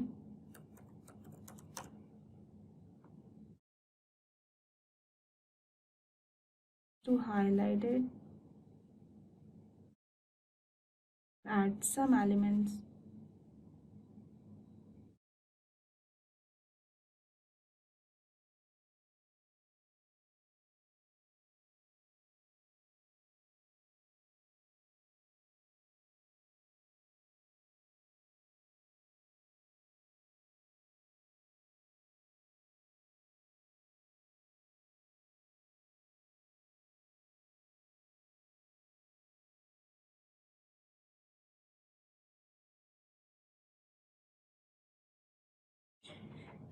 So this is the basic web design. Let's try to change the color for this. No. Okay, this is fine only. So this is a basic idea to create a web design, a simple design, the basic design for a football or a game. Now let's go through the top tips and tricks for the Canva. Instant animation, Canva Magic Resize, Instant Image Background Remover, or use Canva templates, align the text and the images perfectly, use frames to customize the images, filter the elements by different colors, use grid to organize the images, blur the background of the photos, unlock the elements or image position. Let's discuss each point in detail.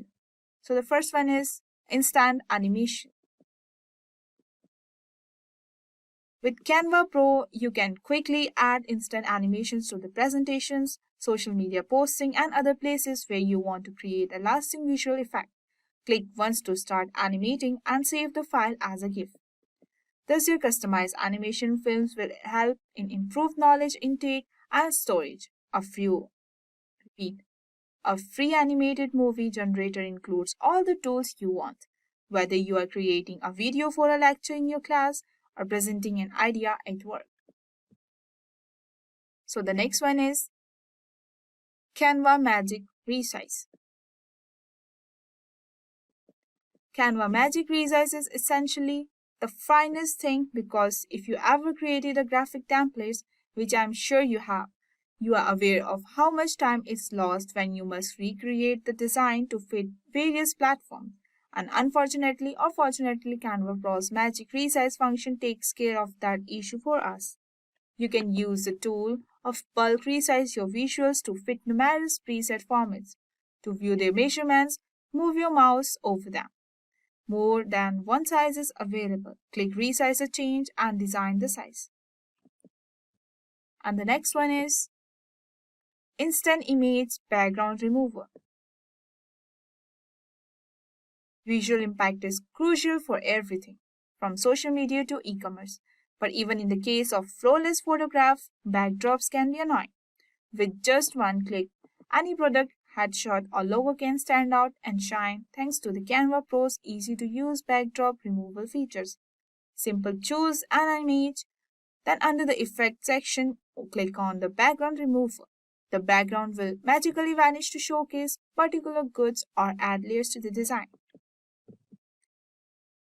And the next one is Use Canva templates. Canva templates are ready-made designs that various users can quickly alter. You may buy Canva templates on third-party websites that digitally market goods, include online stores. Canva templates is a pre-made design that you can quickly change. The design framework already exists, but you may add your own creative touch by altering the colors, fonts, and the other components. And the next one is Align the text and the images perfectly. Align text, components, or images is incredibly used to do with Canva.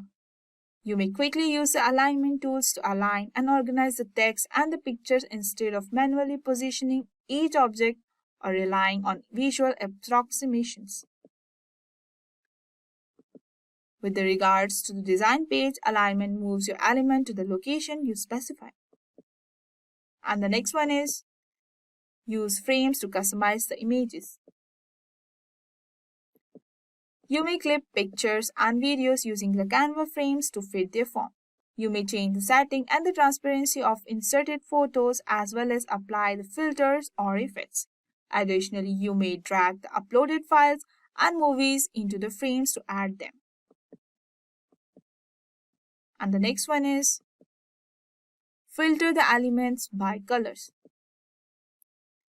Canva has many different elements available. Instead of utilizing the secret codes to find the pieces with a similar design, what if you only require the elements of a single color type? Few individuals are aware that element searches may be color filtered. Simply enter the element search term, choose the desired color palette by clicking the filter icon and then press the enter key. The element search result will be there, then update to match your color choices. So the next one is Use grid to organize the image.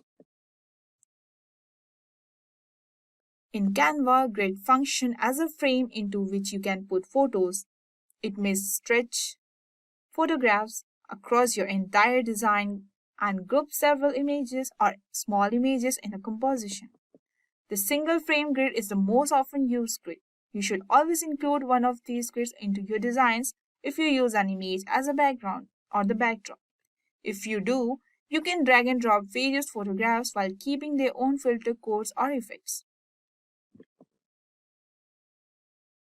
So the next one is Blur the backgrounds of photographs. Adding a background blur to your photographs may highlight a particular topic, such as a person in a portrait of an object is a still life, while giving your work a more polished appearance. Thanks to advancement in free photos editing tools like Canva, you can create this lovely background blur, often known as bokeh, even after taking your shot.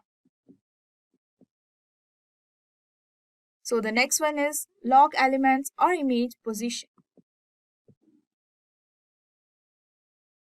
While editing other components of your design, lock elements to prevent unwanted changes from being made to them. Click the element or page thumbnail you wish to lock. To select several components, you may also click on them while holding the Shift key on your keyboard.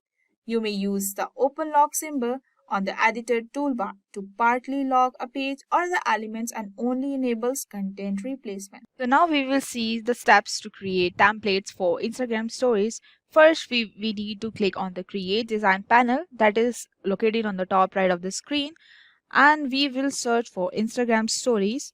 Then a drop down list will open. Let's search for the Instagram stories. Instagram story. And we can select our Instagram story. So let's take a theme of cafe. So we can take this theme. Okay, fine. We have search the template from the search bar where we can post related to our search and select the one. And I have selected this one. And after picking one picture, we can and we will get the theme palette related to that picture only. Let's click on this and the color will appear over here. So we will click this. Okay, we'll remove this one because we want to edit our own thoughts over here. So we will put one picture related to coffee, or we will take beans.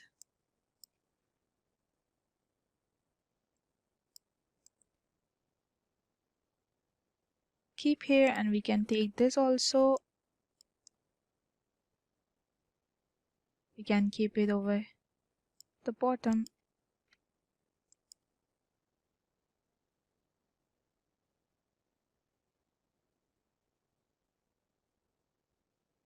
Here we are choosing a brown color. Actually, that color is relatable to our picture or the theme. After picking up the color, we will insert some elements, like we have inserted this cup, or we can choose another picture. Let's take this one. Okay, let's remove this.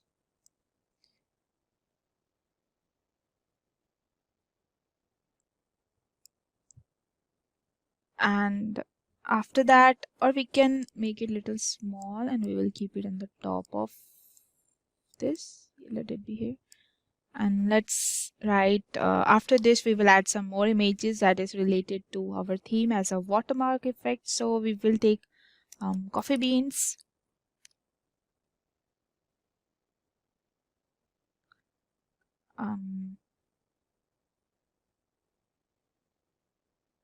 We are not getting a good picture.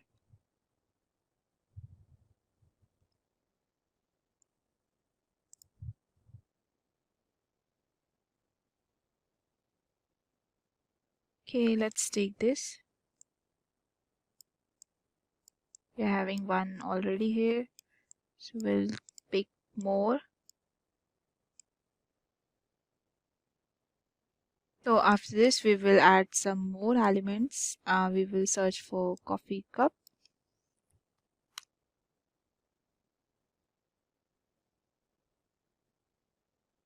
Let's try to find some good pictures of a coffee cup.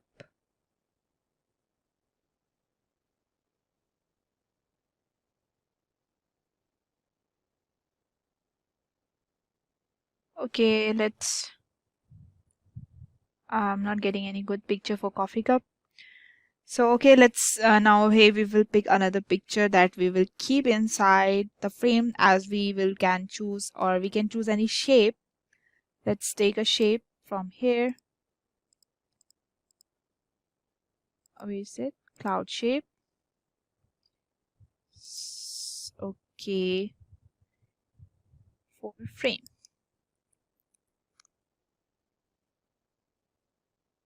So we will pick the shape of kind of cloud.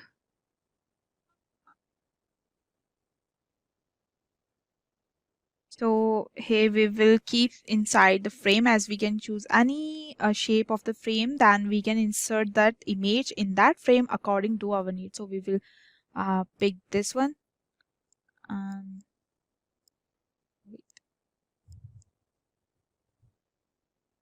And let's give a color. 1 minute.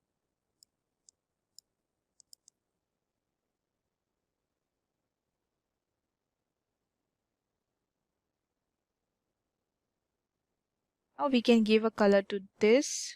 It's not this one. Yeah, this color.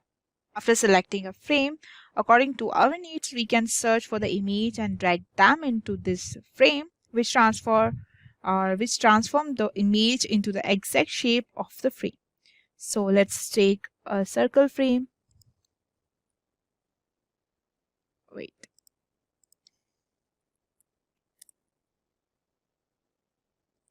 Like one I will keep here. And another I will keep over here.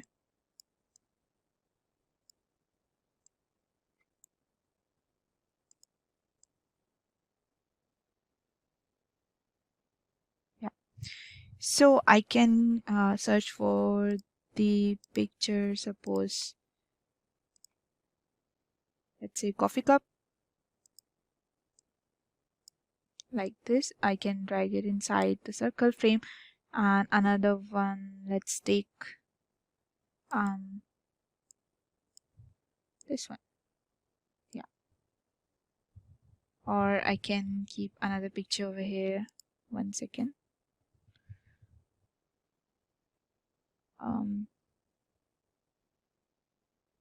Let's take this picture here.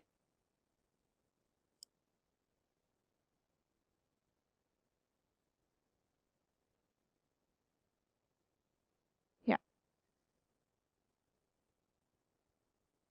Now here we can add one ribbon over here as it will look so catchy, and put the text on the top of it. Let's take one ribbon over here. Let's search for it.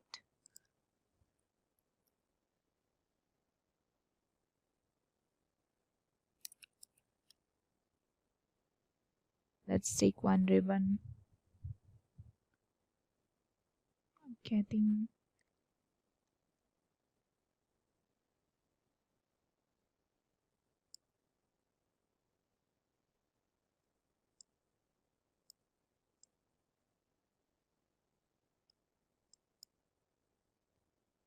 okay, it's paid one, so we will use something else. Let's suppose we write just ribbon. Here I search ribbon banner, so I like this one. I'll resize it a bit. I can keep it a bit here, so I can keep this here.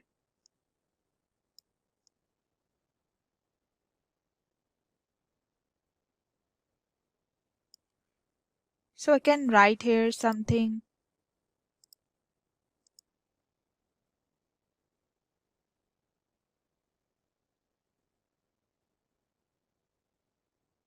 Let's write special offer. And I'll keep it here. Let's change the color. Let it be bold. Perfect. And we will also mention some more details like the location of the cafe. So let's keep the name as Coffee Point. Let's write some another text.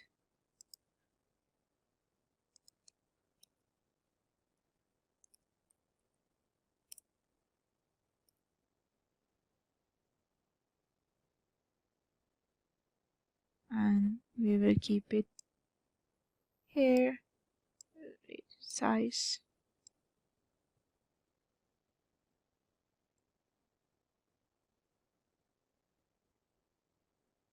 Okay, we can change the color for this. Let's keep this or this. Something darker. And we'll bold it. Okay. Let's change the font and we can put some another font. Let's see, how does it look? Okay, this is little classy and it looks little better than before. Keep it here. Okay, so we can give more details about our content through banner or something text as we have mentioned in the image or by the offer. So let's put one more text over here. Let's suppose we'll write smell of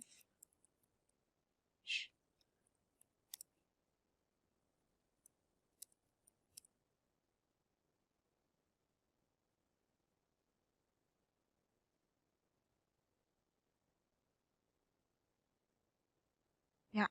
So we can keep this here. This is something, or we can keep it at the back like this, and it will be in the middle. This will come over here. Yeah, let's change the color for this also. Dark brown. Okay.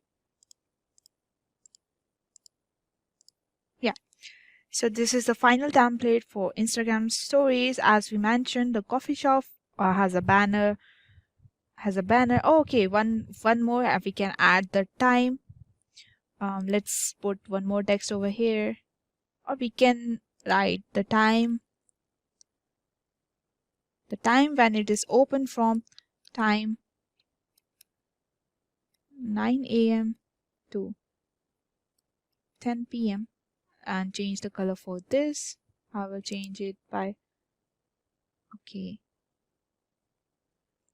and I will keep this with the white color.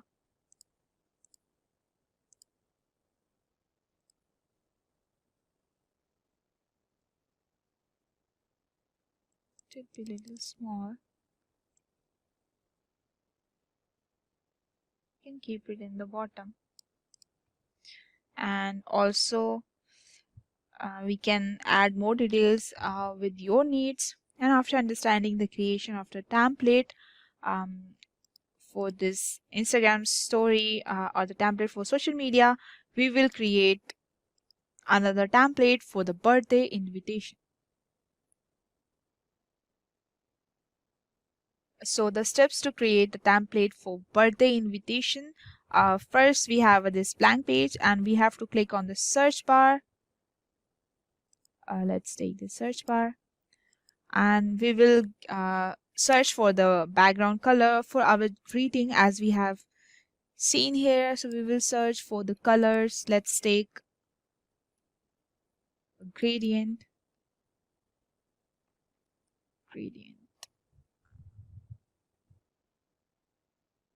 Let's search here. Let's pick one color. Let's take this color. Okay. And after that we will we have this color. Okay, fine. So after that we will add some more images related to birthdays, as we know that in the birthday we are going to use balloons or some beautiful glitters or some things, and then we will search for balloons.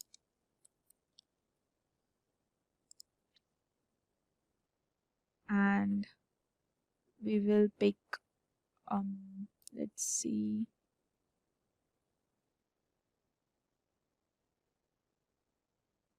let's take this and we will keep it over here. Yeah,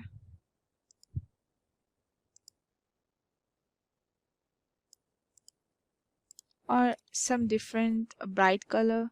Let's see another one.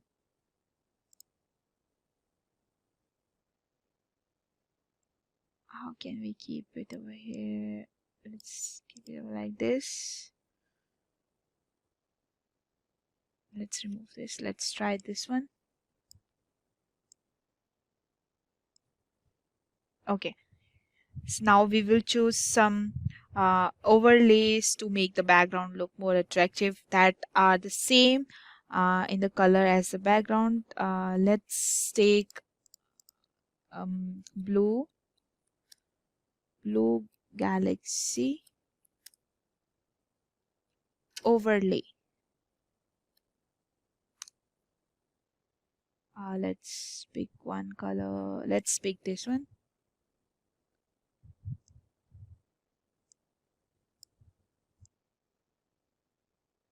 But the background is different. Let's pick color. Similar. No, it's not matching. Let's take another one. This is not matching.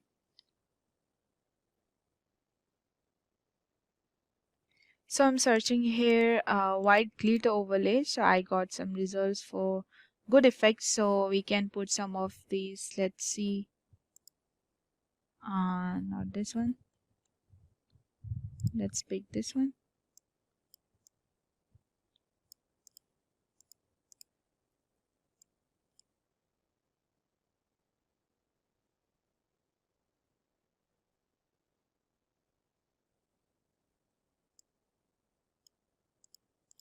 So it looks more fine, better than before. Next, we will use elements related to birthday. So we are going to use some ribbons. Let's write golden party ribbons. So we are going, golden party ribbons. So we are going to decorate the template and we'll copy paste it. Like first we will pick the ribbons like this, and we will make it as a small in size. We'll keep it here.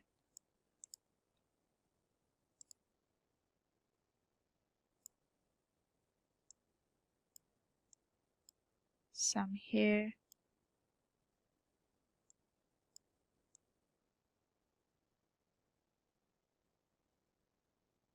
We'll copy it again. Keep it over here. Fine. Now we will add some more gift item in different places in this template with the small sizes. So let's search for birthday gifts.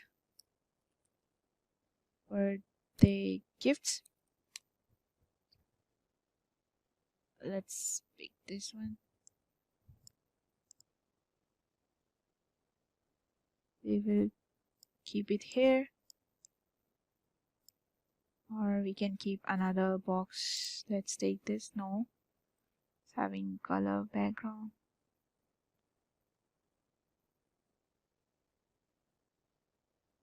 It's also not working. Okay, it's fine. We will copy and paste it over here.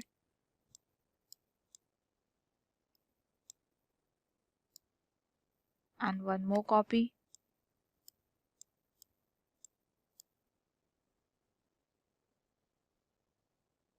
Okay. Now we have come to the graphic tab. Let's search for an element and then search for a circular frame with the borders that we can fit it into to make a decorative frame.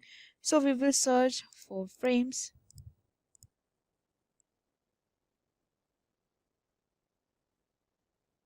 Let's pick circle frames.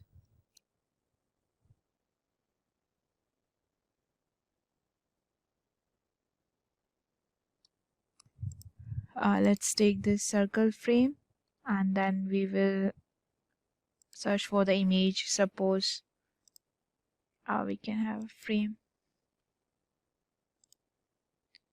We will keep it inside.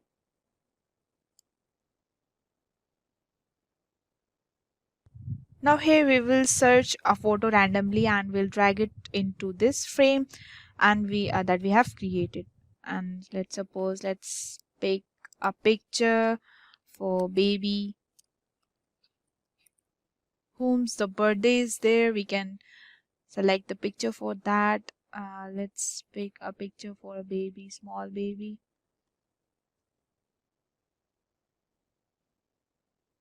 Okay, it's there.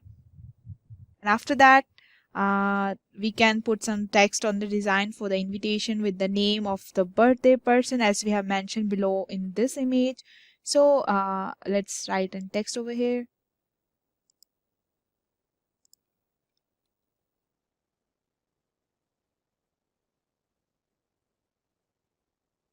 You are, let it be in capital letters. You are invited to, repeat here, another text. Let's say the name of the baby, suppose Ron, and we'll keep it little bold with different color.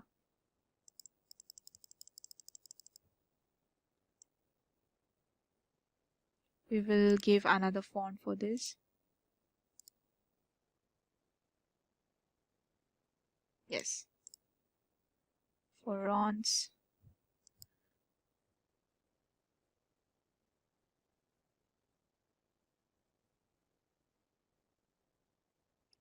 birthday party. Let's give another font for this.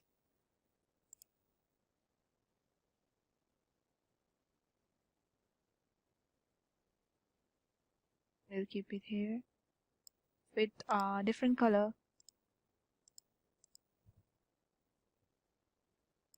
Okay.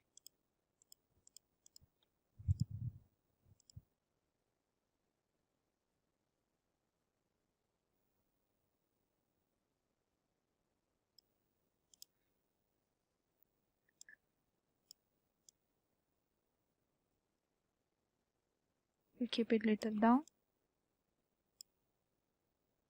Okay, fine. So now we will press R on our keyboard to go put input for the rectangle. So this rectangle will appear over here. So here, and then we will give it a bright color, something. Let's take white color. Or it's fine. And here we will highlight the time and the day for the birthday party. So let's take a text here. Saturday.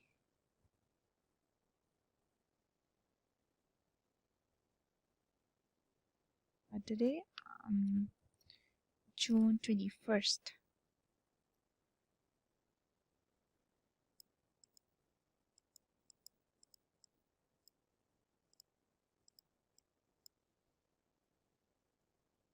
We will keep it here with the bold color, a little size increased. Okay, fine.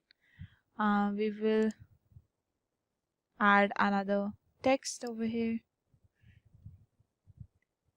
Your venue.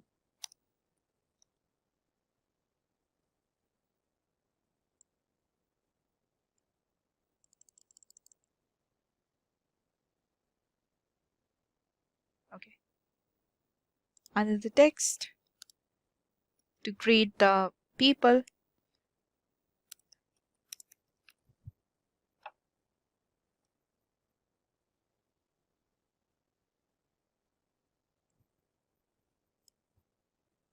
with some different color, dark.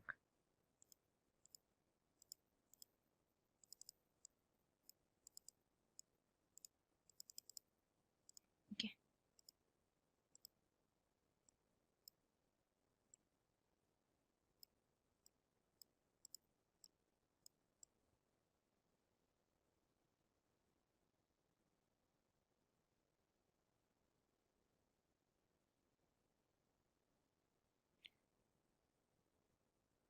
So this is the final template for birthday invitation with some features as we have mentioned above, where we can change the time and the place, image of the person whose birthday is there, the birthday party, and the venue according to our need. In many industries, visuals are essential.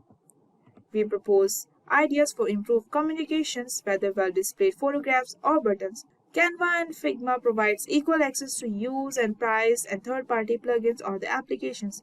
but there are also many distinctions, with some of the basic comparison between the two. So the first one is platform access, best design purposes, drawing tools, image editing, and the last one, plugins and apps. Let us have a simple quiz question to brush up on our knowledge. Who is the founder of Figma? So the options are Melanie Perkins, Dylan Field, Shantanu Narayan, and the last one, Steve Jobs. Please answer in the comment section below and we will update the correct answer in the pinned comments. You can pause the video, give it a thought and answer it in the comment section. So now let's discuss it in detail. First we will see what is Canva. It is an online graphic design platform for non-designers wishing to quickly and easily creating the simple graphics for nearly anything including infographics, presentation, posters and social media graphics, logos and other visuals content. After the Canva, we will understand what is Figma. Figma is more than just a tool for manipulating photos. In fact, it is a design software with a singular focus on UI and UX design. In the Canva versus Figma discussion, Figma is a software for designing products. You can quickly create and prototype applications with the help of Figma. Now we will discuss some basic features for both Canva and the Figma. So the first one is platform access. The key factor to consider when selecting a design platform is accessibility. The places where you can utilize the Canva and Figma are listed below. For the Canva, you may use Canva as a browser-based design tool by downloading an app for Mac, Windows, iOS and Android. Your previous design will be saved in your Canva account even if you can check in using a different device. You could use an app to save work locally if you don't have an internet connection. For the Figma is another online design tool that can be used on Mac, Windows and Linux desktop computers. An iOS and Android mobile app is also available for Figma. Your design history, files and plugins are all accessible from any device when linked to your Figma account, although the application permits offline design. And the next one is best design purposes. Consider their simplicity, convenience, and accessibility. Certain platforms are made for more effective uses than others. Here is a list of what Canva and Figma excels. For the Canva's primary area of expertise is social media design, including Instagram stories, YouTube thumbnails, and Facebook banners. There are a lot of free themes available for popular social networking sites. You can produce a variety of reasons. Canva offers easily editable templates for calendars, presentations, and stationeries.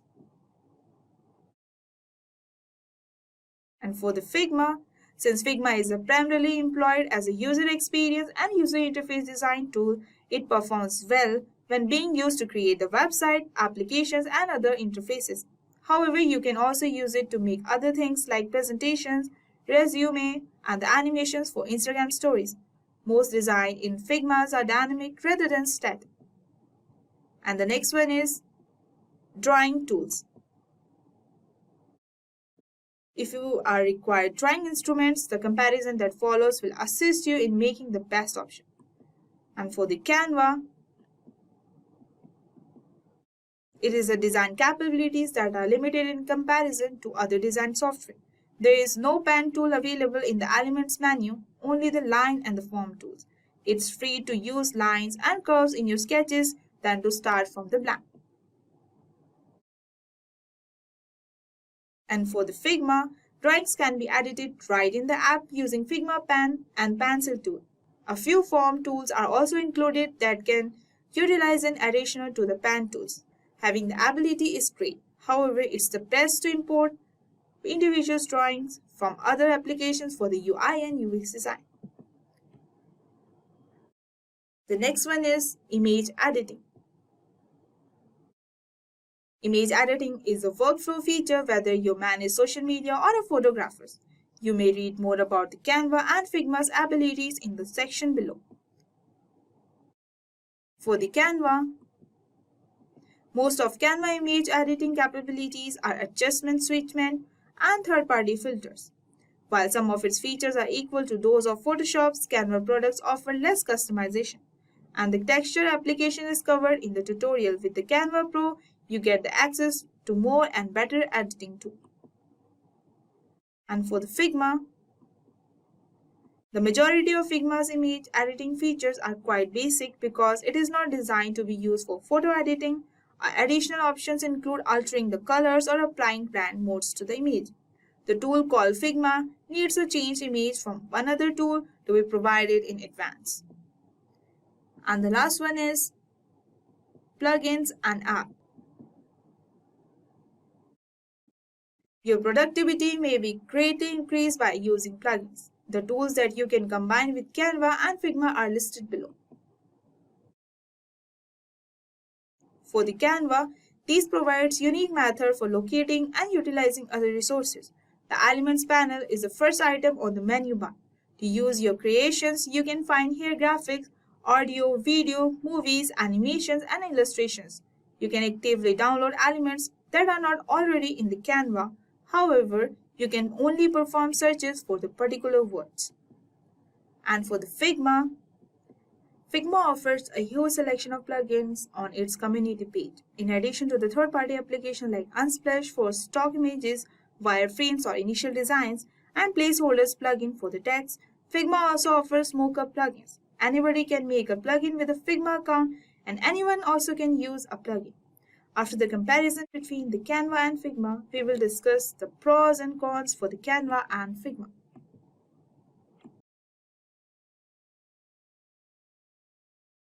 Some of the pros for the Canvas are: the software is easy to use and amazingly made templates, it's free to subscribe, and there is a collection of animated GIFs. And some of its cons are: not for professional designers. There are not many free templates readily available in Canva. Now for the Figma, some of its pros are: it makes quick prototypes and presentations possible, utilizing the browser-based application for the cloud data storage. It works well for design and graphics. Some of its cons are: it's difficult to understand the auto layout. The presentation mode might be improved. After understanding the pros and cons, we will see the pricing for the both. Figma and Canva offer the free version of the program and paid edition depending on your needed capabilities. There are 3 price categories for the Canva. It's free as $0, and the premium will be $12.99 monthly with a maximum of 5%. You will be charged $7 for each new member if you are a monthly plan, or $60 per month if you are an annual plan. One is the Enterprise, $30 per user per month, minimum of 25 users. And the Figma offers 4 pricing categories. The first one is free, access to the mobile app and plugins, 3 Figma and unlimited users and the personal files. And the second one is professional, include all the capabilities of plus free unlimited Figma files, version history, and access permissions. And the third one is Enterprise, $75 for each Figma editor monthly with more sophisticated security measures.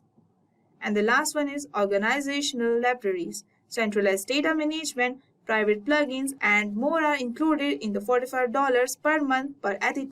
What are mockups? Now let's discuss what mockups are and proceed further for the same. Mockups are merely designs that represent how a service or product will seem in the future. Anything from websites and mobile applications to the basic thing like packaging may use them. Before devoting excessive time and money to a particular design, mockups allow designers to test their ideas quickly. Additionally, they allow designers to gather early clients or other stakeholders' comments, which can assist in enhancing the finished product. After discussing what are mockups, we will see how to create mockups in Figma. Figma is an excellent tool for generating mockups since it gives you a lot of customizing choices and capabilities. Create a new file in Figma and choose the mockup template from the list of available templates to start creating mockups. You can create mockups in Figma by accessing hundreds of premium Artboard Studio mockups components within your Figma files. With only a button press, quickly convert Figma frame into a realistic product mockups. So in this tutorial, I'm gonna show you the best way to start practicing designing apps and websites in Figma. You can quickly download Mockups plugin in the Figma rather than saving your Figma design and switching to another software to build a mockup. Although numerous plugin alternatives are available in different styles, they are all easy to use and can be integrated into bigger projects. So just go to Google Artboard Studio. Alright, click on the Get Started for free. Right, guess that makes just quickly create an account. As I have already made an account, so I will go to the setting, then integration. Okay, then click on the setting to reveal the API key, and you will be shown an API key, and then copy this and come back to the Figma and paste here in right. Now here you can see you can reveal the API key over here and you can paste it over here. So right now maybe it's not making any sense, but when you launch this plugin, you are going to see more data that shows input API keys, right? So just go over the website, create an account, create your API key, and you have to copy and come back over your Figma and paste that API key, right? And it may look like a little stressful, but it will take a long run. It's going to be actually beneficial to you. All right, so now you have a lot of mockups, right? So we'll click on right button and you can have the plugin over here in Artboard Studio. Yeah, it will take a bit of time. Okay, now I'm going to search, or I can select only free items. Okay, let's use this. Let me click on this. Okay, let's use this. So yeah, you can click on the mockup item. You're actually presented with the 2 or the 3 screens depending on the kind of mockup you are clicking. So first you have to mockup by yourself your item. You are not going to make any change to this one, so you can lock this. So you're not going to move that, and or you're not going to touch this. So you're not going to edit this. You can even go as far as you can lock this. Right, I have done. And so this is what you are going to make changes to. Whatever changes you are going to implement. We'll put here. It will reflect on this mockup. It looks like a magic, right? So let's create a design for the food delivery app for the first splash screen. First, let's change the color for the background. Let's take a light color, maybe. Yeah, this is fine. And so we will give the effect to this. We will change this color also. Let's take the sky with the gradient. We're not going to get the gradient effect, so fine. It's fine. After this, first I'm going to make a border. We will select a line from over here.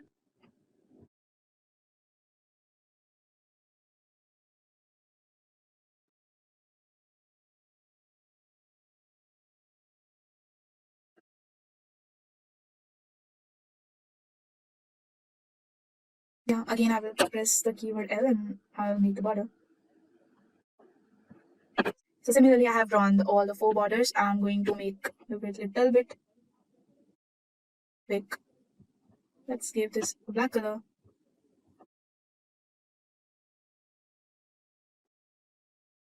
So this is how it will look after giving a border. Now we will put a text as a name of our food delivery app. So we will give a name Choose Healthy Eat.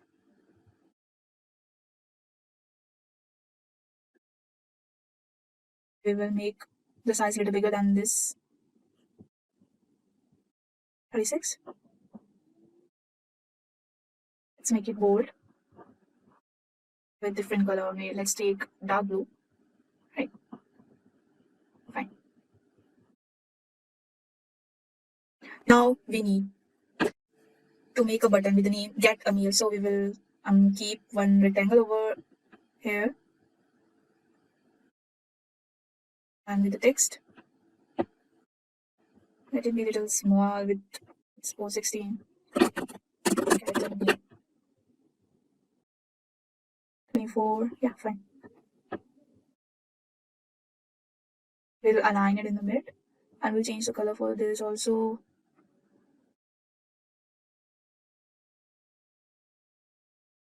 Yeah, fine. For making it looks a little good, we will put one picture over here. So for that, first I will make a rectangle in which I'm going to insert a picture. Suppose I already downloaded the picture. So this is how it will look. And now for making this little good, we will put one icon over here related to the food. So I'm already downloaded one icon. Yeah, so this will look like this after putting this icon over here. So we will make it in alignment.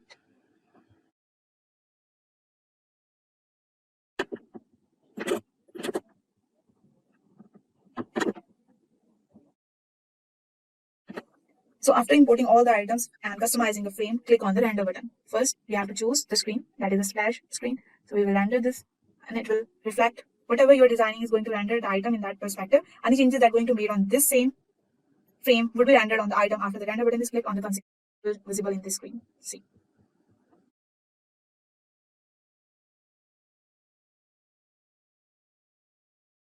Now for the next, we will see. Now we will see something different when the user will log in into the app. And the next screen will be like how we are going to design. Let's pick a different one. Let's take this one. Yeah.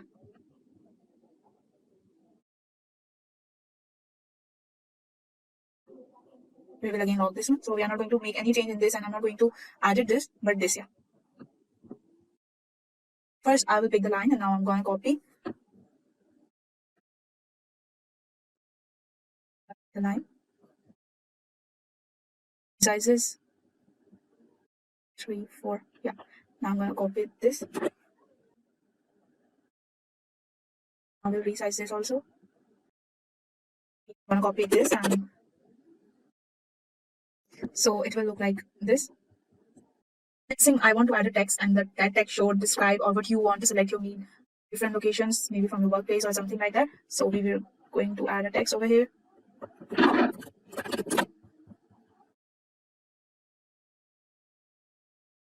Size it with 24 and we'll change the design, let it be semi or medium. Let it be sunny and we'll change the color for this. We'll keep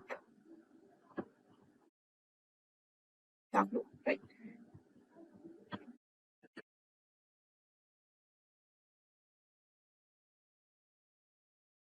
The bottom, yeah. And we will change the color of our page and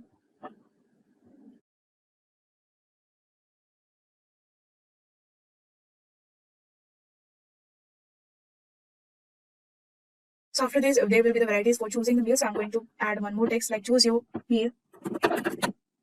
Sorry. And I will resize this whole with a little smaller than the before, like 16, yeah, fine. And I'll change the color for this also. Let's make it medium. And I will change the color for the text. Let it be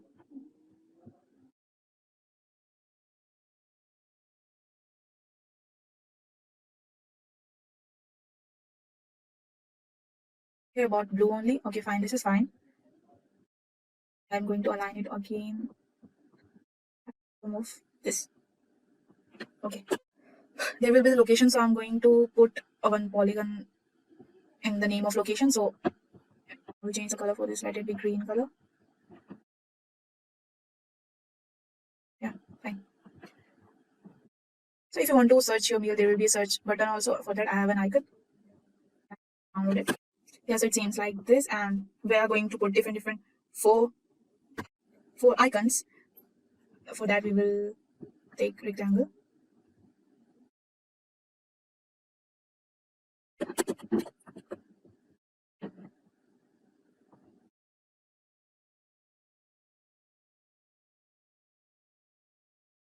Align it.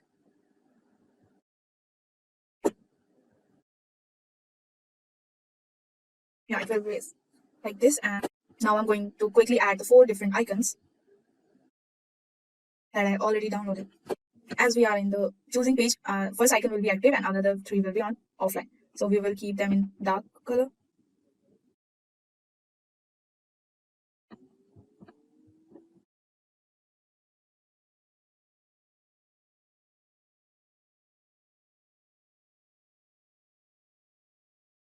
So it will be visible like this.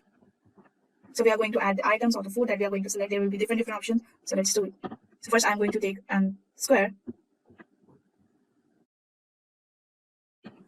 and one circle. Or we will use a rectangle later. We will keep the circle over here. And we'll select a picture of the food that we are going to insert over this. So first, and I have inserted picture. I have already downloaded from the Google, and I'm going to shift this rectangle over there.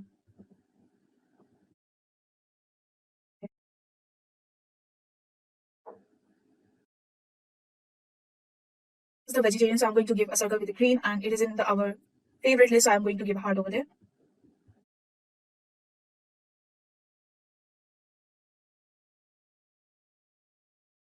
Change the color with the green as it is vegetarian.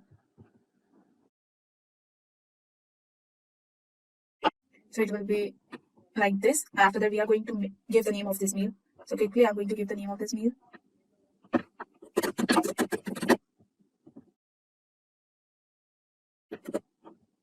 And I will resize this.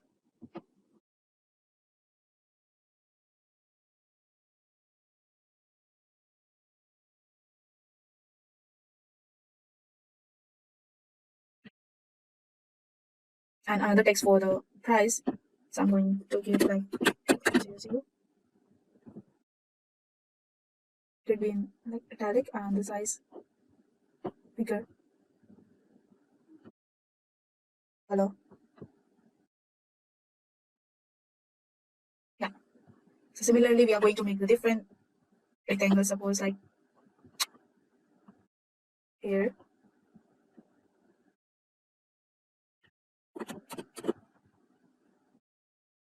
Or let's copy the first one only with a similar size.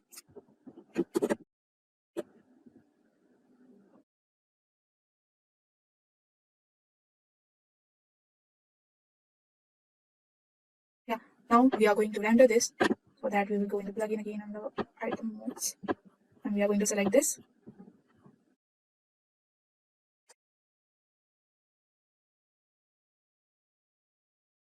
Yeah, so it takes a little bit time and we are going to proceed it to reflect in the screen. So it will be like this. So whatever we are going to make a change in the first screen, and that will be reflect on our mockup screen. Suppose we take another, let's take this one. Let's try to put this screen over here. Let it be like this. So this is for this mockup screen. So I'm going to render this and it will come over this also. Let's quickly plug in and open add mockups item. And I'm going to render this.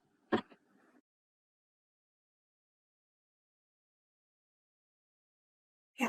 So it doesn't overlap, but it is showing the same screen that I have used before. And yeah, I didn't make any different screen for that. And it is overlapped, but in this, it is not. It is showing. Yeah. So similarly, whatever the changes we are going to make in this will reflect on the mockup our screen. So suppose I will choose this.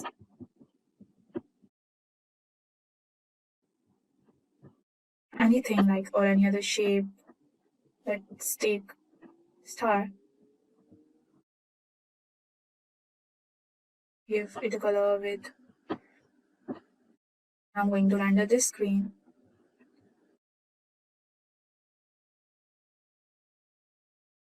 And this is going to reflect over here.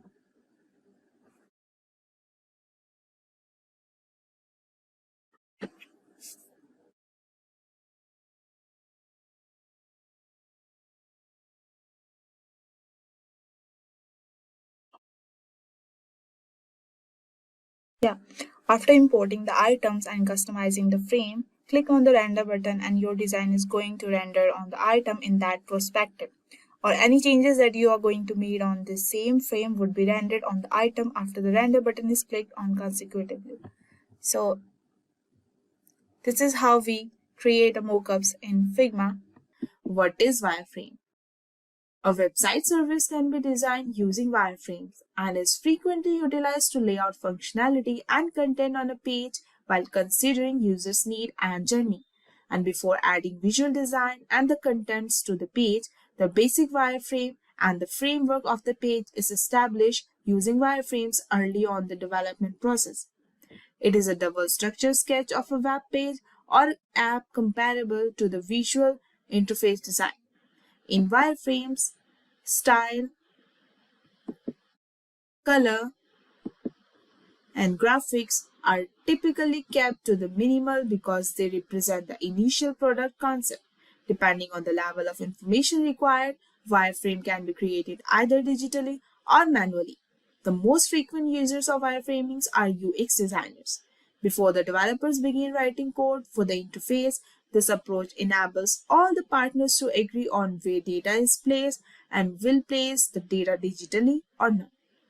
After knowing what is wireframe, we will understand its purpose. Wireframe having three main advantages. They keep the concept and they are quick and inexpensive to produce because they stimulate users' feedback, kick off conversation with the stakeholders, and inspire innovations in designers. Wireframes are helpful as communications tool. The designers can receive direct feedback and identify key problems that help them to create the proposed product by conducting users testing during the first wireframe stage. They clarify and describe website functions, and they maintain the concept users focus. With particular wireframing features, you may explain exactly how they will work to your clients and what function they will serve. And it helps all the stakeholders combine the website's information, architectures with its visual design and make the page operational clear. The third one is quick and cheap. The best thing about wireframing is how easy and affordable is it to create that. You can design a wireframe with a newspaper, paper, and pen. Thanks to the abundance of tools, you can quickly develop a digital wireframe.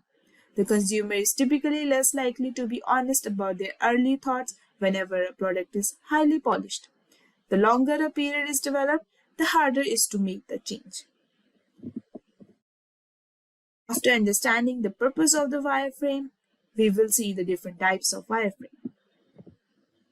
And the first one is low fidelity wireframes, and they are very simple visual depiction of the web pages and are typically used as a designer's foundation.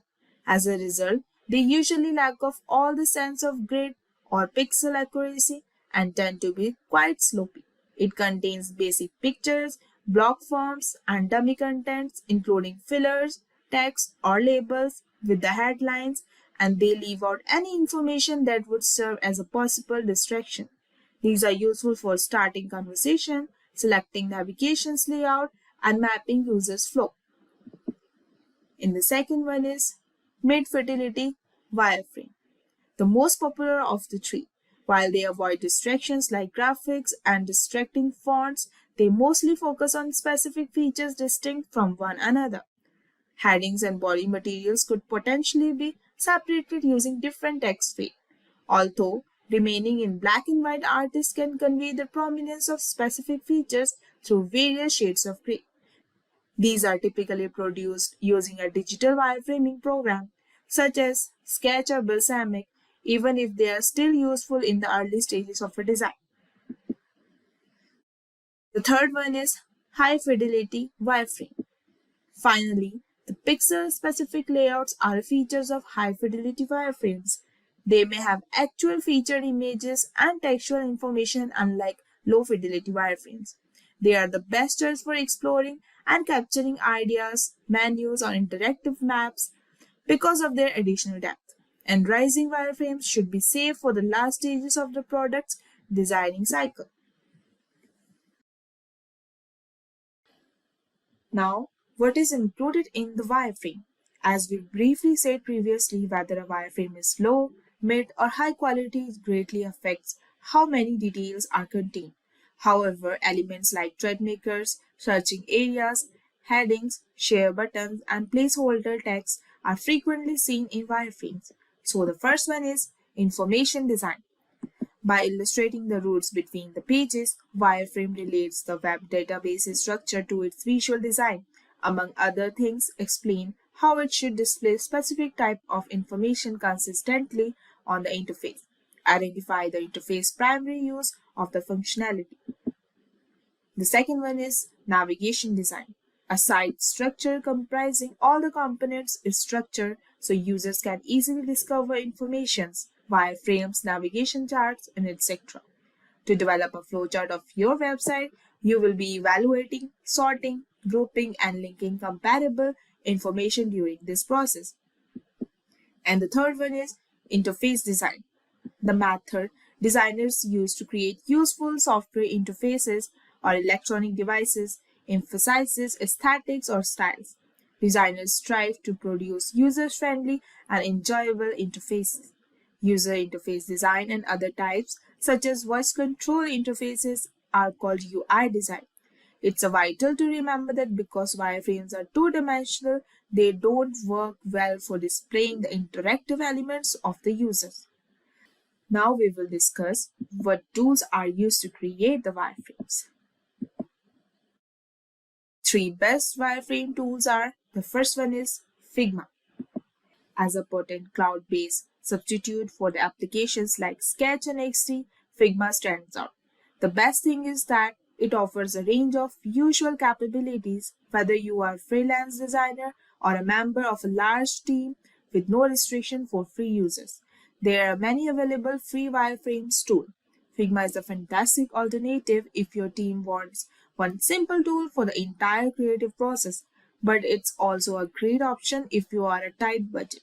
You may discuss and map user journey with Figma and a digital whiteboard that consists with Figma. Without exporting your ideas to another design program, proceed directly to wireframing and testing. Second one is Adobe XD. Adobe XD stands out as a user-friendly choice for wireframing and UI design tasks, even though Adobe technologies are famous for being content and challenging to learn. Within XD, you can do anything from wireframing to simple prototyping. Additionally, XD Simple UI is a breath for fresh air in comparison to certain other features-rich Adobe XD tools. The second one is Sketch. Sketch has remained a top choice among Mac users as a potent yet portable vector design tool. Wireframes, contemporary UI, and simple graphic art, some interaction design, and more can all be done within on their own. Compared to the industry leader, the vector design, Atomic Designers, and Adobe Illustrator, it has a simpler and more user-friendly interface. Because of the sketch simplicity, wireframe may be quickly constructed using a combination of templates and graphic shapes. So guys, I have an empty page and I'm going to start my design right away. So for that, first I will take one rectangle with the effect of gradient, and I will align it here and size. So what I'm going to have a picture which I've already downloaded. So what I'm going to do is to take that picture right into my screen. And now I'm resizing it. And this size is okay. So next thing I will do is to add a text. So I'm going to select the text and click here, and some basic configuration is there for my text, and I need like to say text to be complete and bold. But before, I will go ahead and I will type healthy eat. For the configuration of my text,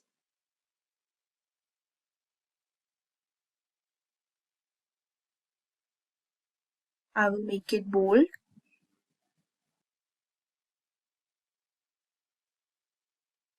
And I will just go ahead and will change the color. Color, say I can white. So now I will put the button over here.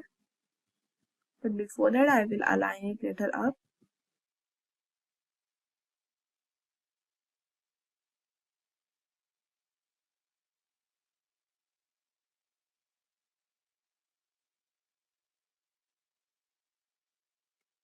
And we'll change the color.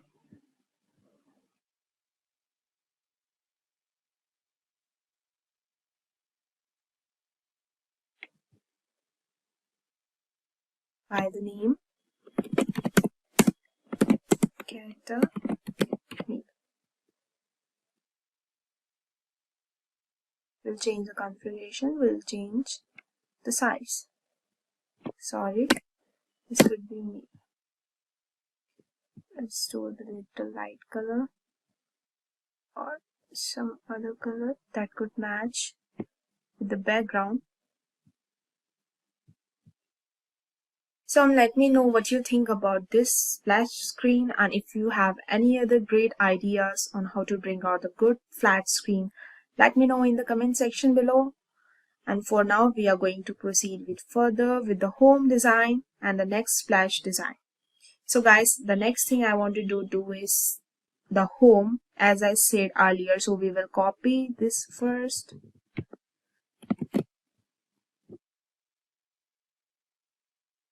And we'll paste it over here.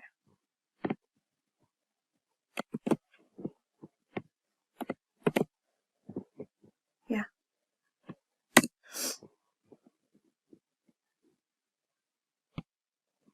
Or we can choose any other plain rectangle.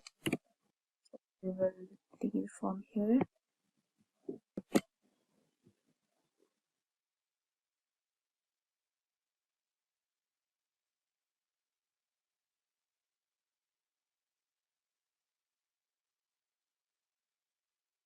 Now I will pick the line.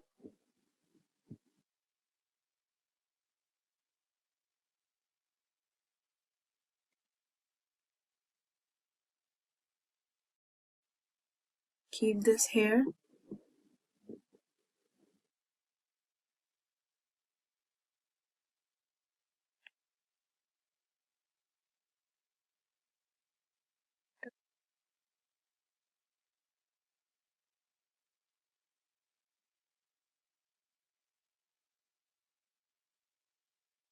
And I'm going to copy this.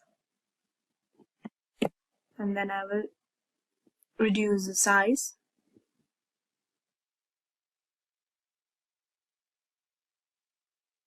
I will again copy this.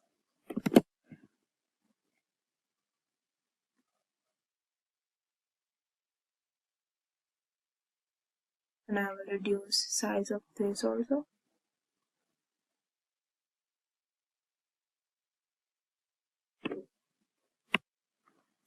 And the next thing, I want to add a text, and this text should describe what you want to select your meal from different locations, maybe at your workplace, in your school or office. So they get the kind of place you select determines the kind of food that comes out for you. So I'm gonna select a text.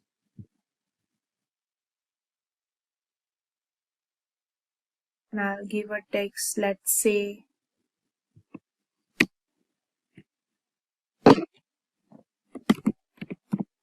workplace. You're selecting from your workplace, so do the same basic configuration.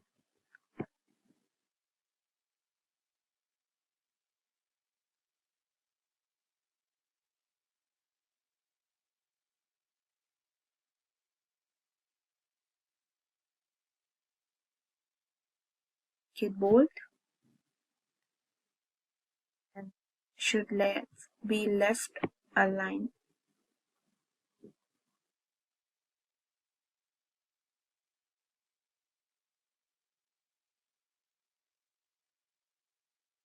Now this is fine, and I can add more description to this, and the description should be a little bit easier than what we have for the workspace and the workplace. So I'm going to make a description of size a little small.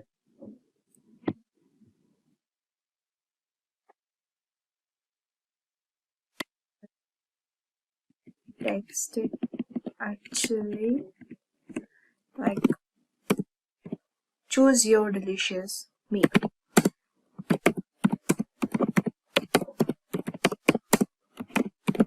Delicious meal.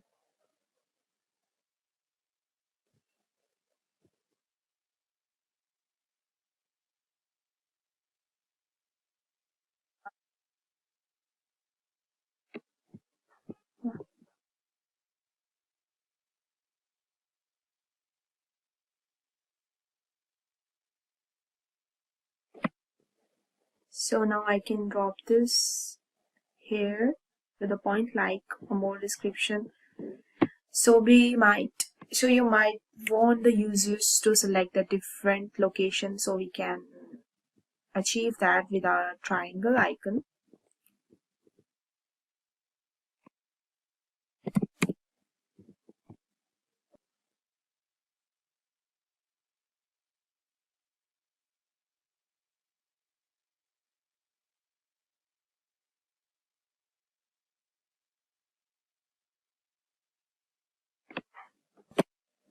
So it will be something like this, and we'll change the color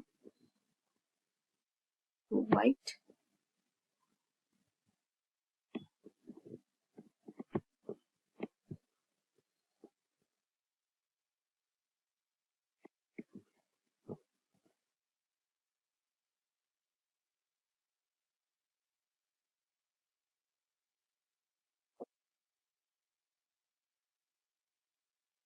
Next thing I want to do is you can also search for food by the name. So I'm going to add search icon.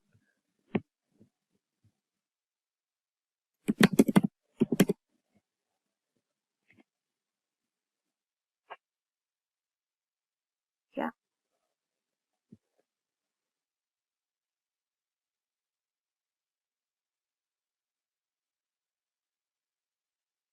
Size it. And we'll keep it aligned with this, so it will look good, and drag it to this point. Yeah, and we can keep this as a white color also. Yeah, it looks good. We'll make it dark.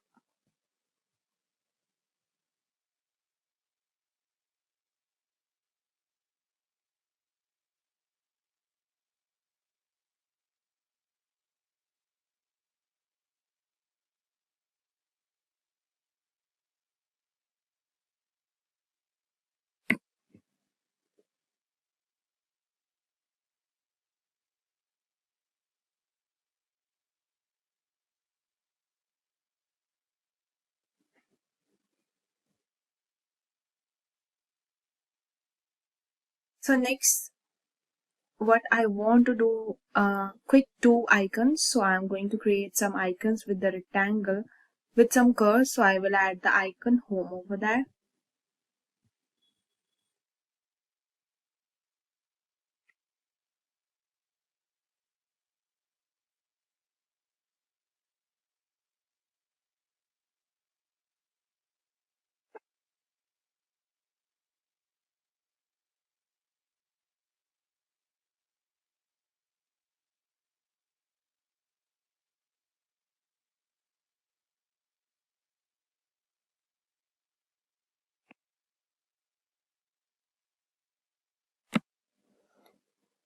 So we'll add the icon of home. We will search it over here.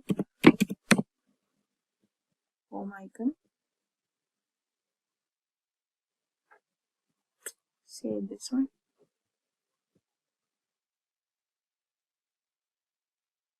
And I'm going to drag it into the home screen, and I will bring it in the center this way, and also going to change the color, or this color is fine. Okay, I'll change the color.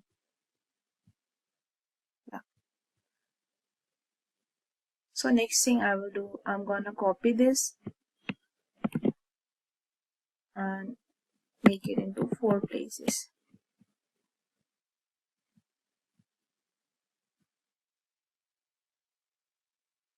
The same alignment.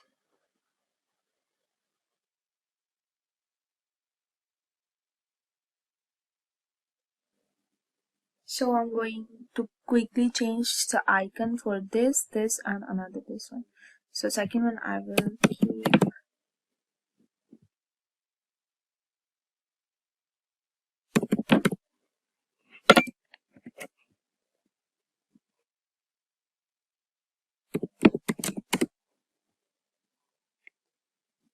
this one.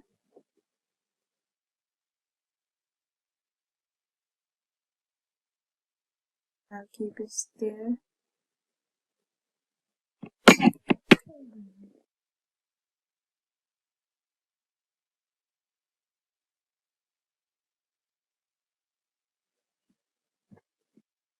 The third one, I will use the filter icon.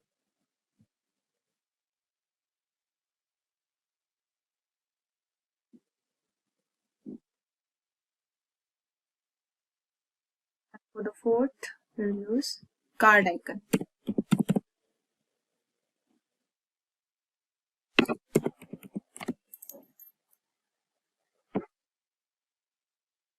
Like this.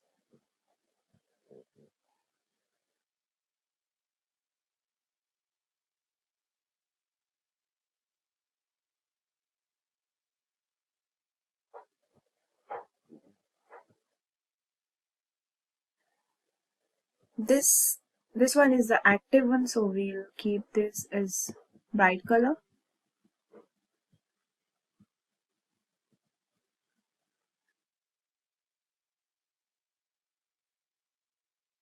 And these are not active, so we will keep it in light color.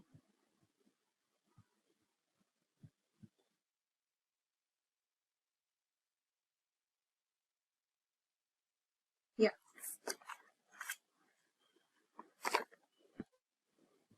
So guys, I'm having my icons, the 4 icons that should show me the favorite meal which I have started offer.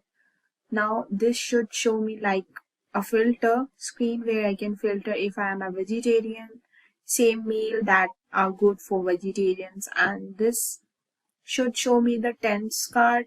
I have selected to my card, then from there I can payment also. So what I'm going to do now, so the next thing I will do is to add our card for the different meal where you can select. So I am going to add a card. So what I will need is a rectangle tool. So we'll click on the rectangle.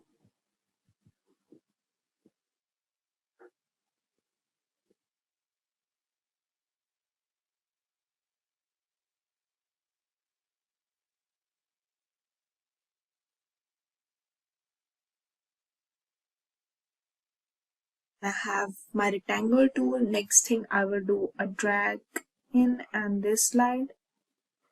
And I have a color for this. I will go with the light color. So next thing I will do is maybe add the image, and I'm going to select the circle first. Within this, I will keep my image. Put over here.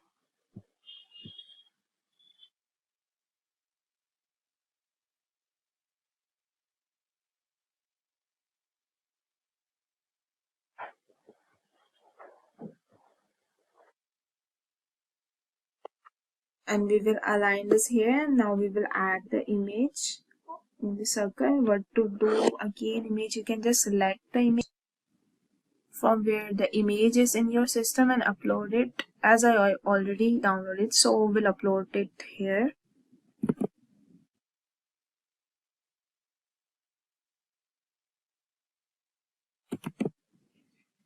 Yeah, so the next thing I will do is I will show you that this is the card, so I'm going to add little design in the circle.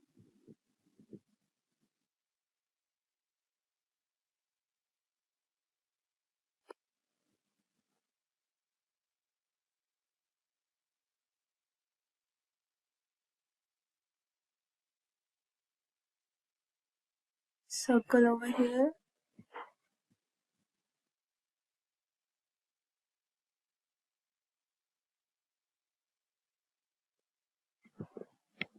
We'll give this a green color.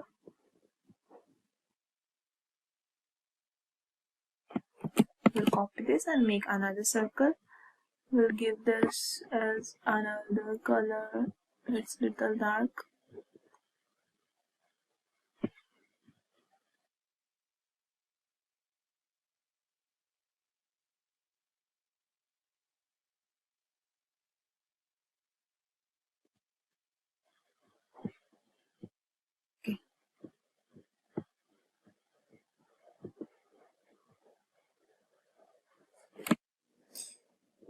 and I will copy the heart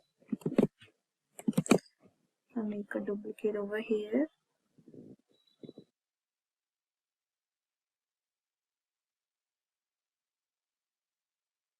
I'll give this the color and around the red, and I'm going to the next thing.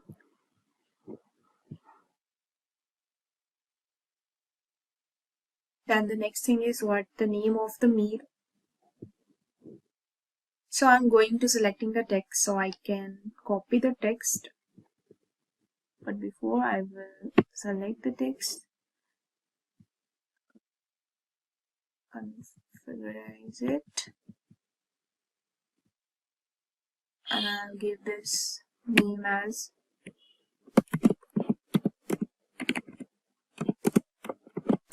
veg burger, and I'll make it small. Keep this over here.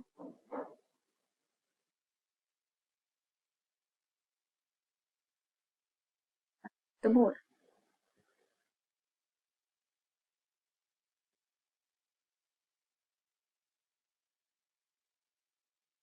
Yeah.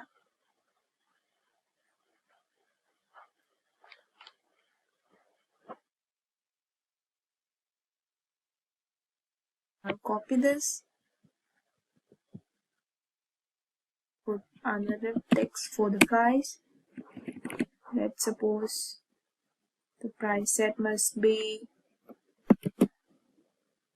$1.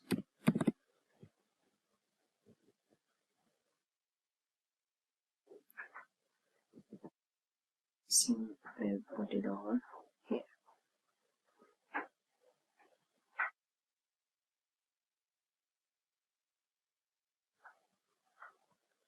Yeah.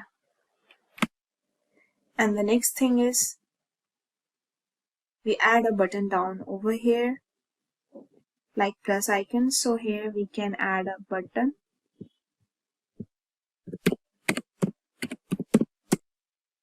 Plus icon.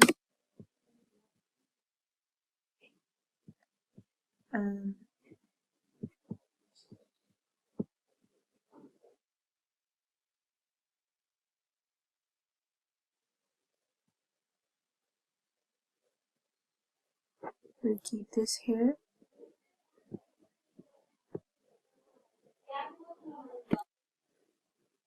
When you click on this plus button, you can add to your card similarly, and we can change the color. When you click on this, you can add to your card the food that you wanted. You can add more.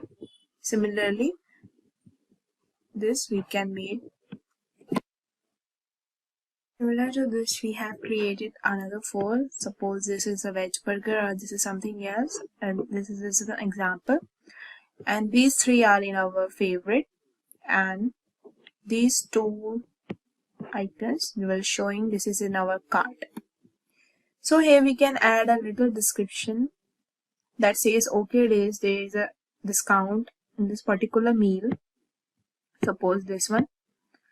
So what will I do in this way? Now I'm going to make, so we'll make a small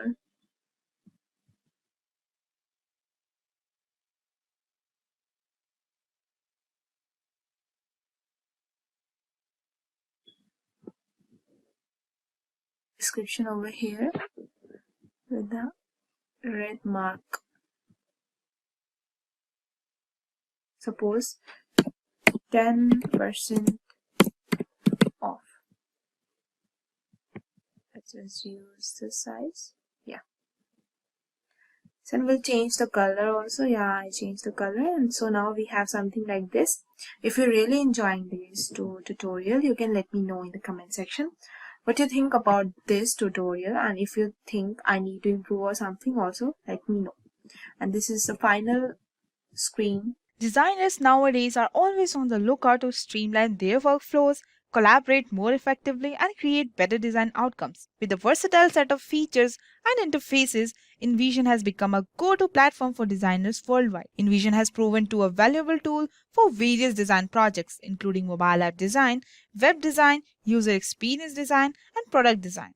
It is a leading digital product design platform that enables teams to collaborate and create interactive prototypes, animation, wireframes, and designs. Whether you are new to InVision or have been using it for years, this tutorial can help you to get the most out of the platform and take your design to the next level. So hey everyone, you are watching Simplilearn, and today we bring you this informative video about InVision. For a more thorough approach on web designing, check out our course on UI UX Design Master Program. Here you can learn the design-centric approach towards user interface and user experience, including UX research, UI styling, wireframes and prototypes, usability testing, and more. Check out the link in the description for more details. And if you are a tech geek, here is a brain teaser for you. When was InVision Studio released? Is it 2015, 2016, 2017, or 2018? Let us know your answer below and get a heart from Simplilearn. Before we begin, if these are the videos you like to watch, then hit the subscribe button and the bell icon to get notified every time we upload a new video.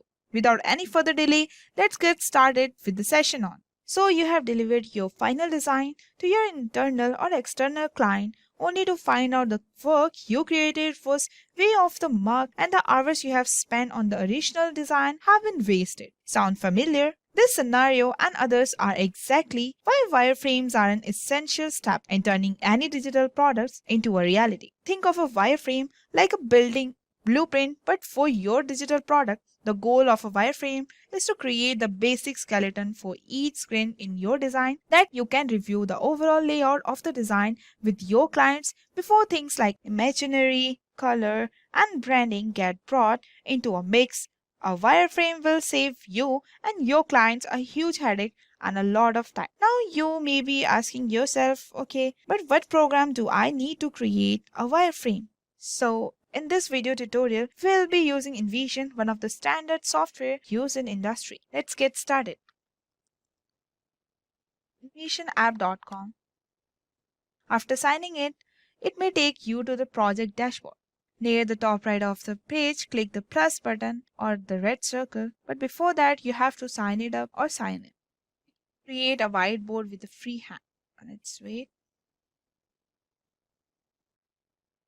You can just log in. You have to cross it out.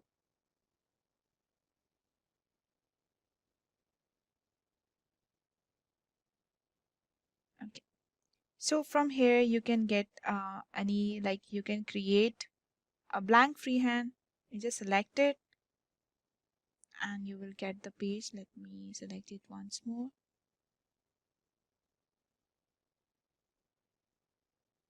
Blank freehand.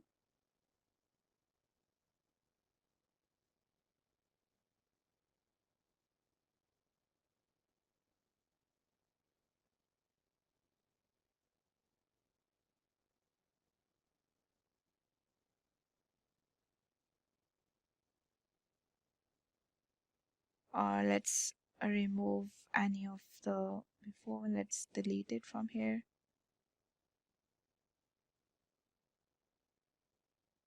Let's create it.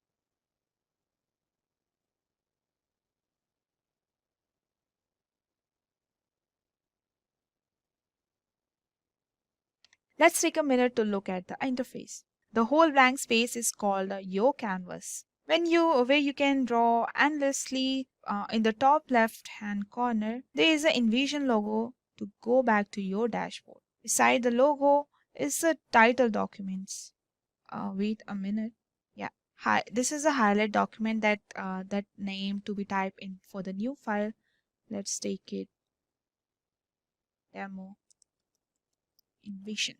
In the middle, these are the different tools. In the top right hand corner, these are the menu options. After that, access an additional menu for exporting and version history. Creators and enter presenters mode to share your net on the bottom side, on the left side, or at the bottom in the middle of the toolbar to start your drawing. In the bottom right hand corner, you get a pen, edge, or to hold space, zoom in and zoom out. Now let's talk about the first tool, that is pointer tool. that pointer tools allows you to select, move, and resize. Suppose it helps you to move the elements or the pictures on your canvas, and you can make a copy of this. Let's make it like this. You can click it whole and drag, create a box around and choosing things like a selection in Adobe Photoshop or Illustrators. Alternatively, you can hold down Shift key and click each object.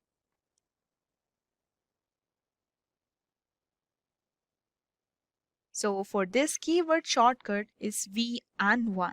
Draw on a canvas with your pencil tool. When you select the pencil tool, you can change the color. Let's take a color over here. We have selected the pink color.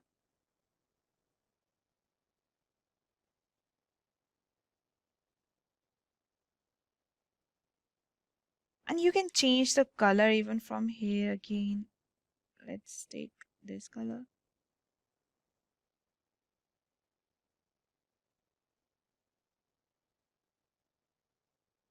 And you even adjust the line thickness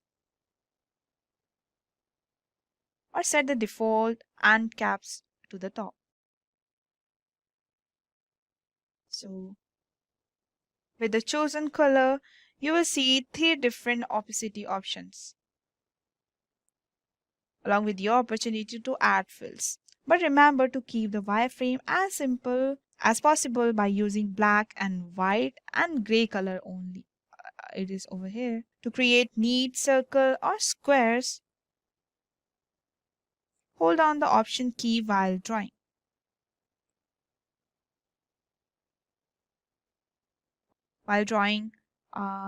That will help you to creating a straight line.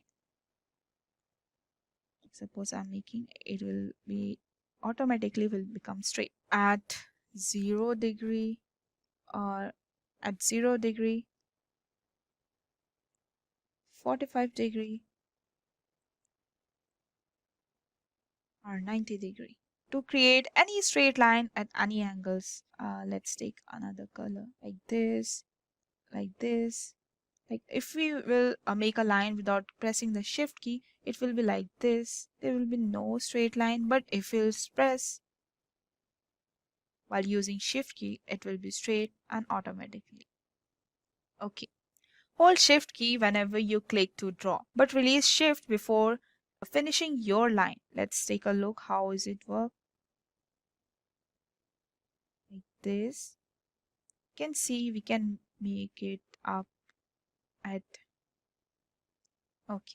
When we release the Shift key, it will become a straight line. Keyword shortcut is P or 2. Okay. So now to erase or clear the canvas shape with the eraser tool, click once on the pencil. At the pencil tool, you can see on the right side there is an eraser tool that you can use it to erase whatever you have done before. You have to just touch it over it or pat it over that eraser on the top of the line that you want to remove, and it just get erased. And the keyword shortcut is E.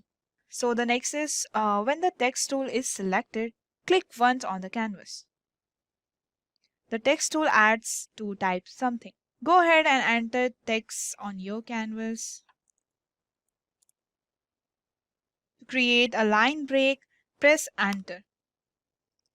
Switch to the pointer key tool to resize. You can see the resize. You can use it with your use of pointer key. You can change the color, formatting, and alignment. Let's change it to the red color, metallic, or let it be. You can highlight the text and you can format the line of the text, or you can do it italicized and set the text alignment to the left or right or center, as we have already text align in the center. You can also lock the text on the canvas to keep it in place, or convert any text box into a sticky notes. Let's see.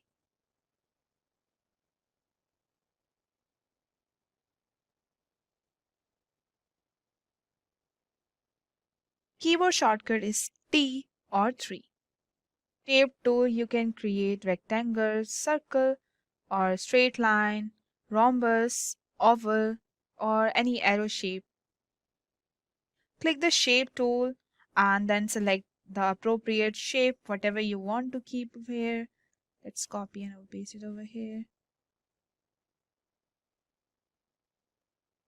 And you can hold shift while trying to create a perfect square. Let's do that.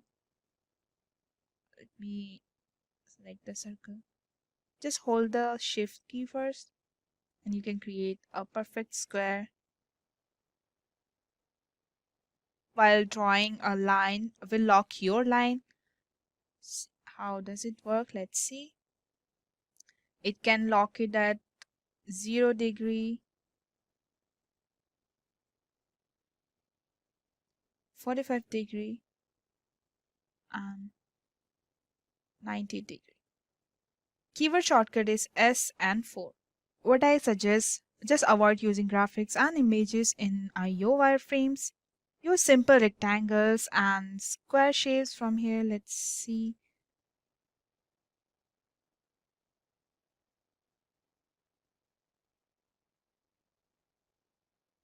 If you place an X through the middle of the box,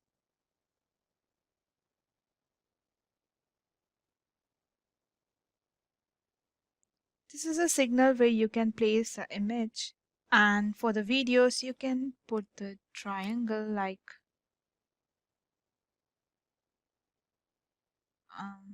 let's make it like this.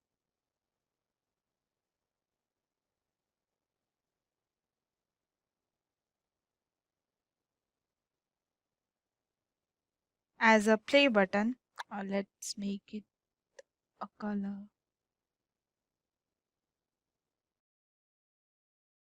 Got a note, you want to clarify a point. Sticky notes allow you to add notes anywhere on the canvas.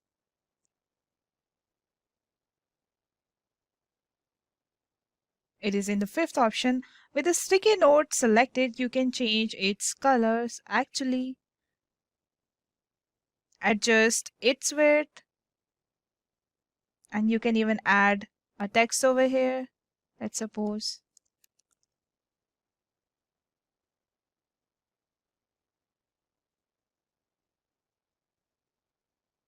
You can keep anywhere with the cursor, and the keyboard shortcut is N or 6. See something you like, go ahead and add an emoji. Let's you can keep this emoji over here, or one more you can add over here. Okay, start creating one basic wireframe. Let's take it over here from here.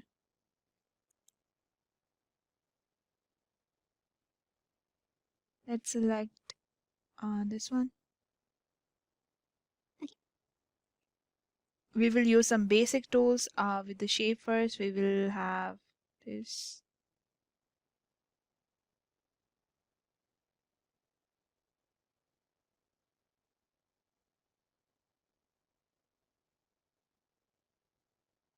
Pick another one.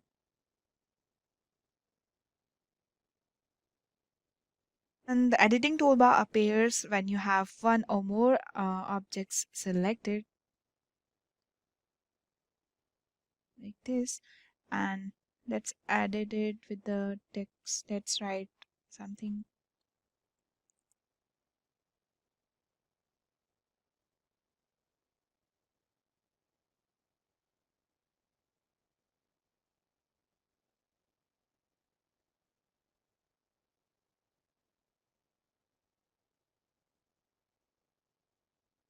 Let it be a normal.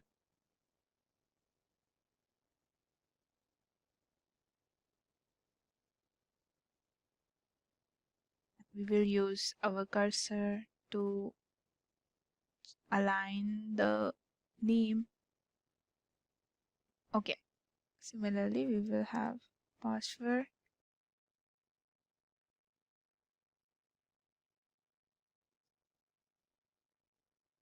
Okay.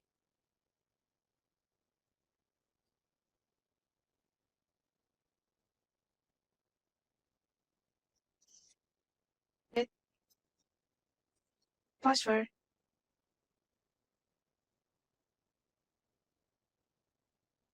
Let's make it a little bit small in size. Okay.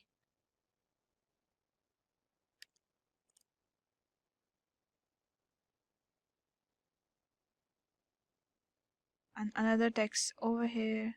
Let's make it submit button.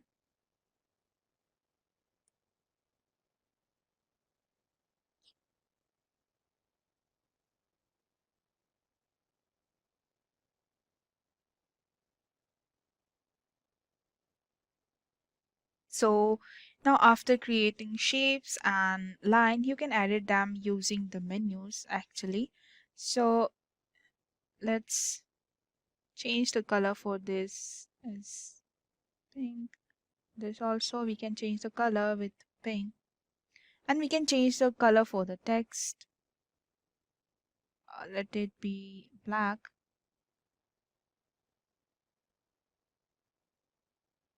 And we can change the width of the line. Let it be normal. This one, okay, it is already normal. Okay, we will change the color for this also. And for this also, let it be little bold with the red color.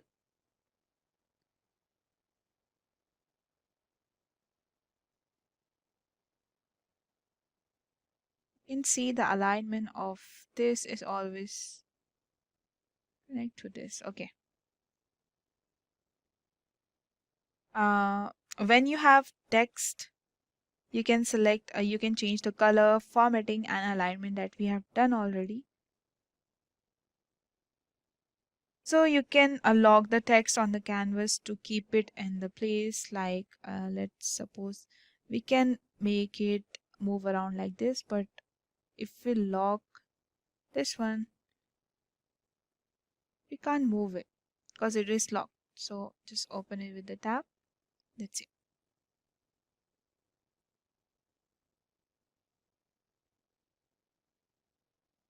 Or you can even convert any text block into a sticky note. Suppose this, and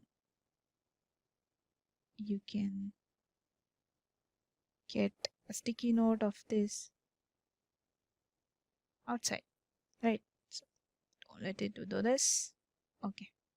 And now you can click on the hand tool at the bottom to pan around the canvas, like, or press and hold the space bar to access the hand tool. So you can move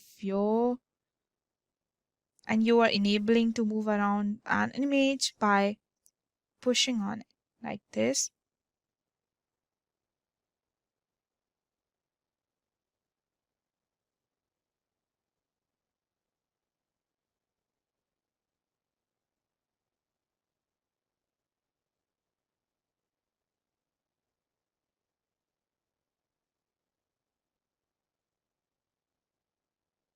And the magnifying tool is to zoom in and zoom out on the canvas, just like Adobe products. You can command Control plus minus to zoom in or zoom out. So that wraps up our InVision tutorial where we created a simple wireframe with multiple frame styles. Today's session was for beginners, has a basic approach. The possibilities are endless and we highly suggest you dive into the tool further and check out all their features. Artificial intelligence is becoming increasingly necessary in the design industry, offering new and innovative tools for designers to use. Although AI tools can enhance designers' efficiency, creativity, and productivity, it's important to remember that human touch and creativity remains essential elements in design.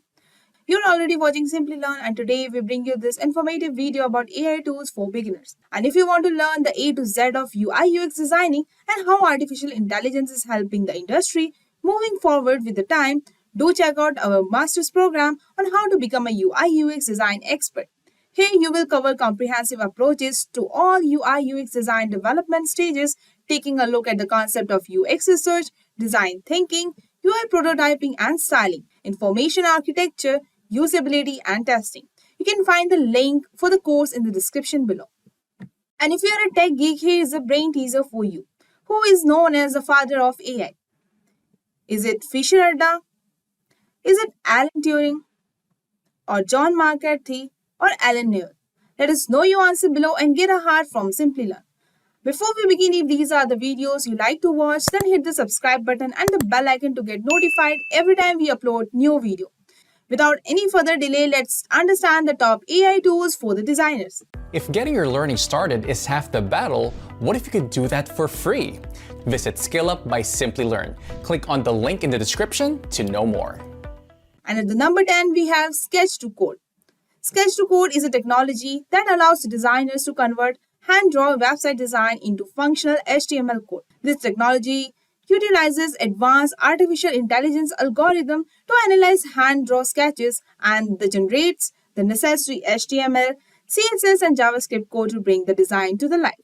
Some of its features are APIs for computer versions, personalized vision model dynamic layout, service for text recognition.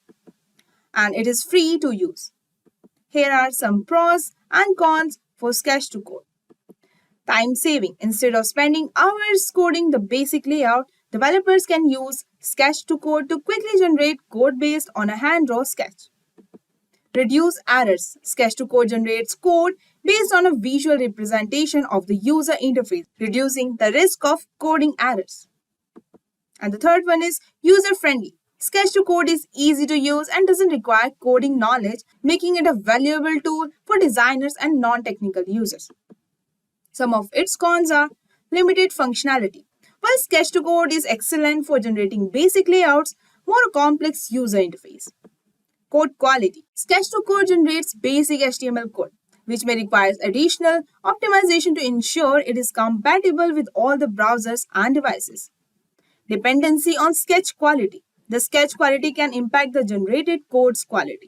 At number 9, we have UiZard. UiZard is a cutting-edge AI-powered design platform that has revolutionized the way graphic designers are created. Its intuitive user interface and powerful artificial intelligence capabilities allow users to easily create professional-grade design with minimal effort. It offers a seamless experience that saves your individual needs and skill level. Some of its features are idea-generated real-time collaboration in design, electronic product wireframes, and design assistant with AI. For students and hobbyists, it is free up to 3 projects, and for the startup and growing business, the pro version is there with $12,000 per month. On the other side, for the large organizations or businesses, the pricing will be $39 yearly. Here are some pros and cons for UiZard. First, time saving. UiZard can save developers significant time in creating UI design by generating code automatically. It is easy to use. UiZard is user-friendly and doesn't require coding knowledge, making it accessible to designers and non-technical users. Customizable. The generated code can be edited and refined to meet the developer's specific needs. And the fourth one is accurate. UiZard can produce high-quality code that accurately represent the UI design. Some of its cons are limited functionality. UiZard is best suited for generating basic UI design and may not be suitable for more complex or customized design. Dependency on design quality. If the design is straightforward and contains error, it can affect the accuracy of generating the code. The generated code may require additional optimization to ensure it is compatible with all the devices and browsers. At number 8, we have Design AI. Design AI is an AI-powered design platform that helps businesses and individuals easily to create professional-grade designs. It offers a vast library of templates, icons, and images that can be used to create generating the designs in a minute. The platform is also equipped with image recognition, automatic layout generation, and custom design suggestion, making it a perfect tool for businesses.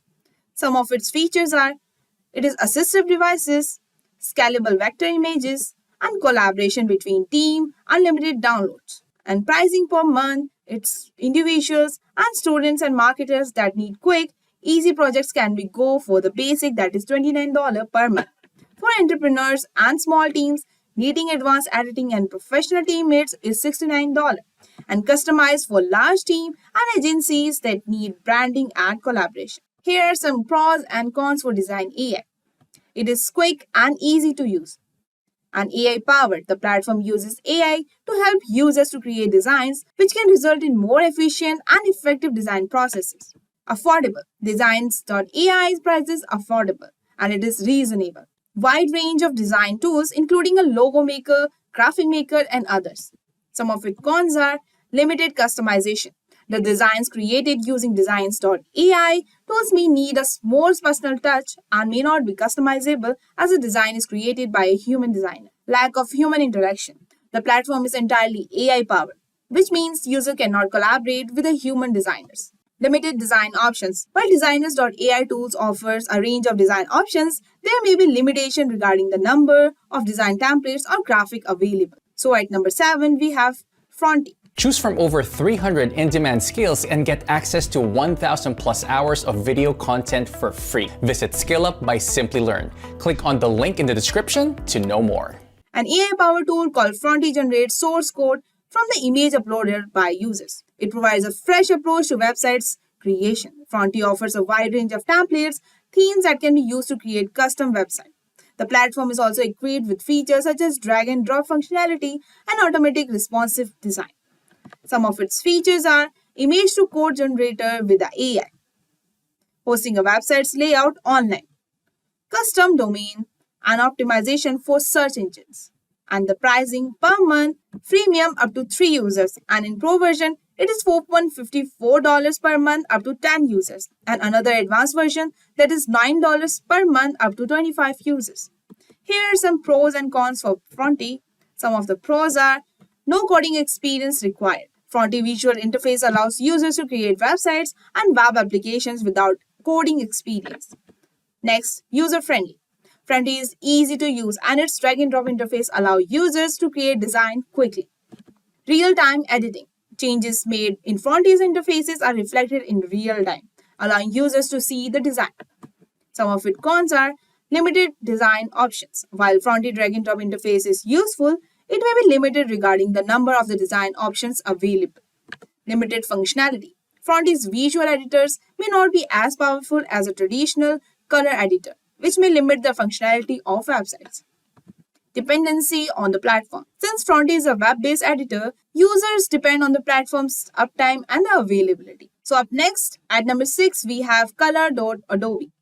Color.Adobe is a web-based color palette creation tool that offered by Adobe's system. It is a part of Adobe Creative Cloud suite of applications and is accessible to all the subscribers. Adobe Color allows users to create custom color palette and themes which may be used in various Adobe Creative Cloud applications such as Photoshop, Illustrator, and InDesign. The color palettes can be saved and shared with others, making it a valuable tool for graphic designers, photographers, and other creatives. With Adobe Color, users can access a powerful color creative tool that can help bring their creativity version of their life. Some of its features are color palette creation, color inspiration, color adjustment, sharing, and mobile access. And it is free to use. And here are some pros and cons for Color.Adobe. It is free to use with an Adobe ID account. Provides free-made color palette created by other users and Adobe experts. Offer various color rule options for generating harmonious color schemes. Some of its cons are requires an internet connection to use. Custom color palette cannot be downloaded as a file, only shared via link. Limited ability to adjust individual color in pre-made color palettes. So at number 5, we have DALL-E 2. DALL-E 2 is an artificial intelligence system developed by OpenAI.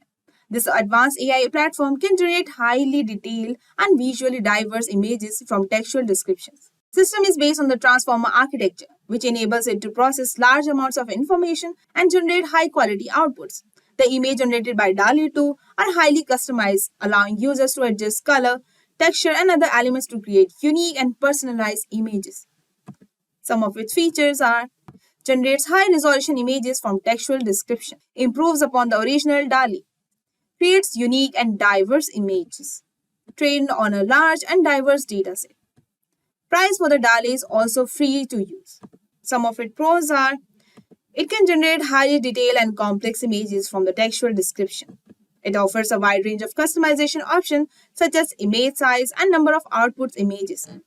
It can be used for various applications, including advertising, entertainment, and education. Some of its cons are it's a high level of technical expertise to use. It is not yet widely available to the general public. It may not be suitable for every type of image or projects. So at number 4, we have Let's Enhance. Let's Enhance is an AI-powered image upscaling platform that allows users to create the resolution of their images with just a few clicks. With its advanced deep learning algorithm, Let's Enhance can upscale pictures while preserving the details and sharpness of the original image. This platform has a user-friendly interface, making it easy for anyone, even those with a little to no technical experience, and is an excellent tool whether you want to enlarge an image for printing or need to increase the resolution of an image for a presentation or other projects. With its fast and intuitive design, the platform makes it easy to transfer low-resolution images into high-quality images in just a few minutes. So some of its features are accurate face recognition, automated setting, improvement of tone and color, and online storage. And pricing per month, signing up with free, no credit card is needed. And here we are getting another 2 versions with the credit, that is 100 and 300 credits. For 100 credit, it is $9 per month. For the 300 credits, it's $24 per month billed annually and $32 per month if billed monthly. So here are some pros and cons for Let's Enhance. Some of its pros are image quality improvement. Let's Enhance can significantly improve the quality of image, particularly when it's come to upscaling low-resolution images. User-friendly. The interface of Let's Enhance is user-friendly and straightforward, making it easy for the users to upload and enhance the images. Speed. Let's Enhance processes images quickly, with some enhancement taking only a few seconds. Customization. Users can customize the level of enhancement to suit their specific needs, such as adjusting the sharpness or color.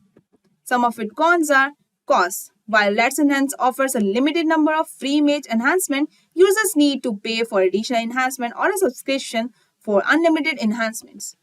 Quality limitations. The quality of the enhanced images will depend on the input image and the level of enhancement applied. Privacy concern. As with any online service, user may have concern about privacy and the security of their images when they are using Let's Enhance. Now in number 3, we have PixArt AI. PixArt AI is a photo editing and graphic design tool that provides users with various tools to enhance and transform their photos. It also offers filters, effects, and overlays, as well as the ability to draw and add text to images. With its user-friendly interface, PixArt makes it easy for users of all skill levels to create stunning and unique photos. Additionally, PixArt has a strong social community where users can share their creations, discover new content, and connect with other artists worldwide.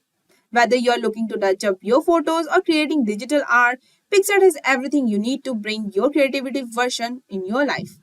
Some of its features are photo editing, effects and filters, drawing and illustrations, and sticker and clip art. Starting creating with free photos and video editing tools, $0 per month, and another version is there known as PixArt Gold with a $1.86 per month and $22.35 billed yearly, whereas Team manage and provide full premium access to multiple members under your account with $2.53 per month. Here are some pros and cons for PixArt. PixArt AI offers more advanced editing tools than the standard PixArt app. Time saving. PixArt AI can save the time by automating certain editing tasks such as removing background from the photos, which can be time consuming to do manually. It is easy to use. Despite its advanced features, PixArt AI is still user-friendly and easy to use, even for beginners. Some of its cons are limited free features. While PixArt AI offers some free features, many advanced tools are only available with paid subscription. Dependency on technology. Using AI-powered editing tools means that you are dependent on technology, which can be a disadvantage if the technology is failed. So up next, at number 2, we have Runway ML. Runway ML is a platform for creative and technical artists to experiment and build machine learning models for creative applications. It provides a user-friendly interface for exploring and making it accessible to a wide range of users. Runway ML aims to adjust machine learning in the creative industries by providing tools and resources for artists, designers, and developers to create, test, and deploy their models. Some of its features are model library, user-friendly interface, community, and resource. Pricing for Runway ML for individual looking for Explore Runway AI magic tools and feature, it's free. And for Pro version is for individual and team looking for more access, more AI magic tools, and more export option with $12 per month for the user. Here are some pros and cons of Runway ML, easy to use and quick. Runway ML has a user-friendly interface and requires no coding knowledge, making it accessible to the users of all skill levels. Active community. It has an active and growing community of users and developers who share their projects and support each other. Integration with other tools. Runway ML can integrate with creative tools such as Photoshop and After Effects, allowing you to incorporate machine learning models into your existing workflow. Some of its cons are cost. Runway ML can be expensive, especially for professional use. Processing power. Some machine learning models require significant processing power, which may be limited for users with older computers. Technical issue. Like any technology, Runway ML can experience technical issues and bugs which can frustrate users and limit their ability to use the tool. So at number 1, we have Adobe Sensei. Adobe Sensei is a framework of artificial intelligence and machine learning technologies and services developed by Adobe's system. It enhances creativity and productivity across Adobe's products and services. Adobe Sensei allows Adobe to offer intelligent and context-aware features that can automate routine tasks, enhance the creative process, and provide personalized experiences for the users. Some of its features are scripted form conversion, businesses and real-time creation, discovery and manipulations of images, personalizing marketing to each customer. Adobe Sensei come integrated with other Adobe Creative Cloud products. Here are some pros and cons of Adobe Sensei. Advanced automation. Adobe Sensei provides advanced automation tools including auto tagging and auto enhancement, which may save time and efforts in the creative process. By automating repetitive tasks, Adobe Sensei can improve productivity and free up more time for creative work. Adobe Sensei is integrated with many of the Adobe's other creative tools, making it easy to incorporate automation into your existing workflow. Some of its cons are limited customization. While some customization options are available, some users may find that Adobe Sensei's pre-built automation tools are too rigid for their needs. Cost.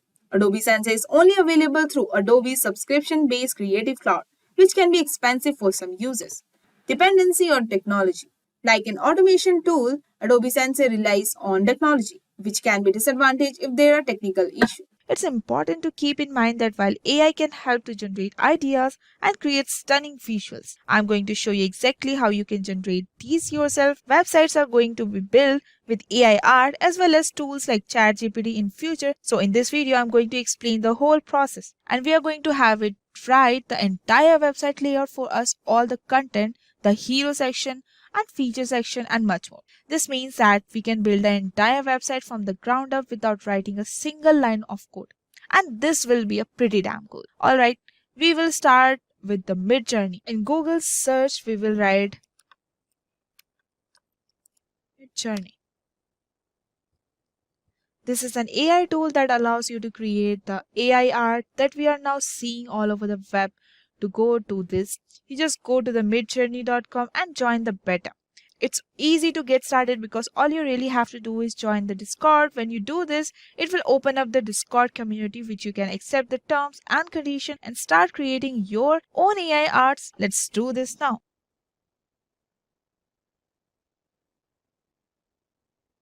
Here I have got the Midjourney server, and I'm going to head over to one of the newcomer room here and where everyone is creating different types of AI art. The first thing we need to do is to do a / and type in an imagine, give us prompt work.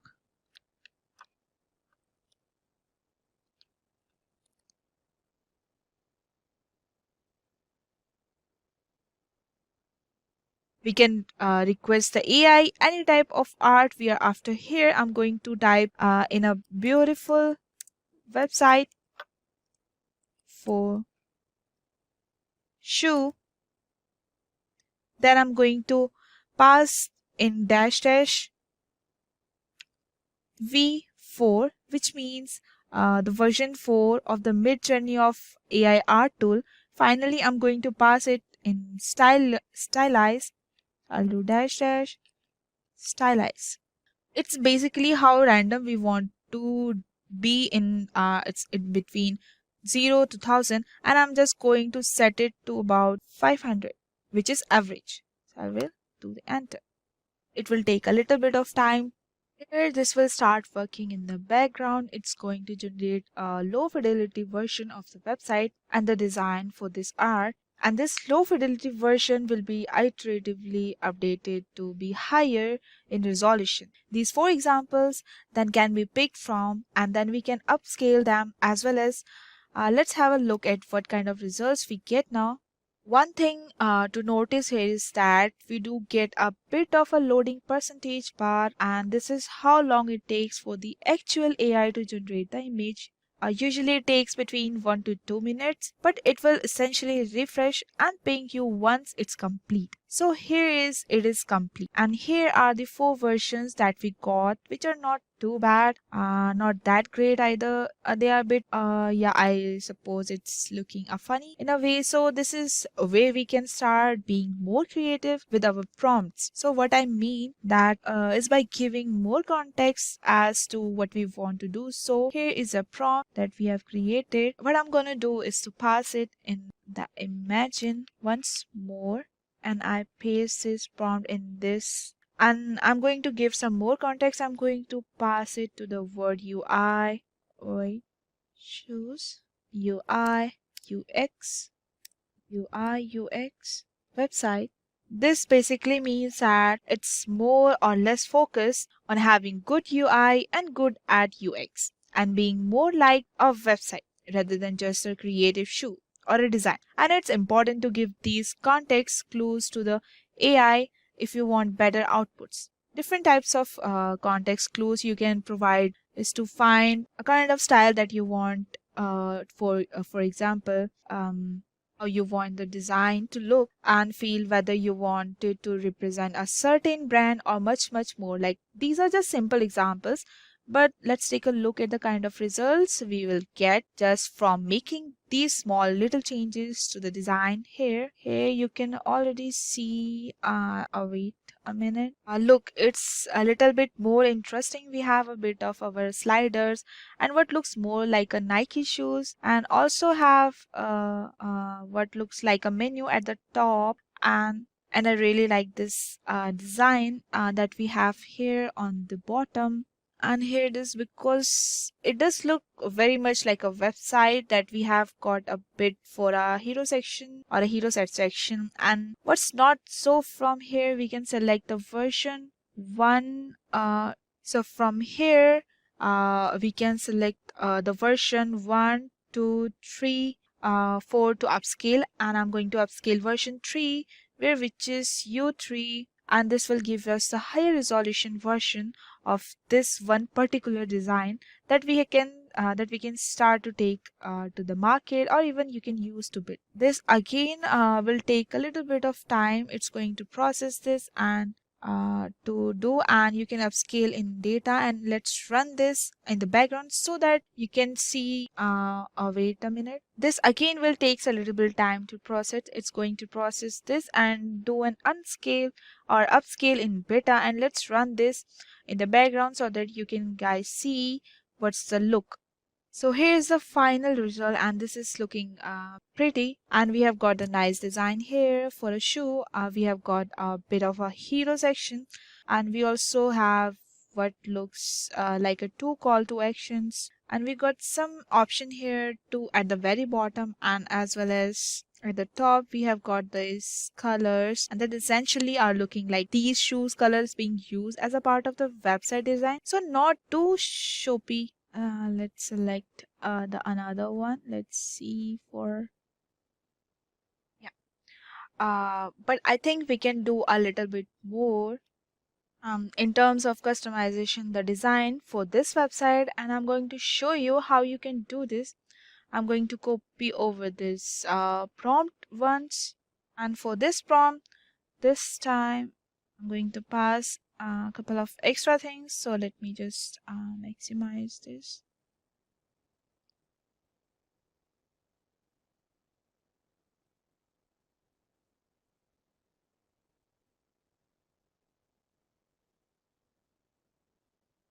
we are going to type as I have pasted that URL over here, so I'm gonna pass in the context clues of like clues of Nike, because Nike made obviously website shoes. So also so we'll write it here,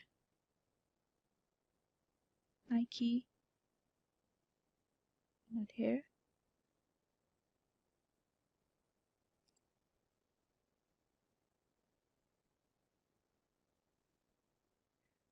Repeat. And I also want it to be red, blue, green, and or maybe yellow. And I suppose we want else running person would be interesting.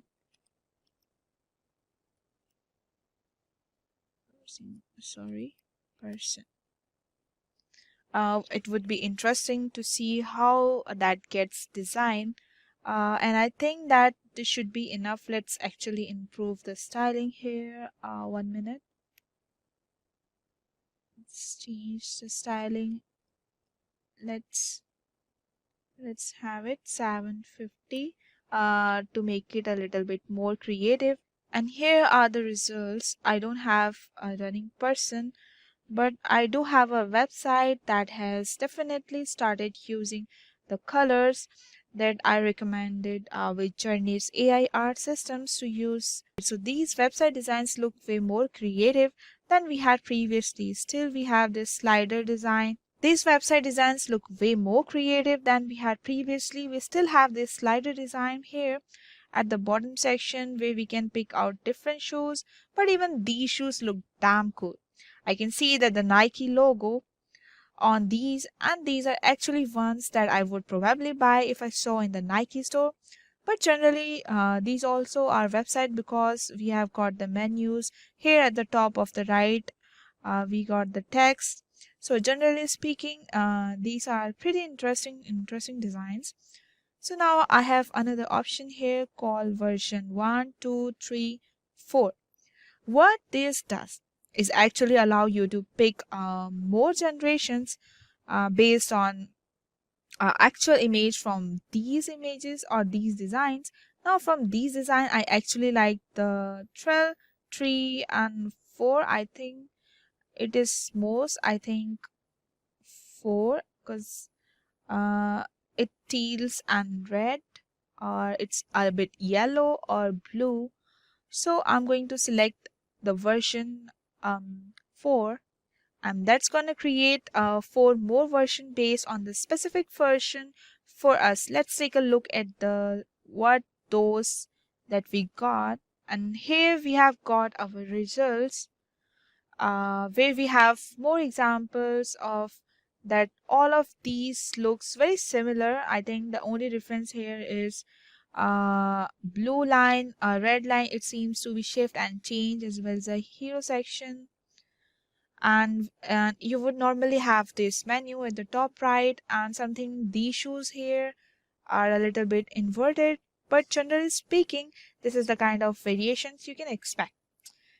Now let's take a look at another way we can generate our generations for website. Now you can do is just jump into any website and select any image. So first we will go to an app and website, and you can select any image that you would like, and I will actually go on here and I'm going to pull in this image of this shoe. And but I do like the design aesthetics. Here we are going to here, and then we can copy the URL from here. But this time what I'm going to do is type the imagine.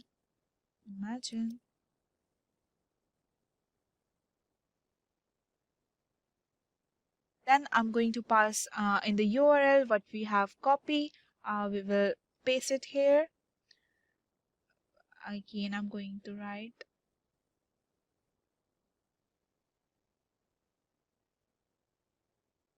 we did it before. We'll copy this, paste it over here. So what's going to happen here?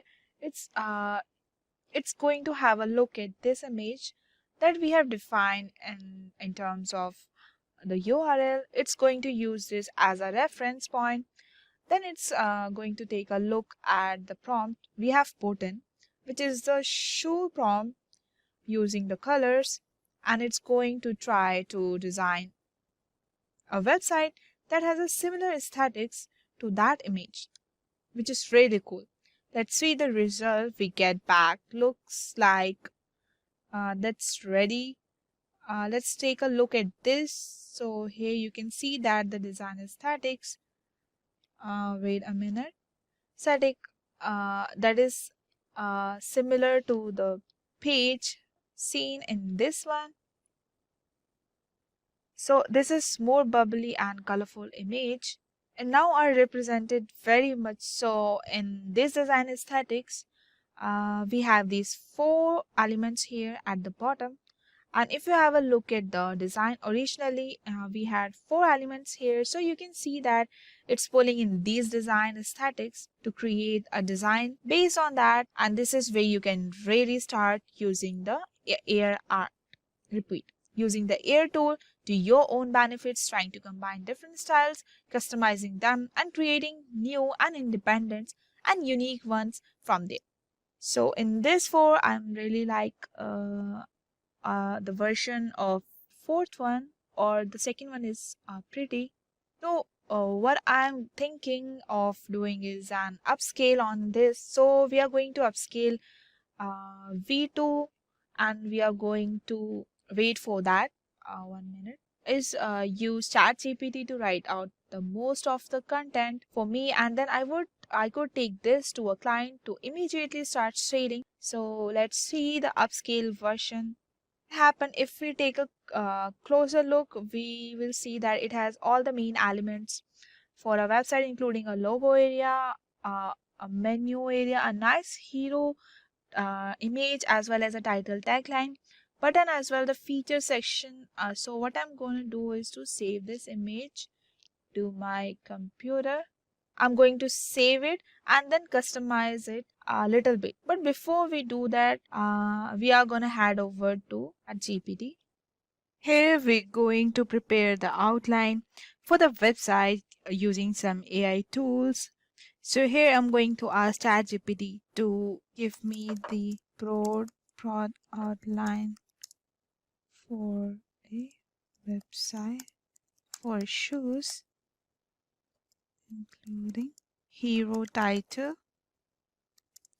tagline, call to action button, and section for features and details about the shoe. So let's see what ChatGPT will comes back with.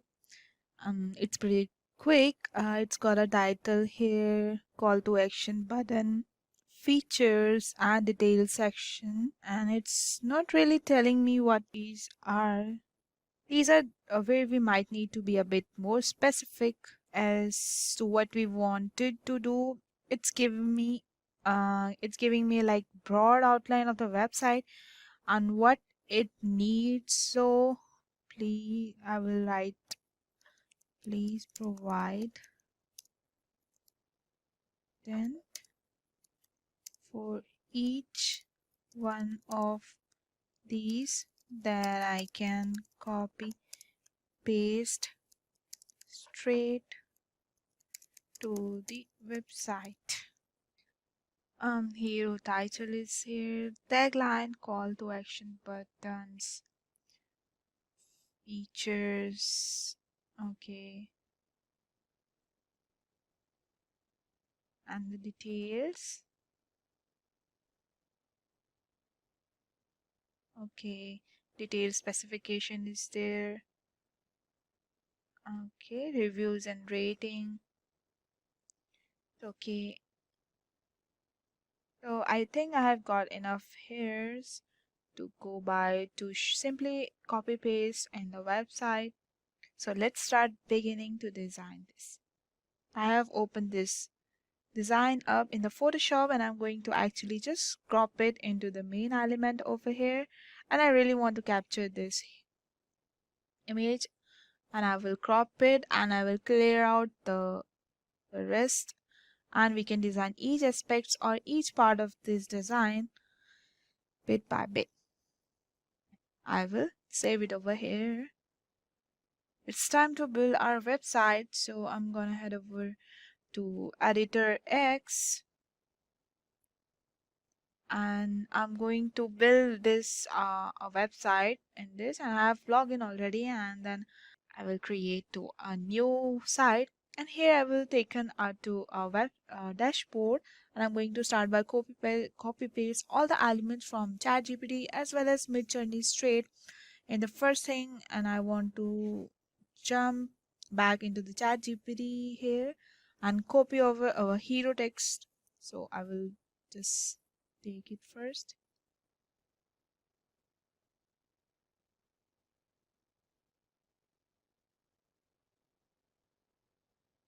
And I'm going to add title, and I'm going to paste it over here. And then I'm also going to grab the tagline, but before I will make it sure to keep it over here. But before that, I will put one image over here.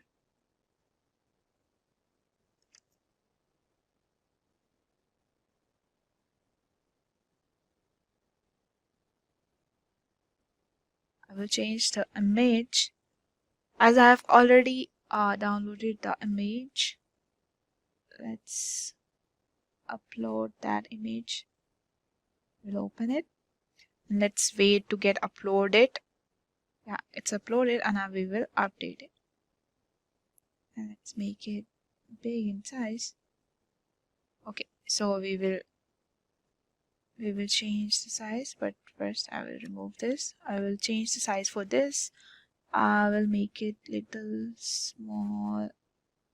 Next, I will add the icon for the company of the shows that I am going to make a website for. I will add this, and I will update it.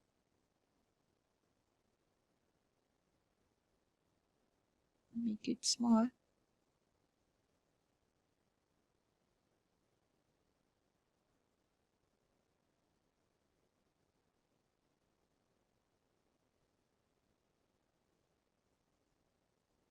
And this will be the taskbar, but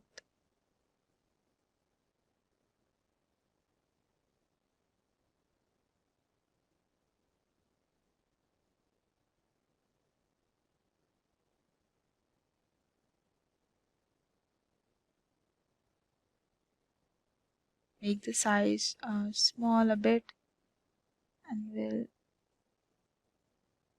insert one more picture, and it will be the logo of the company that we are going to put over here. We will minimize it, we can resize it, we can keep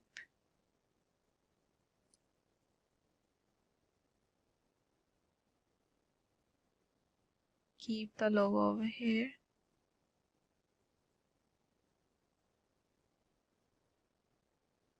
Now next, then I'm also going to grab the tagline over here. So I'll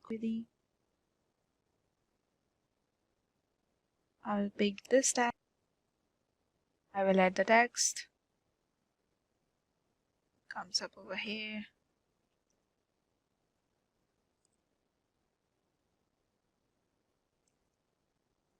Okay, I'll make it small in size.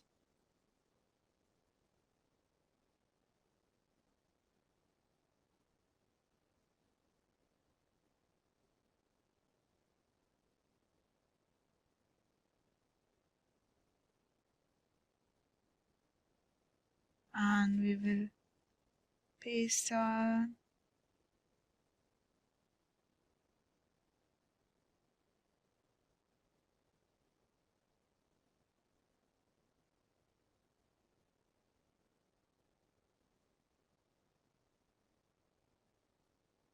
And finally, let's grab a call to action which says shop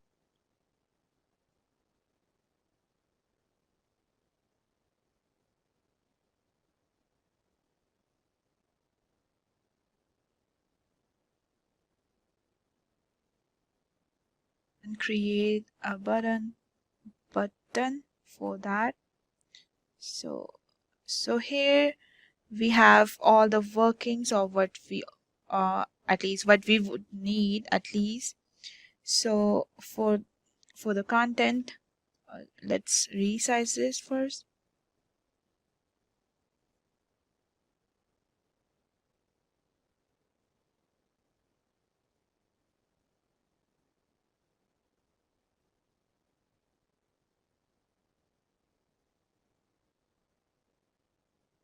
Now we will add we need to add the image itself. So instead of just having a browse to stock images or anything like that, we actually had our images either done inside of the photoshops that we have done before as from the Midjourney as well as. So I'm going to just drag the image and I'm going to change the image, and it should be here. I've already downloaded. No, I have to upload it.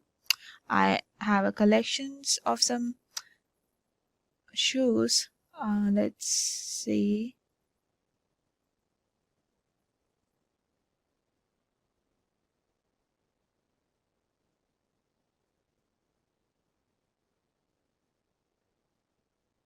And I will just install one. I'll upload this picture.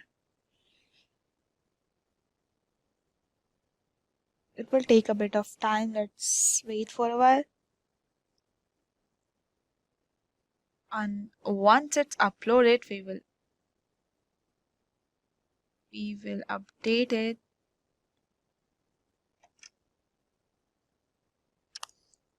And we'll edit it.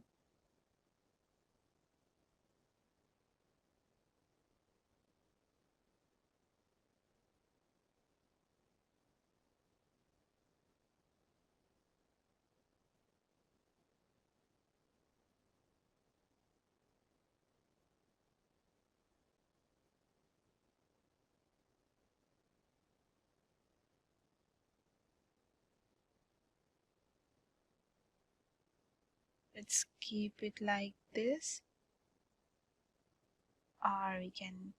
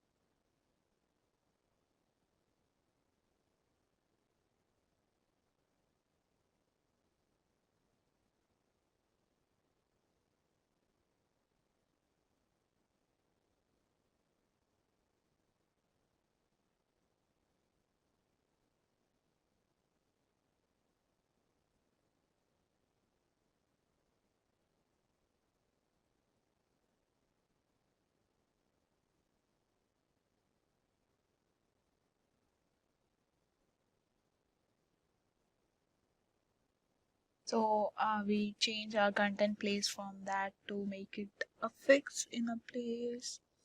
So here we can change this also pretty well.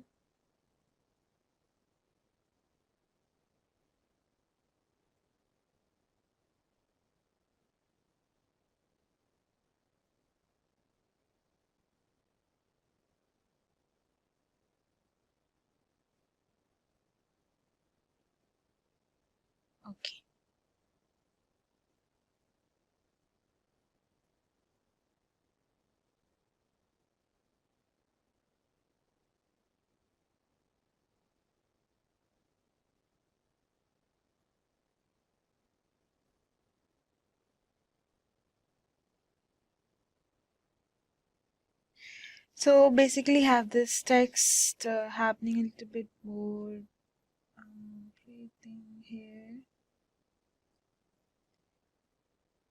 We have seen how we can resize it from this scroll bar, and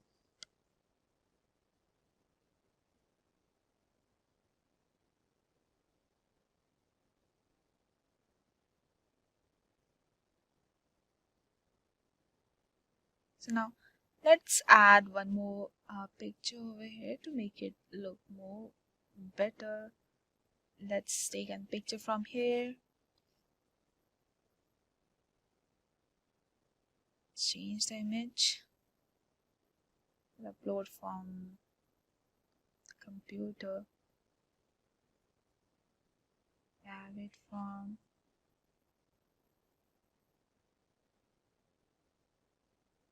no. We will upload it again. Sorry.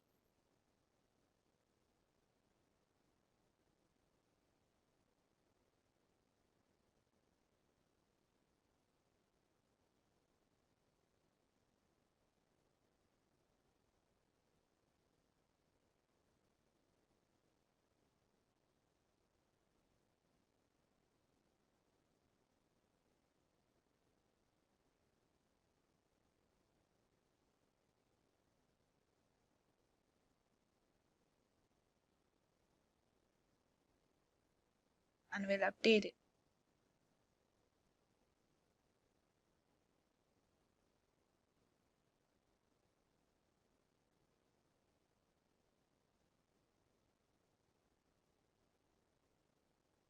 Let's resize it.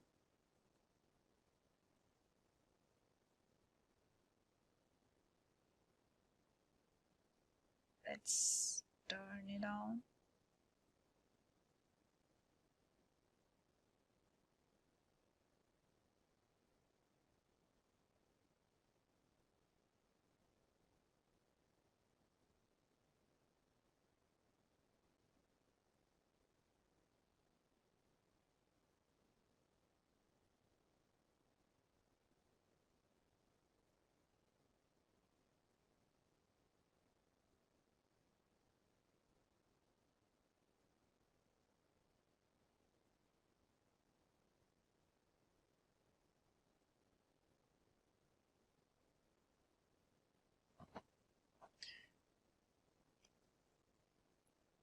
Let's make a taskbar for the top most of the screen.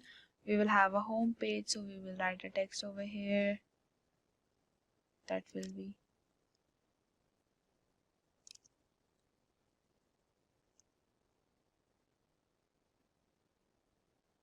let it make it small a bit in size.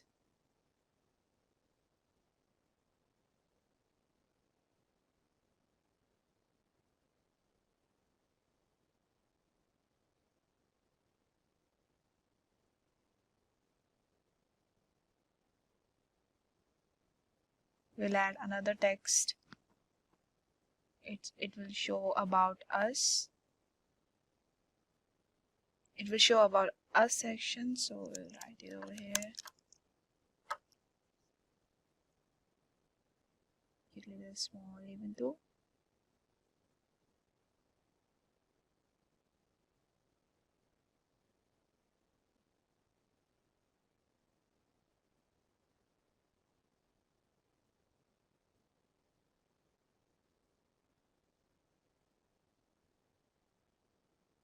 Let's make same size.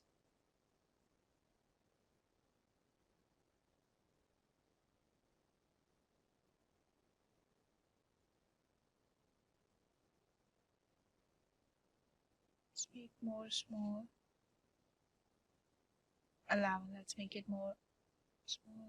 Like 11. Okay. The next session will be services.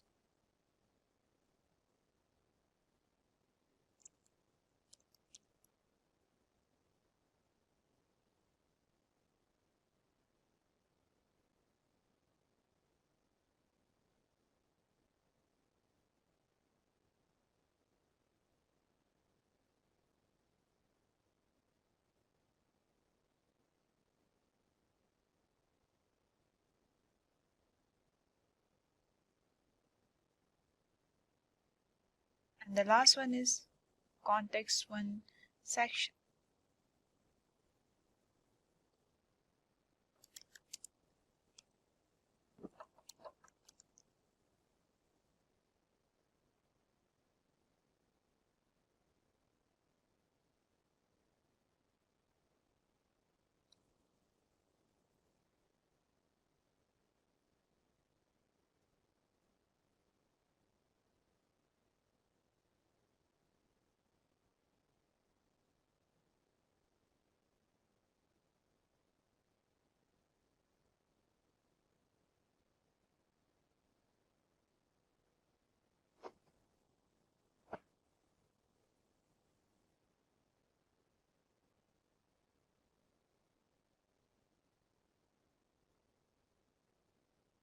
One more option is there.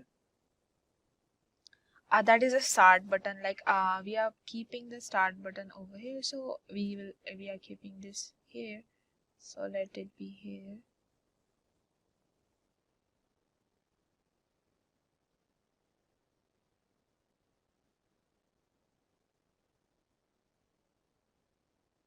Yeah.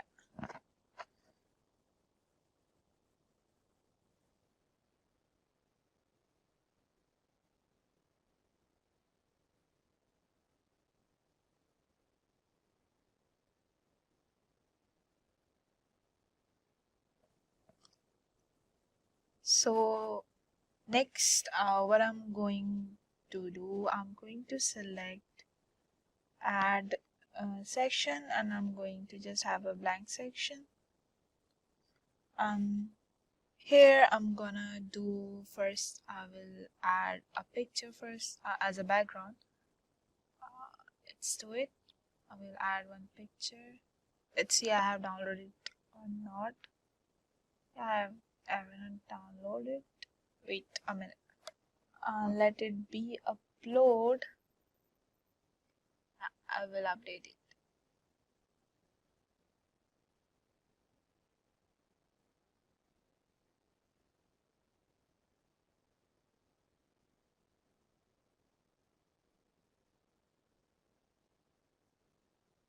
Let it be a whole page.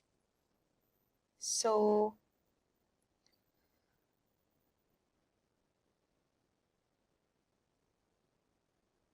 let's add the pictures now for another shoes. Change the picture.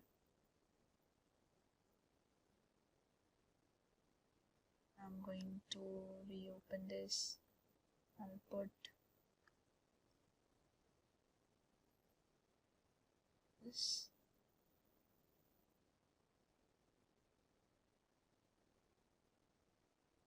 Okay, I'll update it to add it.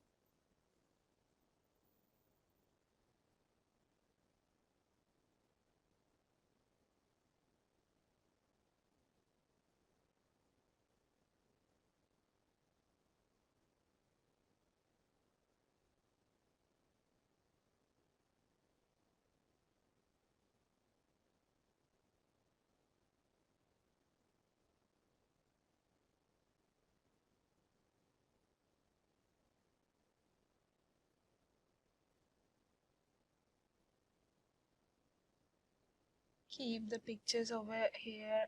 Like similarly, we will upload 3 pictures over here.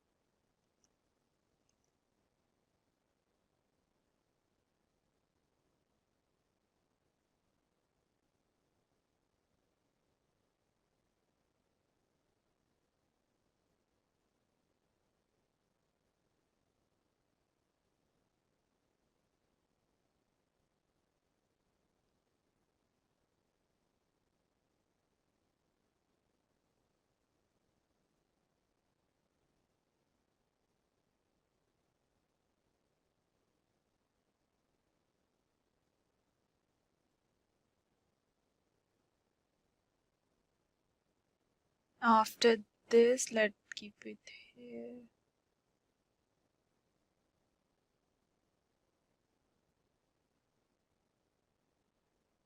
Let's keep this here.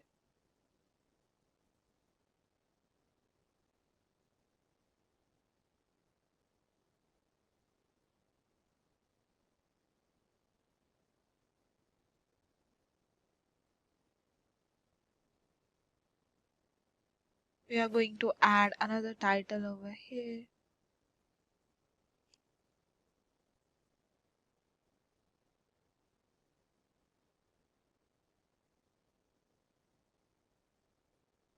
Click to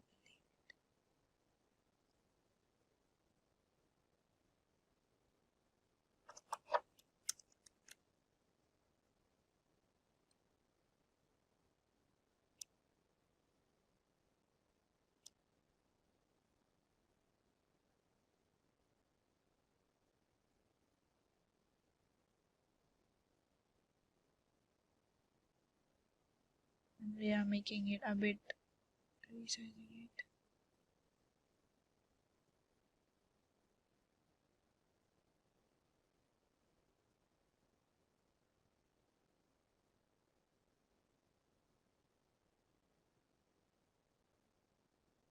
We will change the font for this.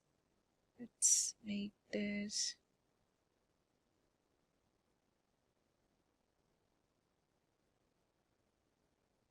after this, we will start editing the features of the shoes. Let's go to ChatGPT.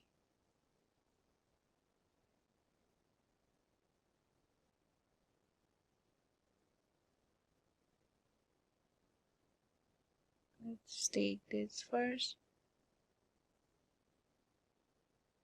Paragraph.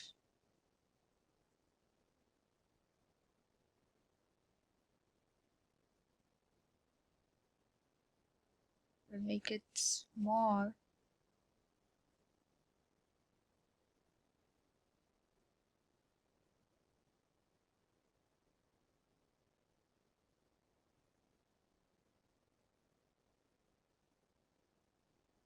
We make it bold.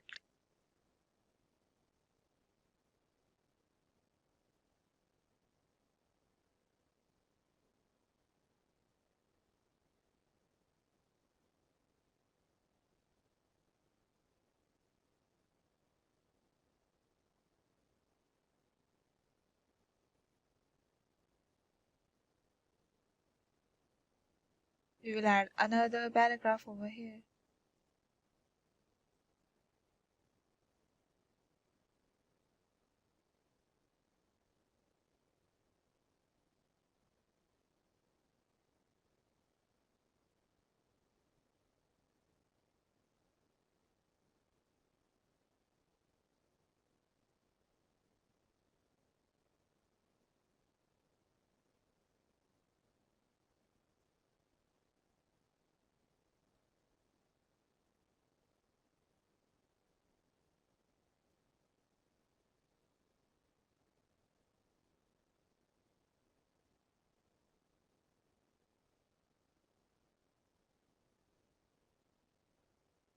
Similarly, we will make it for this also.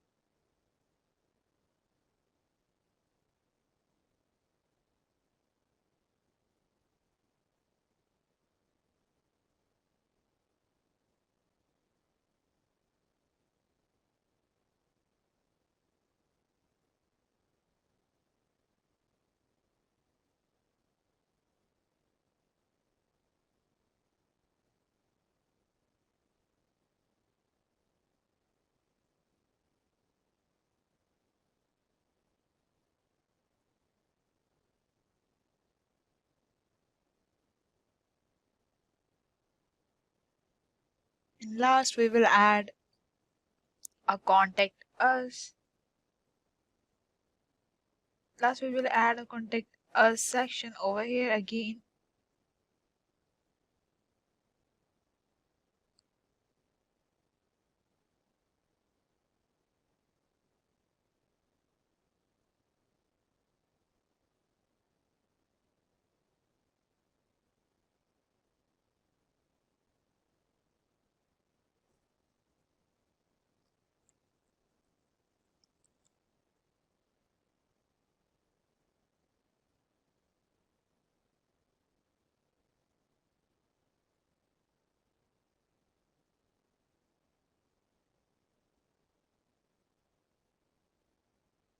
So this is the final output of ChatGPT, or how we use ChatGPT and AI art for our UI and UX design to create a website or a web page or the land page for the shows.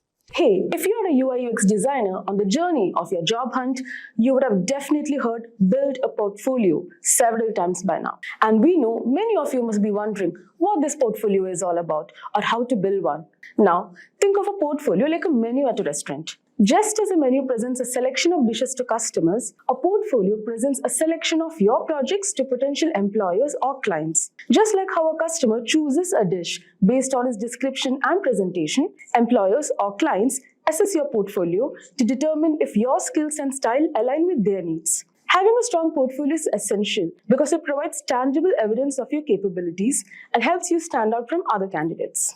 It allows you to showcase your unique strengths and experiences, making a compelling case for why you are the best fit for a job or project. So in this video from Simplilearn, you will learn what portfolio building is and how to create the best portfolio that can land you your dream job. And if you want to learn to make portfolio websites like these in a super easy way, stay with us till the end of this video. So as already mentioned, portfolio is basically a file that contains a collection of your best works to be presented to your employer or client. So make sure you don't stuff your portfolio with all the work that you have done. Only keep the ones that you consider your best work, which you are confident about, and where you have portrayed your strengths. Now you have to present your projects in the form of case studies. So case study is basically a summarized explanation of your project, where you will mention the goals, objectives, the research methods you have used, how you found the solution, and finally, the result.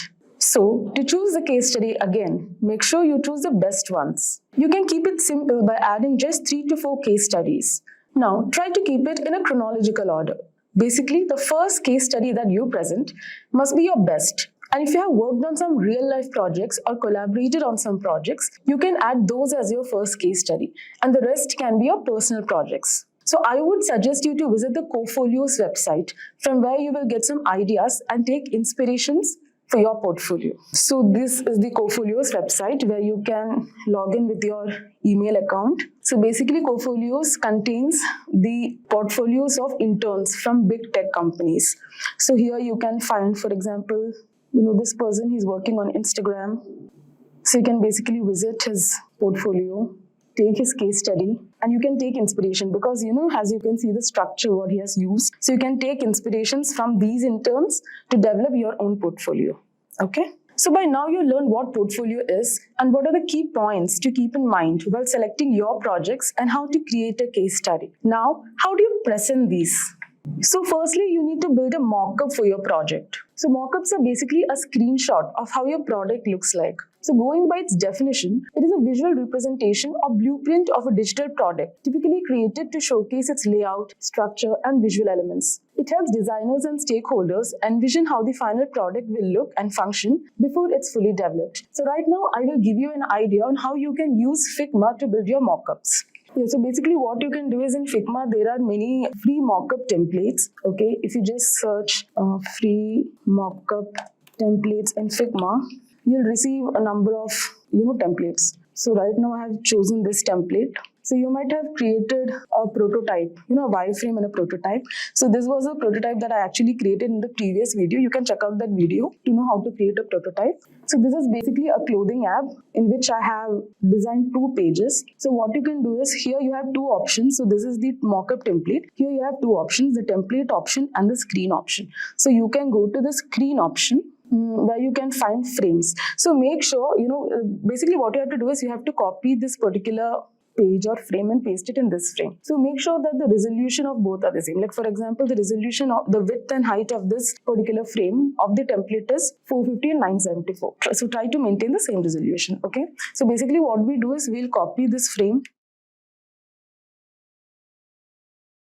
We'll paste it over here. So this is my first page. Now you'll copy the second page and paste it in the second frame. Yeah. So now you have to take the template option where you can actually, view your templates. So this is how your templates are arranged. Now there are so many options like single screen template, double screen, triple screen. So right now I just have 2 pages for my app. So I can go to double screen template. So if you zoom, so these are the templates.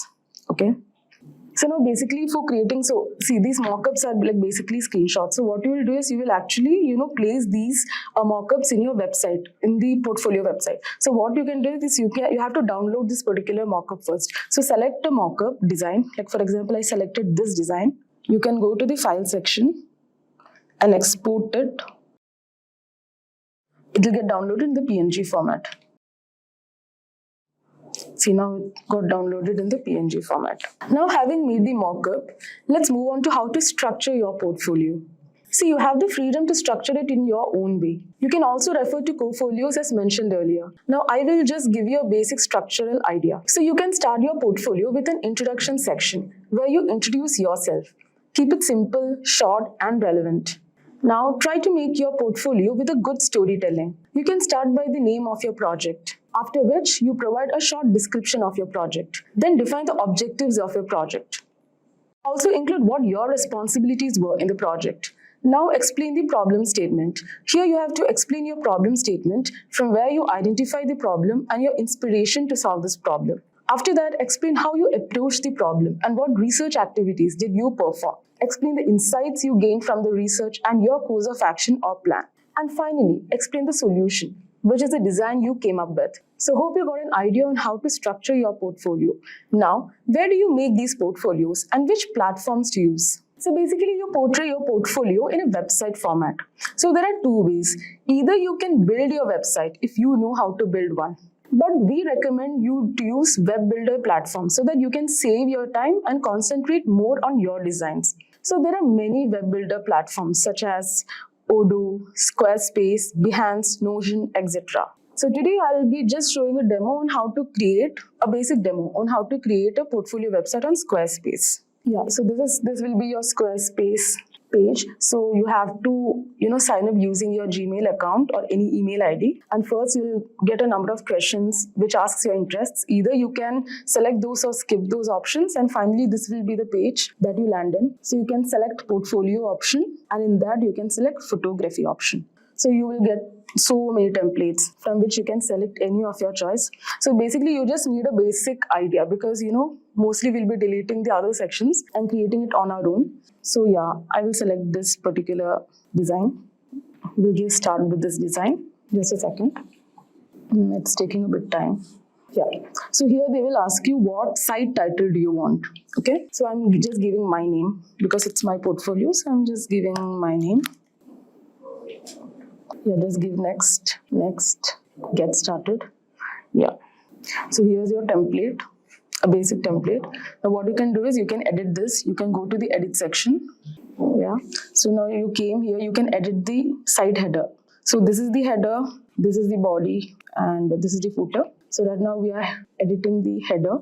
You can actually add elements. See, for here, right now we have work, inquire, and about. So if you want, you can add elements. Like if you want to add your social media links, you can just, press this button where you can actually add a social media link, like let it be Instagram, Facebook, or anything of your choice. So this is how you can add elements, or you can delete elements in a header. Now we'll go to the body. We'll create our own body so that we'll remove all these sections now.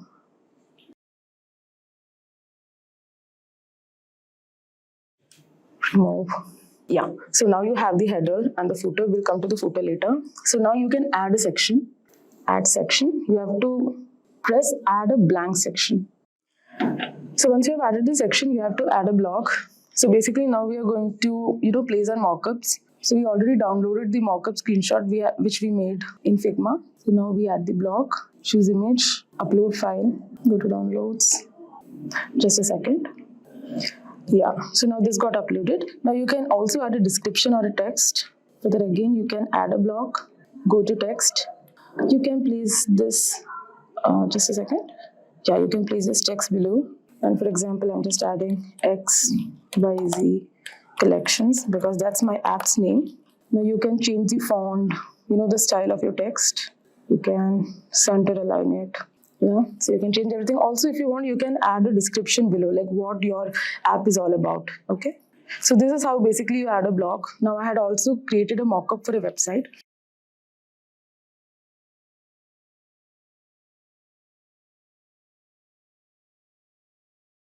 Upload file. So this is basically how you add your mockups in an image format. Okay, and again you can give a description about how I gave it here. So this is how you can actually design the body of your website's page. You can use your own creativity. I've just given you a basic idea on how to use the options. So our header is done, our body is done. So now we'll come to the footer. We'll edit the footer. Basically we don't want this. You know what, we'll remove the whole footer section itself. Yes, now we'll add a footer. Now there are so many templates that you can use, right? So let me just go through. Yes, so I'll use this. Okay, there is an about section, contact section, follow section, a social media section. Also, if you want to, even here you can add a text or an image. Yeah, so here I've added a text. Maybe I can just paste this.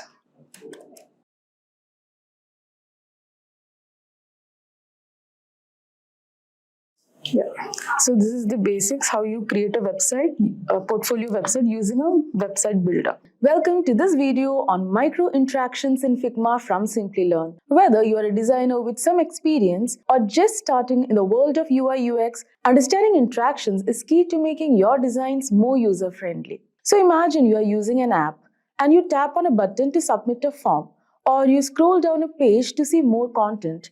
So these are examples of interactions. Basically, the ways users engage with the element on a website or app.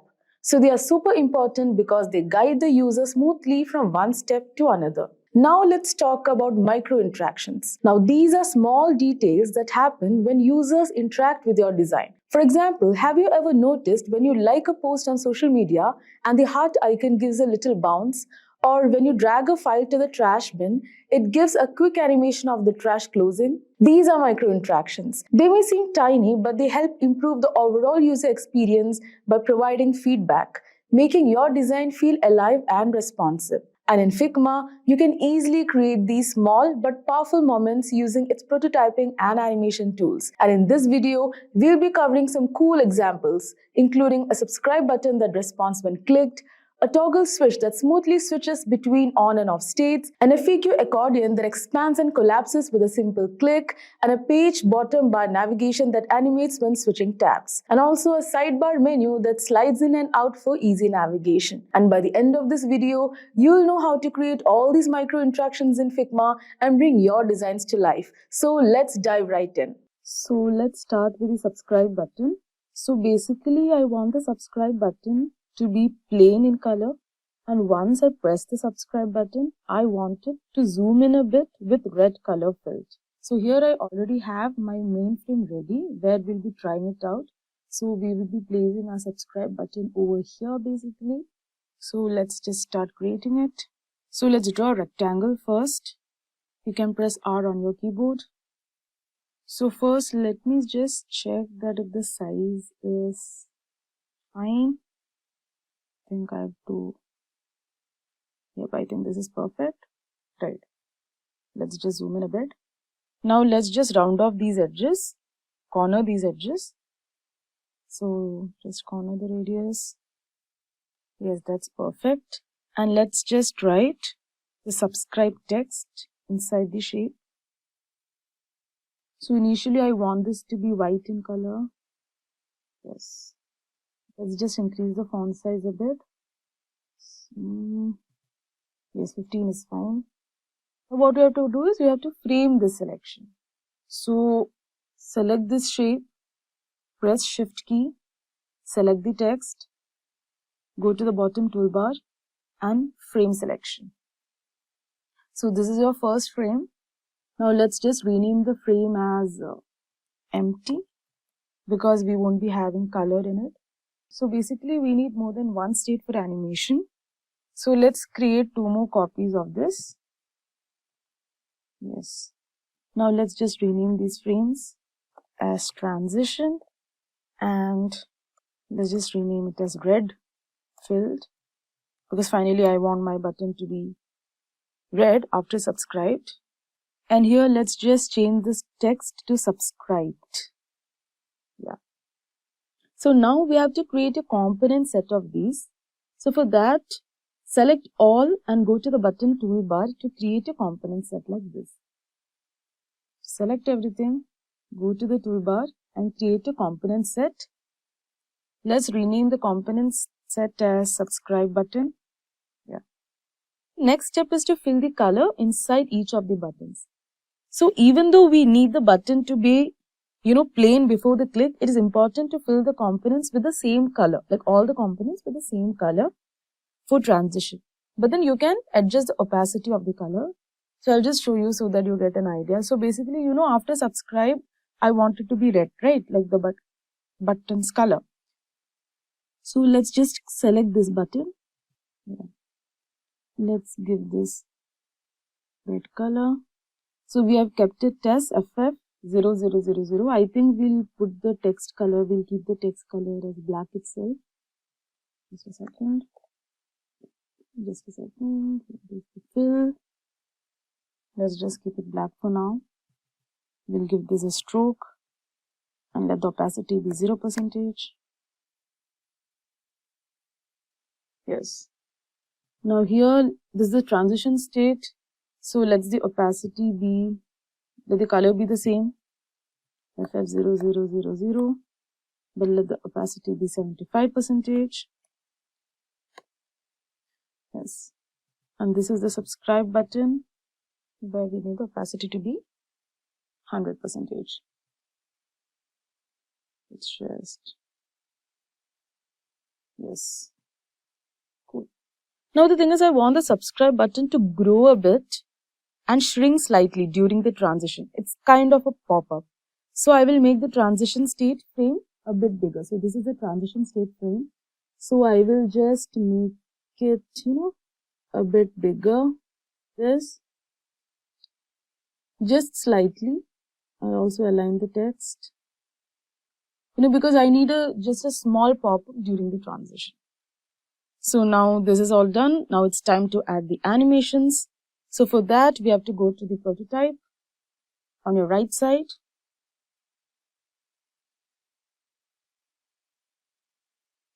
And now let's add the flows between the suggested plus signs. So let's edit the first flow. So here we want on click because we'll be clicking the subscribe button, and on click it will change to the transition state. We need smart animation. Now there are so many options here. So select smart animate. We need ease in and ease out of around, I think 200 milliseconds is enough. Yes. Now let's draw the second flow. Now the second flow, we don't want it on click because, we'll click the subscribe button only once.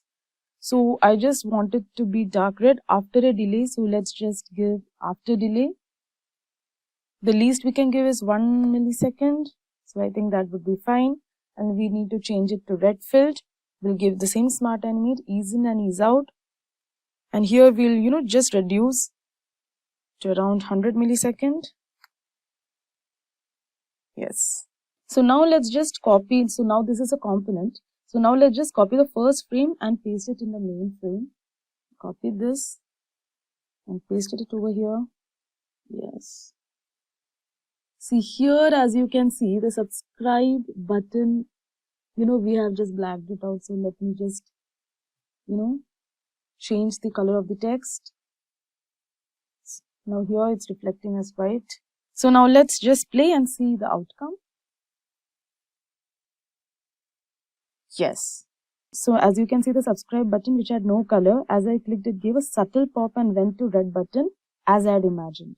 So this is pretty cool. So this is how, you design a subscribe button or a like button, for example, or a save button, etc. So now let's move on to create a toggle switch. So basically, I want to create the toggle switch for this particular alarm. So as you can see, my main frame is ready and we'll be adding the toggle switch over here. So let's do it.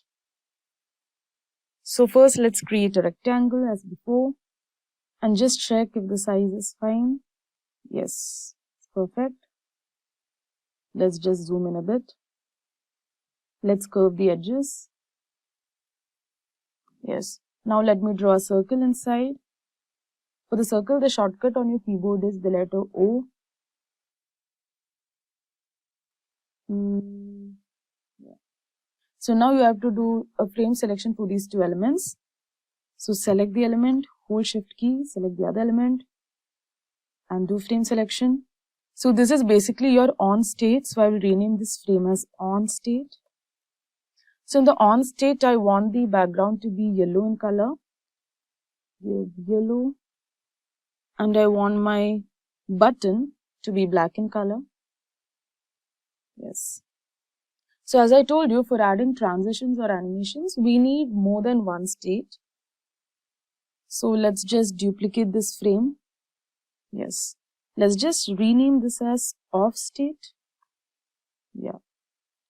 Now in the off state, my button would be here. I think the placement is fine. Yeah.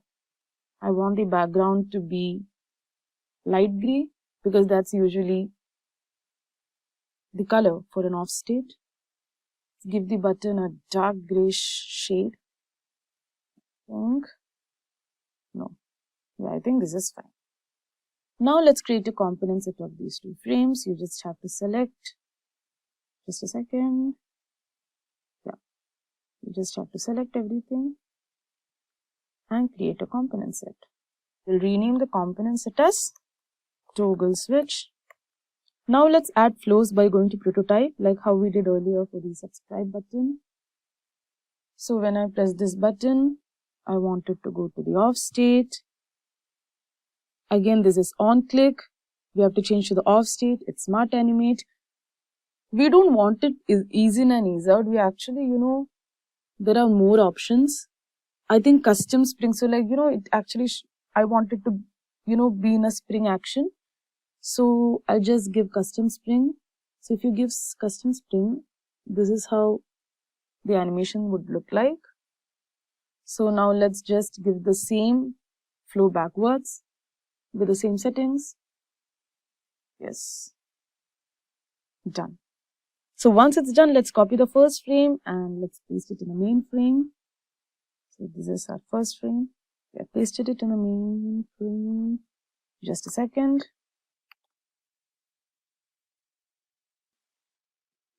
So as you can see, it works and it gives a smooth transition for toggling switch. So now let's create an FAQ accordion. So this is basically the FAQ model seen on Google. So where we'll press the question and the answer comes in a drop-down menu. So let's create that one. So first let's create a rectangle and then let's, write a question inside the box. What is UI UX design? The text is not visible, so let's just first change the text color. Just increase the size to 20, or I think 25 would be fine. Let's just align it. Yes. So now let's do frame selection for these two objects, like for the rectangle and the text. So as you might have seen, the basic steps remain the same for creating micro interactions.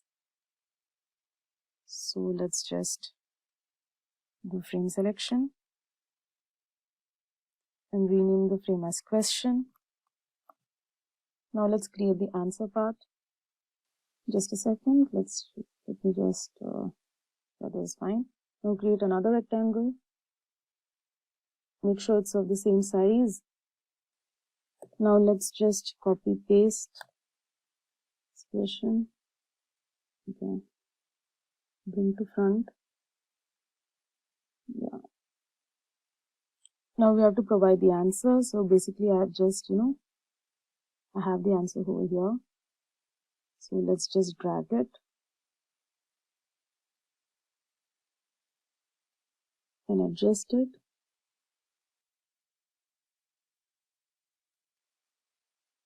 Let's just frame select these two. This question, this frame, let's rename it as answer. Now let's create a component set of these two by selecting everything. Let's rename the component as FAQ. Now let's add the animation. Go to prototype. It will be given smart animate with easy in and out. Same backwards. Yes. Now we'll select this particular frame. Copy it to the main frame. Let me just adjust the frame size. Now let's just play and see how our FAQ section looks like. This is pretty cool. So this basically looks how an FAQ section looks like a Google search page, isn't it? See how easily we made this transition. So now next, let's see how to create the sidebar menu that we usually see in apps. So I'll first show how I want it to be so that you will get an idea. So yeah, basically I want my animation to look somewhat like this. So first we'll be having the main page, and when I click a button, I just wanted to zoom in a bit, and the next page should appear. So let's see how this is created. So here I've already selected 2 frames. So first we have to create a frame. So let me just check out the resolution of these screenshots. Okay, it's 461.29. This height is 998.85. Yes. So we have created a frame of equal size, and now we have to layer the 2 images one by one inside the first frame. So make sure that the sequence of the frame that you layer is correct. So the thing is, basically I want this as my first frame. Like while I'm using the app, I want this as my first frame, and I want this to zoom in a bit while I click a certain button. So the second page that I want, we kept here.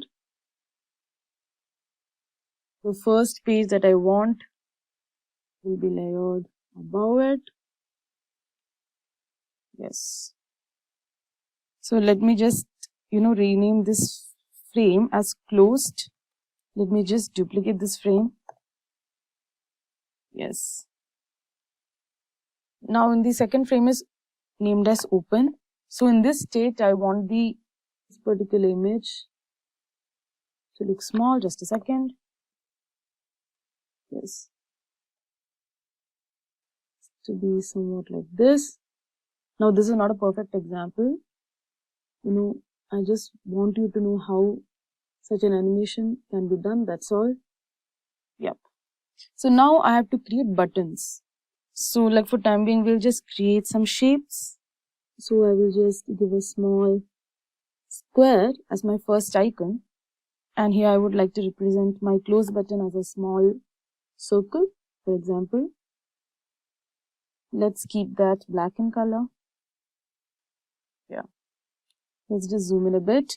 Now we have to edit or, make animations for these particular shapes. So let's just do that. Again, create a component set of these two. Now let's just prototype it. Same, we need on-click, smart animation, ease in and ease out. Same goes for the other way around. Yes. Now I'll be placing this button over here. Maybe over here. Let's just consider this, as the menu button or whatever. And let's just take this circle and place it in this particular page where you'll be using this as a close button. Let's just place it over here. Now let's just prototype these two.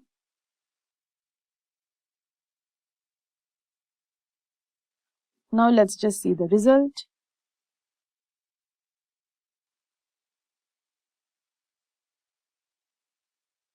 This is amazing. So this kind of looks like a complicated animation, but see how easy it was to create. So, you can experiment more on this. This is just a basic example. You can experiment more on this. Now, finally, let's create the page bottom bar navigation. So basically the, bottom bar that you find on apps. So I'll just show you the result first itself so that, you'll get an idea of what I'm going to create. So here we have the home, the profile, the search, and the settings. So basically when I, press profile, I want such an animation. When I press search, I want such an animation. When I press home, I want such an animation. So this is what we are going to create now. Yes, so here I have already got my icons ready. I hope it's visible to you. So first let's create a frame. And now let's draw 4 rectangles and curve them. And then we have to place them in equal spacing. Yes. Let's just do it quickly. Yes. So as you saw in the example, first I have the home button. Let me just copy it here. Let me just paste it here. Just a second. There is some issue. Yes. This is my home. I can just bring it here like this. This is my search. This is my settings. Now I'll just duplicate these frame 4 times. Let me just bring it down. It's going and getting pasted over here. So let's just align them linearly so that it's easy to edit. One more. Yes. So right now we have 4 frames. Let's zoom in a bit. So as you saw initially, I want my home to be red in color and the text too. And I want to place this over here. Okay. Now let me write the text over here. And I want this to be red in color. The color was FF0000%. So as we have discussed during the subscribe button also, so while coming to the next one, I actually don't want a color, but I have to give the same color for the next frame also, but you just have to adjust the opacity. So I'll just give you an example. For example, while I'm in the home page, I want this button to be red in color and I want it to be written as home, right? Now this is basically for our profile page. So here what I'll do is, here also for the button I'll just give the same color, but the opacity will be 0%. Okay, but so as you can see, it's still there, but the opacity is 0%. Likewise here, I want it to be profile. Just change this first. Yeah.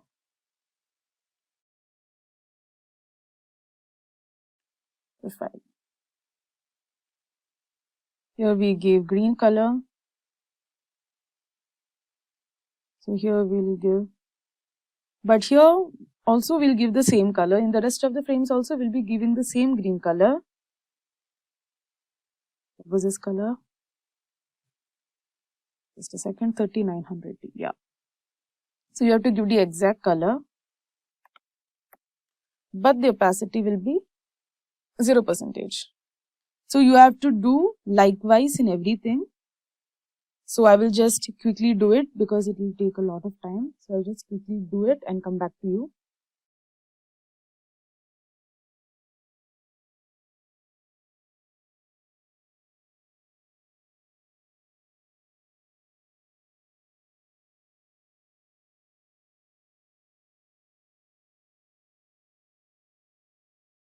So once that's done, we can now give the animations. So let's go to prototype. So when I want the profile section, it must go to this. It's smart animate, ease in and ease out. From here also we'll go to the second frame. So all the profiles while clicked should go to the second frame. Now all the home, for example, while clicked should go to the first frame. So follow this pattern and draw flows for each of the icons. I hope you understood. Like for example, the search button, like whichever search button they press, they have to go to the third frame. So you can draw the flow from each of the frames to the third frame.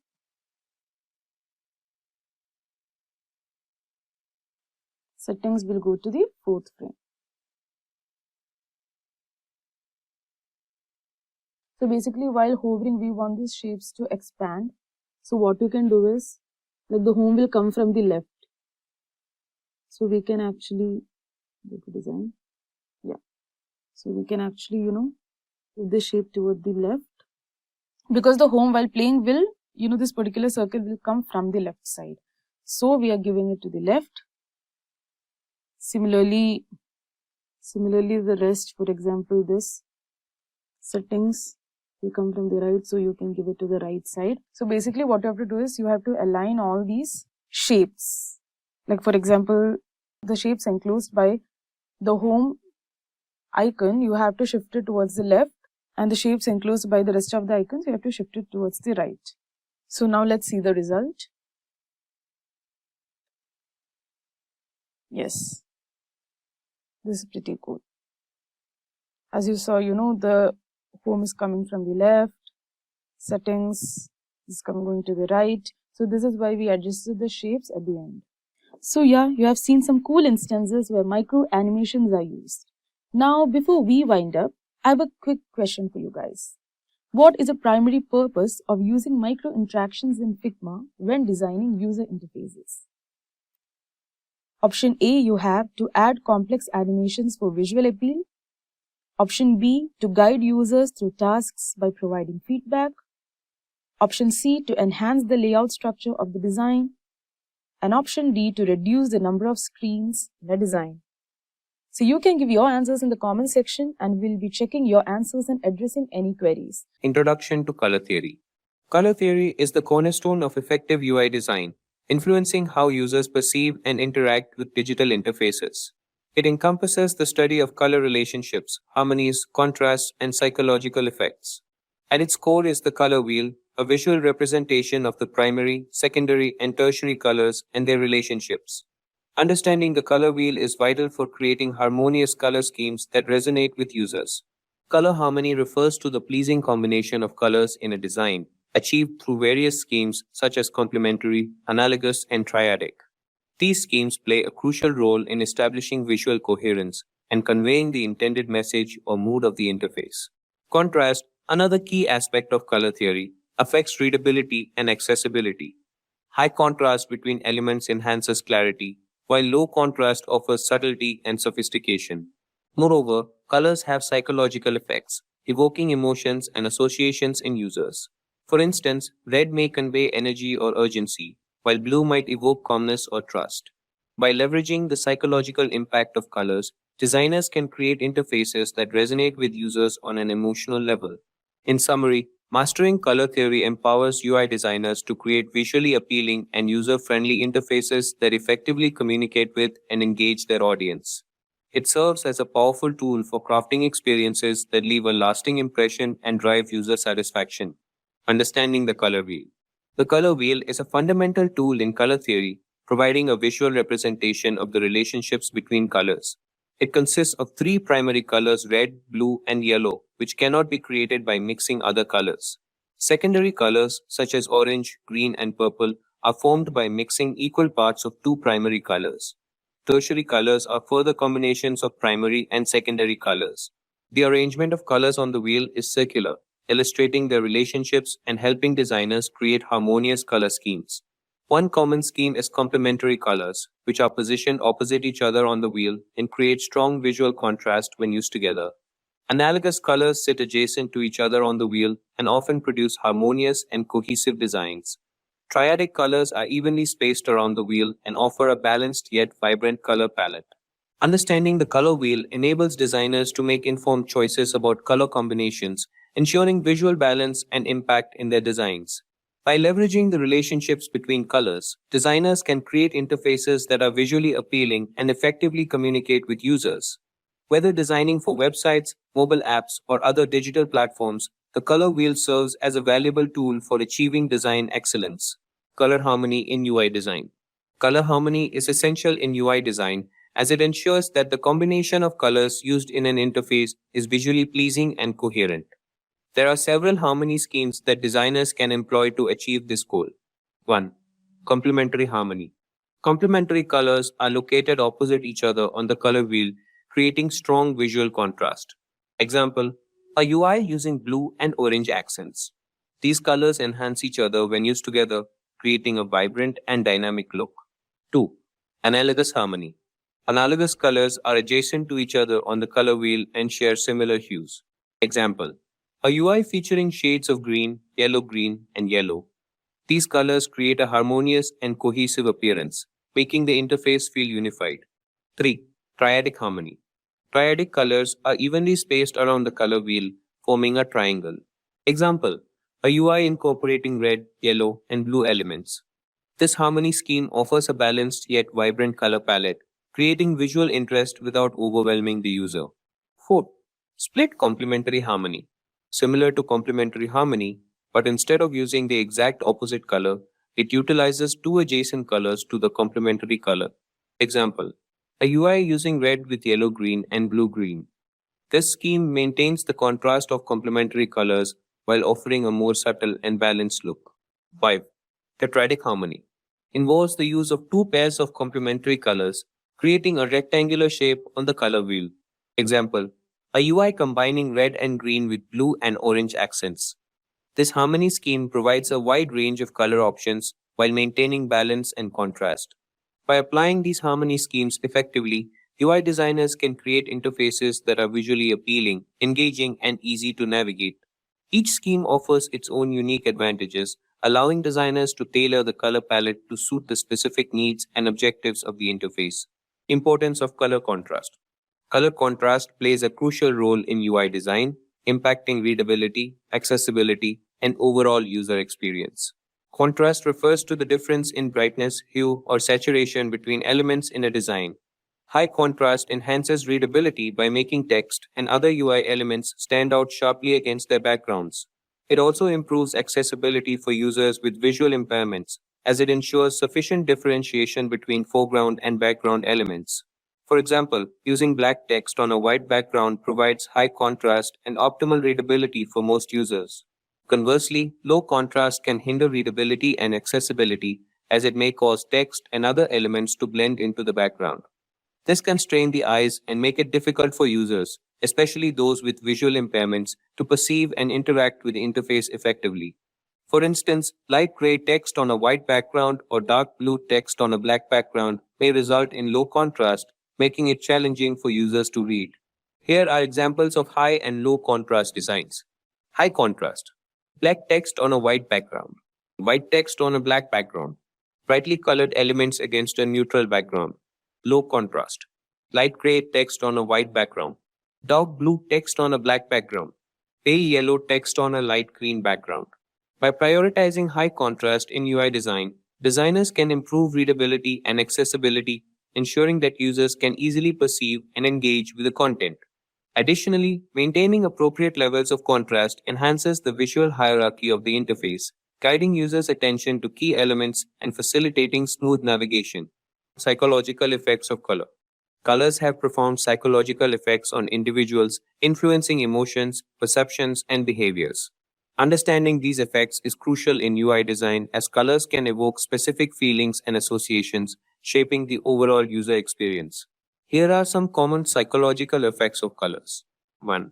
Red. Associated with energy, passion, and urgency. Often used to evoke excitement or draw attention to important elements. Can also signify danger or warnings. 2. Blue. Symbolizes calmness, trust, and stability. Frequently used to create a sense of security and professionalism. Can evoke feelings of tranquility and relaxation. 3. Yellow. Represents optimism, happiness, and warmth. Often used to convey positivity and cheerfulness. Can stimulate mental activity and enhance creativity. 4. Green. Symbolizes nature, growth, and harmony. Associated with health, freshness, and environmental awareness. Often used to promote relaxation and balance. 5. Purple. Signifies luxury, creativity, and spirituality. evokes a sense of sophistication and mystery, can convey royalty and extravagance. 6. Orange represents enthusiasm, warmth, and vitality, often used to create a sense of excitement and energy, can stimulate appetite and draw attention. 7. Black symbolizes elegance, power, and formality, often used to convey sophistication and authority, can also evoke feelings of mystery or seriousness. 8. White represents purity, simplicity, and cleanliness, creates a sense of spaciousness and openness, often used as a background color to enhance clarity and contrast. Picture this. You are trying to open a door while carrying a bag of groceries in one hand and your phone in the other hand. A familiar situation, right? Well, human-centered design is all about making life easier in moments like these. Think of those automatic doors at the supermarket that magically slide open as you approach, freeing up your hands to handle your shopping. That's the power of designing with keeping people in mind. Human-centered design is like making stuff that fits people perfectly. You figure out what they like and need, using things like interviews and observations. Then, you use that information to make something that's easy and enjoyable for them to use. It's all about putting the user first and making sure what you create works great for them. So, in this video from Simplilearn, we will discuss about human-centered design process. We will give you a complete picture of all the aspects of HCD. From how it evolved to its principles, phases, and real-life applications, we got you covered. Human-centered design process. Human-centered design focuses on crafting solutions that align with people's needs and behaviors, making their lives simpler and more enjoyable. Let's first look into the history of human-centered design. Human-centered design has come a long way since its beginnings in the 1960s, when it was all about making military equipment safer and easier to use. This focus on understanding how people interact with the environment soon spread to consumer products. In the 1980s, pioneers like Donald Norman emphasized the need for designs that are intuitive and user-friendly, which gave rise to user-centered design. Today, HCD principles are essential across various fields including technology, healthcare, consumer products, public services, and education. Companies like Google and Apple prioritize user experience in their products, and sectors like healthcare and urban planning use HCD to create more accessible and inclusive services. This evolution highlights HCD's importance in crafting solutions that are not only effective and enjoyable, but also sustainable by keeping the needs and experiences of users at the forefront. So, what are some of the key principles to keep in mind while implementing a human-centered approach? Prioritize people. Always focus on individuals who will be using your product and consider their unique needs and circumstances. Remember, your goal is to create something that helps them achieve their objectives more effectively. Identify the core problem. It's essential to pinpoint the underlying issue rather than just addressing its symptoms. By tackling the root cause, you can prevent recurring issues and create more impactful solutions. Consider the whole system. Keep the broader user journey in mind, even when working on specific aspects. By understanding how each part fits into a larger picture, you can create more cohesive and seamless experience. Start small, iterate often. Instead of diving straight into complex solutions, start with simple interventions and continually refine them through iterative testing and prototyping. This approach allows for gradual improvement and ensures that your solutions truly meet the needs of your users. Now, there are 6 phases in the process of HCD, which are as follows. Empathize. This phase is about understanding the people you are designing for. It involves gathering insights into their lives, needs, and challenges. You can interview potential users to understand their experiences and needs. Observe users in their environment to see how they interact with existing solutions and uncover unarticulated needs. Collect quantitative data from a larger user base to identify patterns and common issues. Define. In this phase, the insights gathered during the first phase are synthesized to define the core problems and challenges. Create detailed profiles of typical users to represent different user types. Map out the user's journey to identify pain points and opportunities for improvement. Develop a clear problem statement that encapsulates the user needs and challenges to be addressed. Next, ideate. This phase involves generating a wide range of ideas and potential solutions. Conduct sessions to generate a large number of ideas. Draw simple sketches to visualize ideas quickly. Use mind maps to explore different aspects of the problem and potential solutions. Create storyboards to illustrate how solutions might be used in real-life scenarios. Next, we have prototype. Develop representations of the ideas to explore their viability. Create low fidelity prototypes, which are simple and inexpensive versions of the product, like paper sketches, wireframes, etc. You can also create high fidelity prototypes, which are more detailed and functional prototypes that closely resemble the final product. Build mockups like visual models to test look and feel. Use tools to build interactive versions of digital products. Test. Evaluate the prototypes with real users to gather feedback and insights. Observe users interacting with the prototypes to identify usability issues. Compare different versions of the prototype to see which performs better, and collect feedback through interviews, surveys, and observation. Refine the prototypes based on their feedback and test again. And the last, we have implement. Bring the final solution to life and ensure it meets user needs. Translate the final prototype into a finished product or service and deploy the product or service to the market. Then monitor user feedback and performance metrics to ensure the solution continues to meet user needs, and also make ongoing improvements based on user feedback and evolving needs. So, a human-centered design approach can greatly improve our UI UX by focusing on the real needs and behaviors of the users. By understanding what users want and how they interact with the product through research and feedback, designers can create interfaces that are more intuitive and enjoyable to use. Regular testing and refining based on user input also ensure that the product continually meets their needs effectively. So we hope by now you got a clarity on what a human-centered design approach is and how the ways and processes to achieve it. Now, let's see some real-life examples of how brands applied HCD process to enhance their UI UX. First, let's see an example from IDEO, which is a global design and innovation company. So, IDEO was asked by a medical device company to design a data entry tool for nurses during a specific procedure. So, the client envisioned a sleek, futuristic gadget similar to iPad that required two hands to operate. However, when the IDEO team observed the medical procedure, they noticed a critical detail. Patients were anxious and scared as they were into surgery, and nurses would often hold their hands to comfort them, and an essential human interaction the client has overlooked. Realizing a two-handed device wouldn't work, IDEO brainstormed and developed a one-handed device with a thumb scroll, which looks like this, allowing nurses to input data while still holding the patient's hand. Although it wasn't as cool as the client's original idea, it was far more practical and empathetic.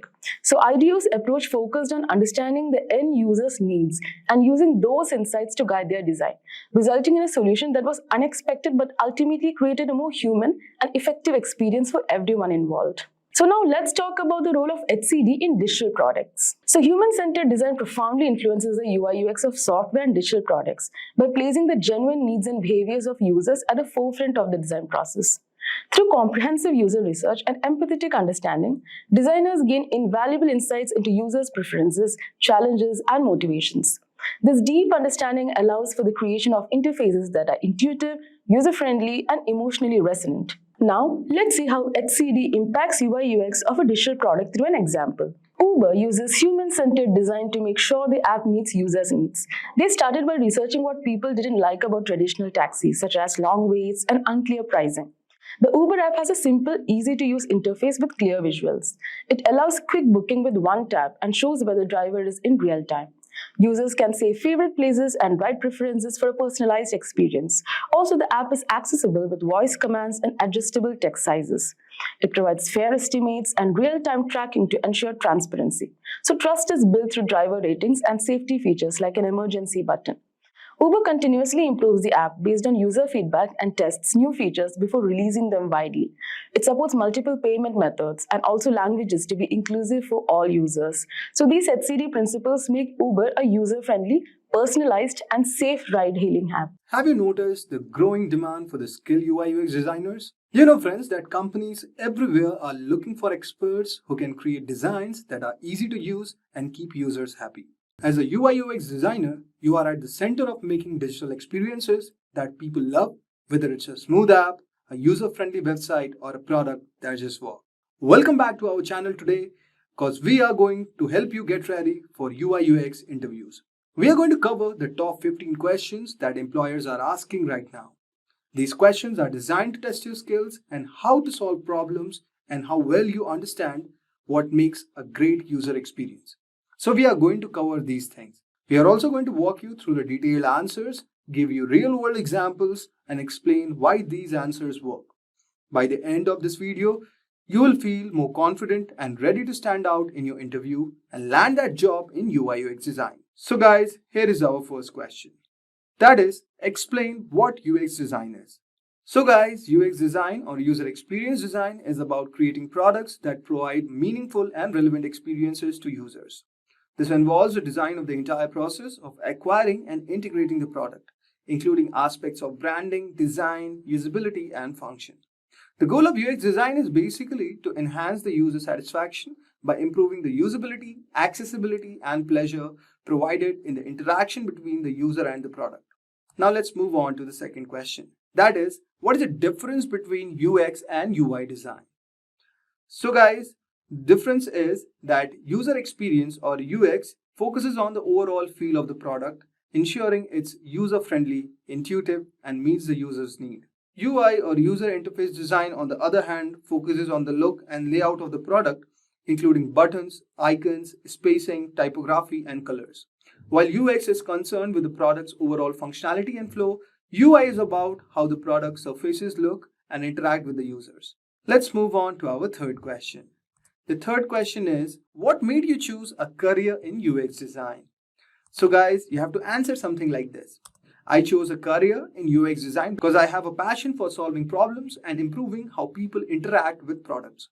My background in psychology gave me insights into human behavior, and I wanted to apply this knowledge to design digital experiences that are both intuitive and enjoyable. The blend of creativity, empathy, and technical skills in UX design is what drew me into this field. Now, let us ask the next question. So, sometimes an interview can also ask you that what are the skills which is essentially required for UX designer, and tell about those skills and tell about that do you have those skills or not. So it's a very basic question and could be asked for freshers. So you have to answer something like this, that essential skills for UX designers include user researching, wireframing, prototyping, and usability testing. Additionally, strong communication skills are also very important for collaborating with stakeholders and developers. A good understanding of information architecture and interaction design is also crucial. Okay, so you have to answer something like this. Basically, this is very rare that some interviewer is going to ask this, but if someone asks you, like, what do you think about this job role? What skills this job role requires? Can you tell or elaborate? Then you can answer something like this. Basically, it's just asked to freshers. So guys, the next question is, what are the responsibilities of UX professional? So guys, the main responsibilities of a UX professional includes conducting user research, creating user personas, and designing wireframes and prototypes. They also perform usability testing, gather feedback, and iterate on designs. Additionally, UX professionals collaborate on UI designers, developers, and product managers to ensure that the final product aligns with both user needs and business goals. Now let us move on to our next question. Those are the intermediate level questions. So someone can ask you something like this, that how do you complete the research process before creating a UX design? So guys, the research process typically begins with understanding the business goals and user needs. So say like I start by conducting stakeholder interviews, user surveys, and competitor analysis. Then I gather qualitative and quantitative data through user interviews, surveys, and analytics tools. Based on this data, I create user personas and journey maps, which guide the design process. This comprehensive research ensures the design is user-centered and aligns with the business objectives. I hope so. You would have got a brief idea like how you can answer this question. Now let us move on to our next question. That is, what's your top UX skill and its impact? So guys, you can say something like this. My strongest UX skill is user research, and I'm able to gather and analyze data effectively, which allows me to deeply understand user needs and pain points. The skill has been instrumental in my ability to design solutions that truly resonate with users. For instance, in a recent project, my research led to a redesign that significantly improved user satisfaction and reduced drop-off rates by 20%. Now let us move on to our next question. Which skills do you need to refine as a UX designer? So you can say something like this, while I'm confident in my research and prototyping skills, I believe there's always room to refine my visual design skills, especially in terms of mastering the latest UI design tools like Figma and Adobe XD. Additionally, I'm working on improving my data analysis and skills to better interpret user analytics and integrate those insights into design processes. So guys, you can say something like this for this question. Now let us move on to our next question. That is, name 2 important trends in UX design. So you can answer something like this. 2 important trends in UX design are increasing emphasis on accessibility and rise of voice user interfaces. Accessibility is becoming priority as designers strive to create inclusive experiences for all users, including those with disabilities. Voice interfaces are also gaining popularity, driven by the growth of smart speakers and voice assistants, which require a different approach to designing user interaction. Now let us move on to our next question. That is, do you have to go to inspirational resources to help your design processes? So you can say something like this. Yes, I regularly turn to design communities like Dribble and Behance for inspiration.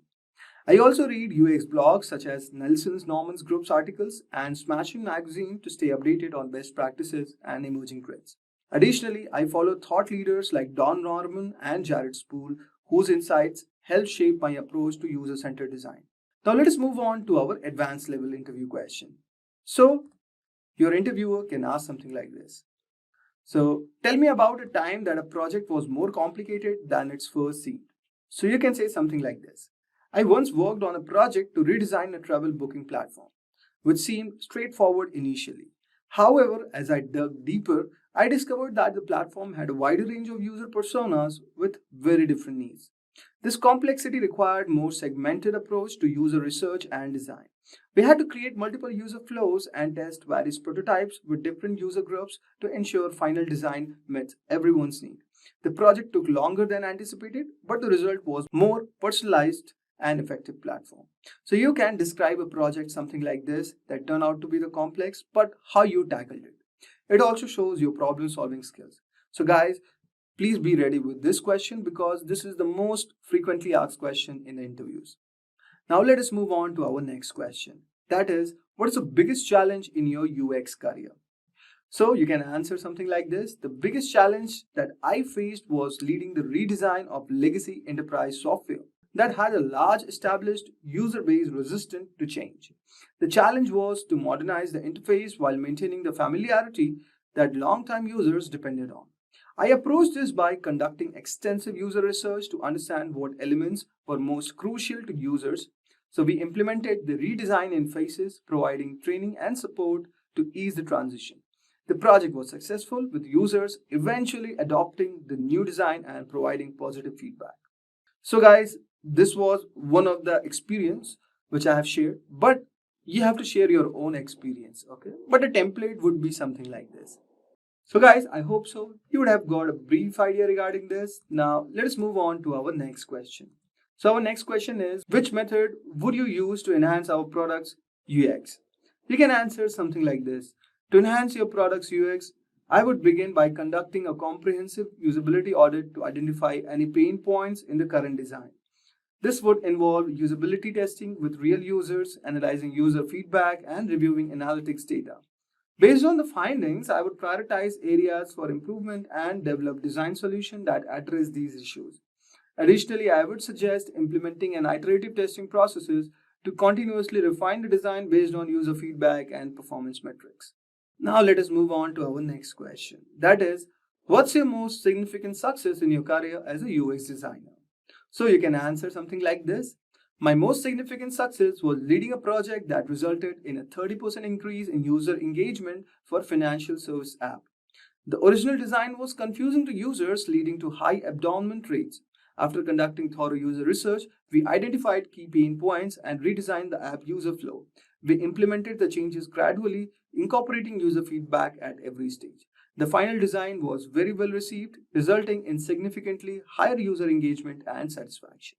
So guys, you can use certain template like this, but it should be your own success if you have experience. So these questions basically are for those candidates who have 1 or 3 years of work experience, so they can share their work experience to the given client or to the interviewee. Now, let us move on to our final question. So our final question is, what do you hope to achieve in your UX design career in 5 years? So guys, this is a very important question because when you're going for an interview, your interviewer will definitely try to know your vision in your given career. So you can answer something like this. In 5 years, I aim to be in a leadership role where I can mentor and guide a team of UX designers. I also hope to have a strong portfolio of successful projects that have made a significant impact on user experience and business outcomes. Additionally, I want to continue refining my skills, particularly in areas like service design and UX strategy, to contribute to more holistic and user-centric product development. So guys, this is a template where you can use also to define your vision, or if you have a better template like which you have thought about because this is a very personal question, so you can answer something like this. But this is a very basic template which I have given you. By the end of this course, you will have the knowledge and skills to create impressive user-centered designs. Start your journey with Simplilearn and become a sought-after UI/UX designer in 2024. So thank you for watching. Staying ahead in your career requires continuous learning and upskilling. Whether you're a student aiming to learn today's top skills or a working professional looking to advance your career, we've got you covered. Explore our impressive catalog of certification programs in cutting-edge domains, including data science, cloud computing, cybersecurity, AI, machine learning, or digital marketing. Of our programs and set yourself on the path to career success. Click the link in the description to know more.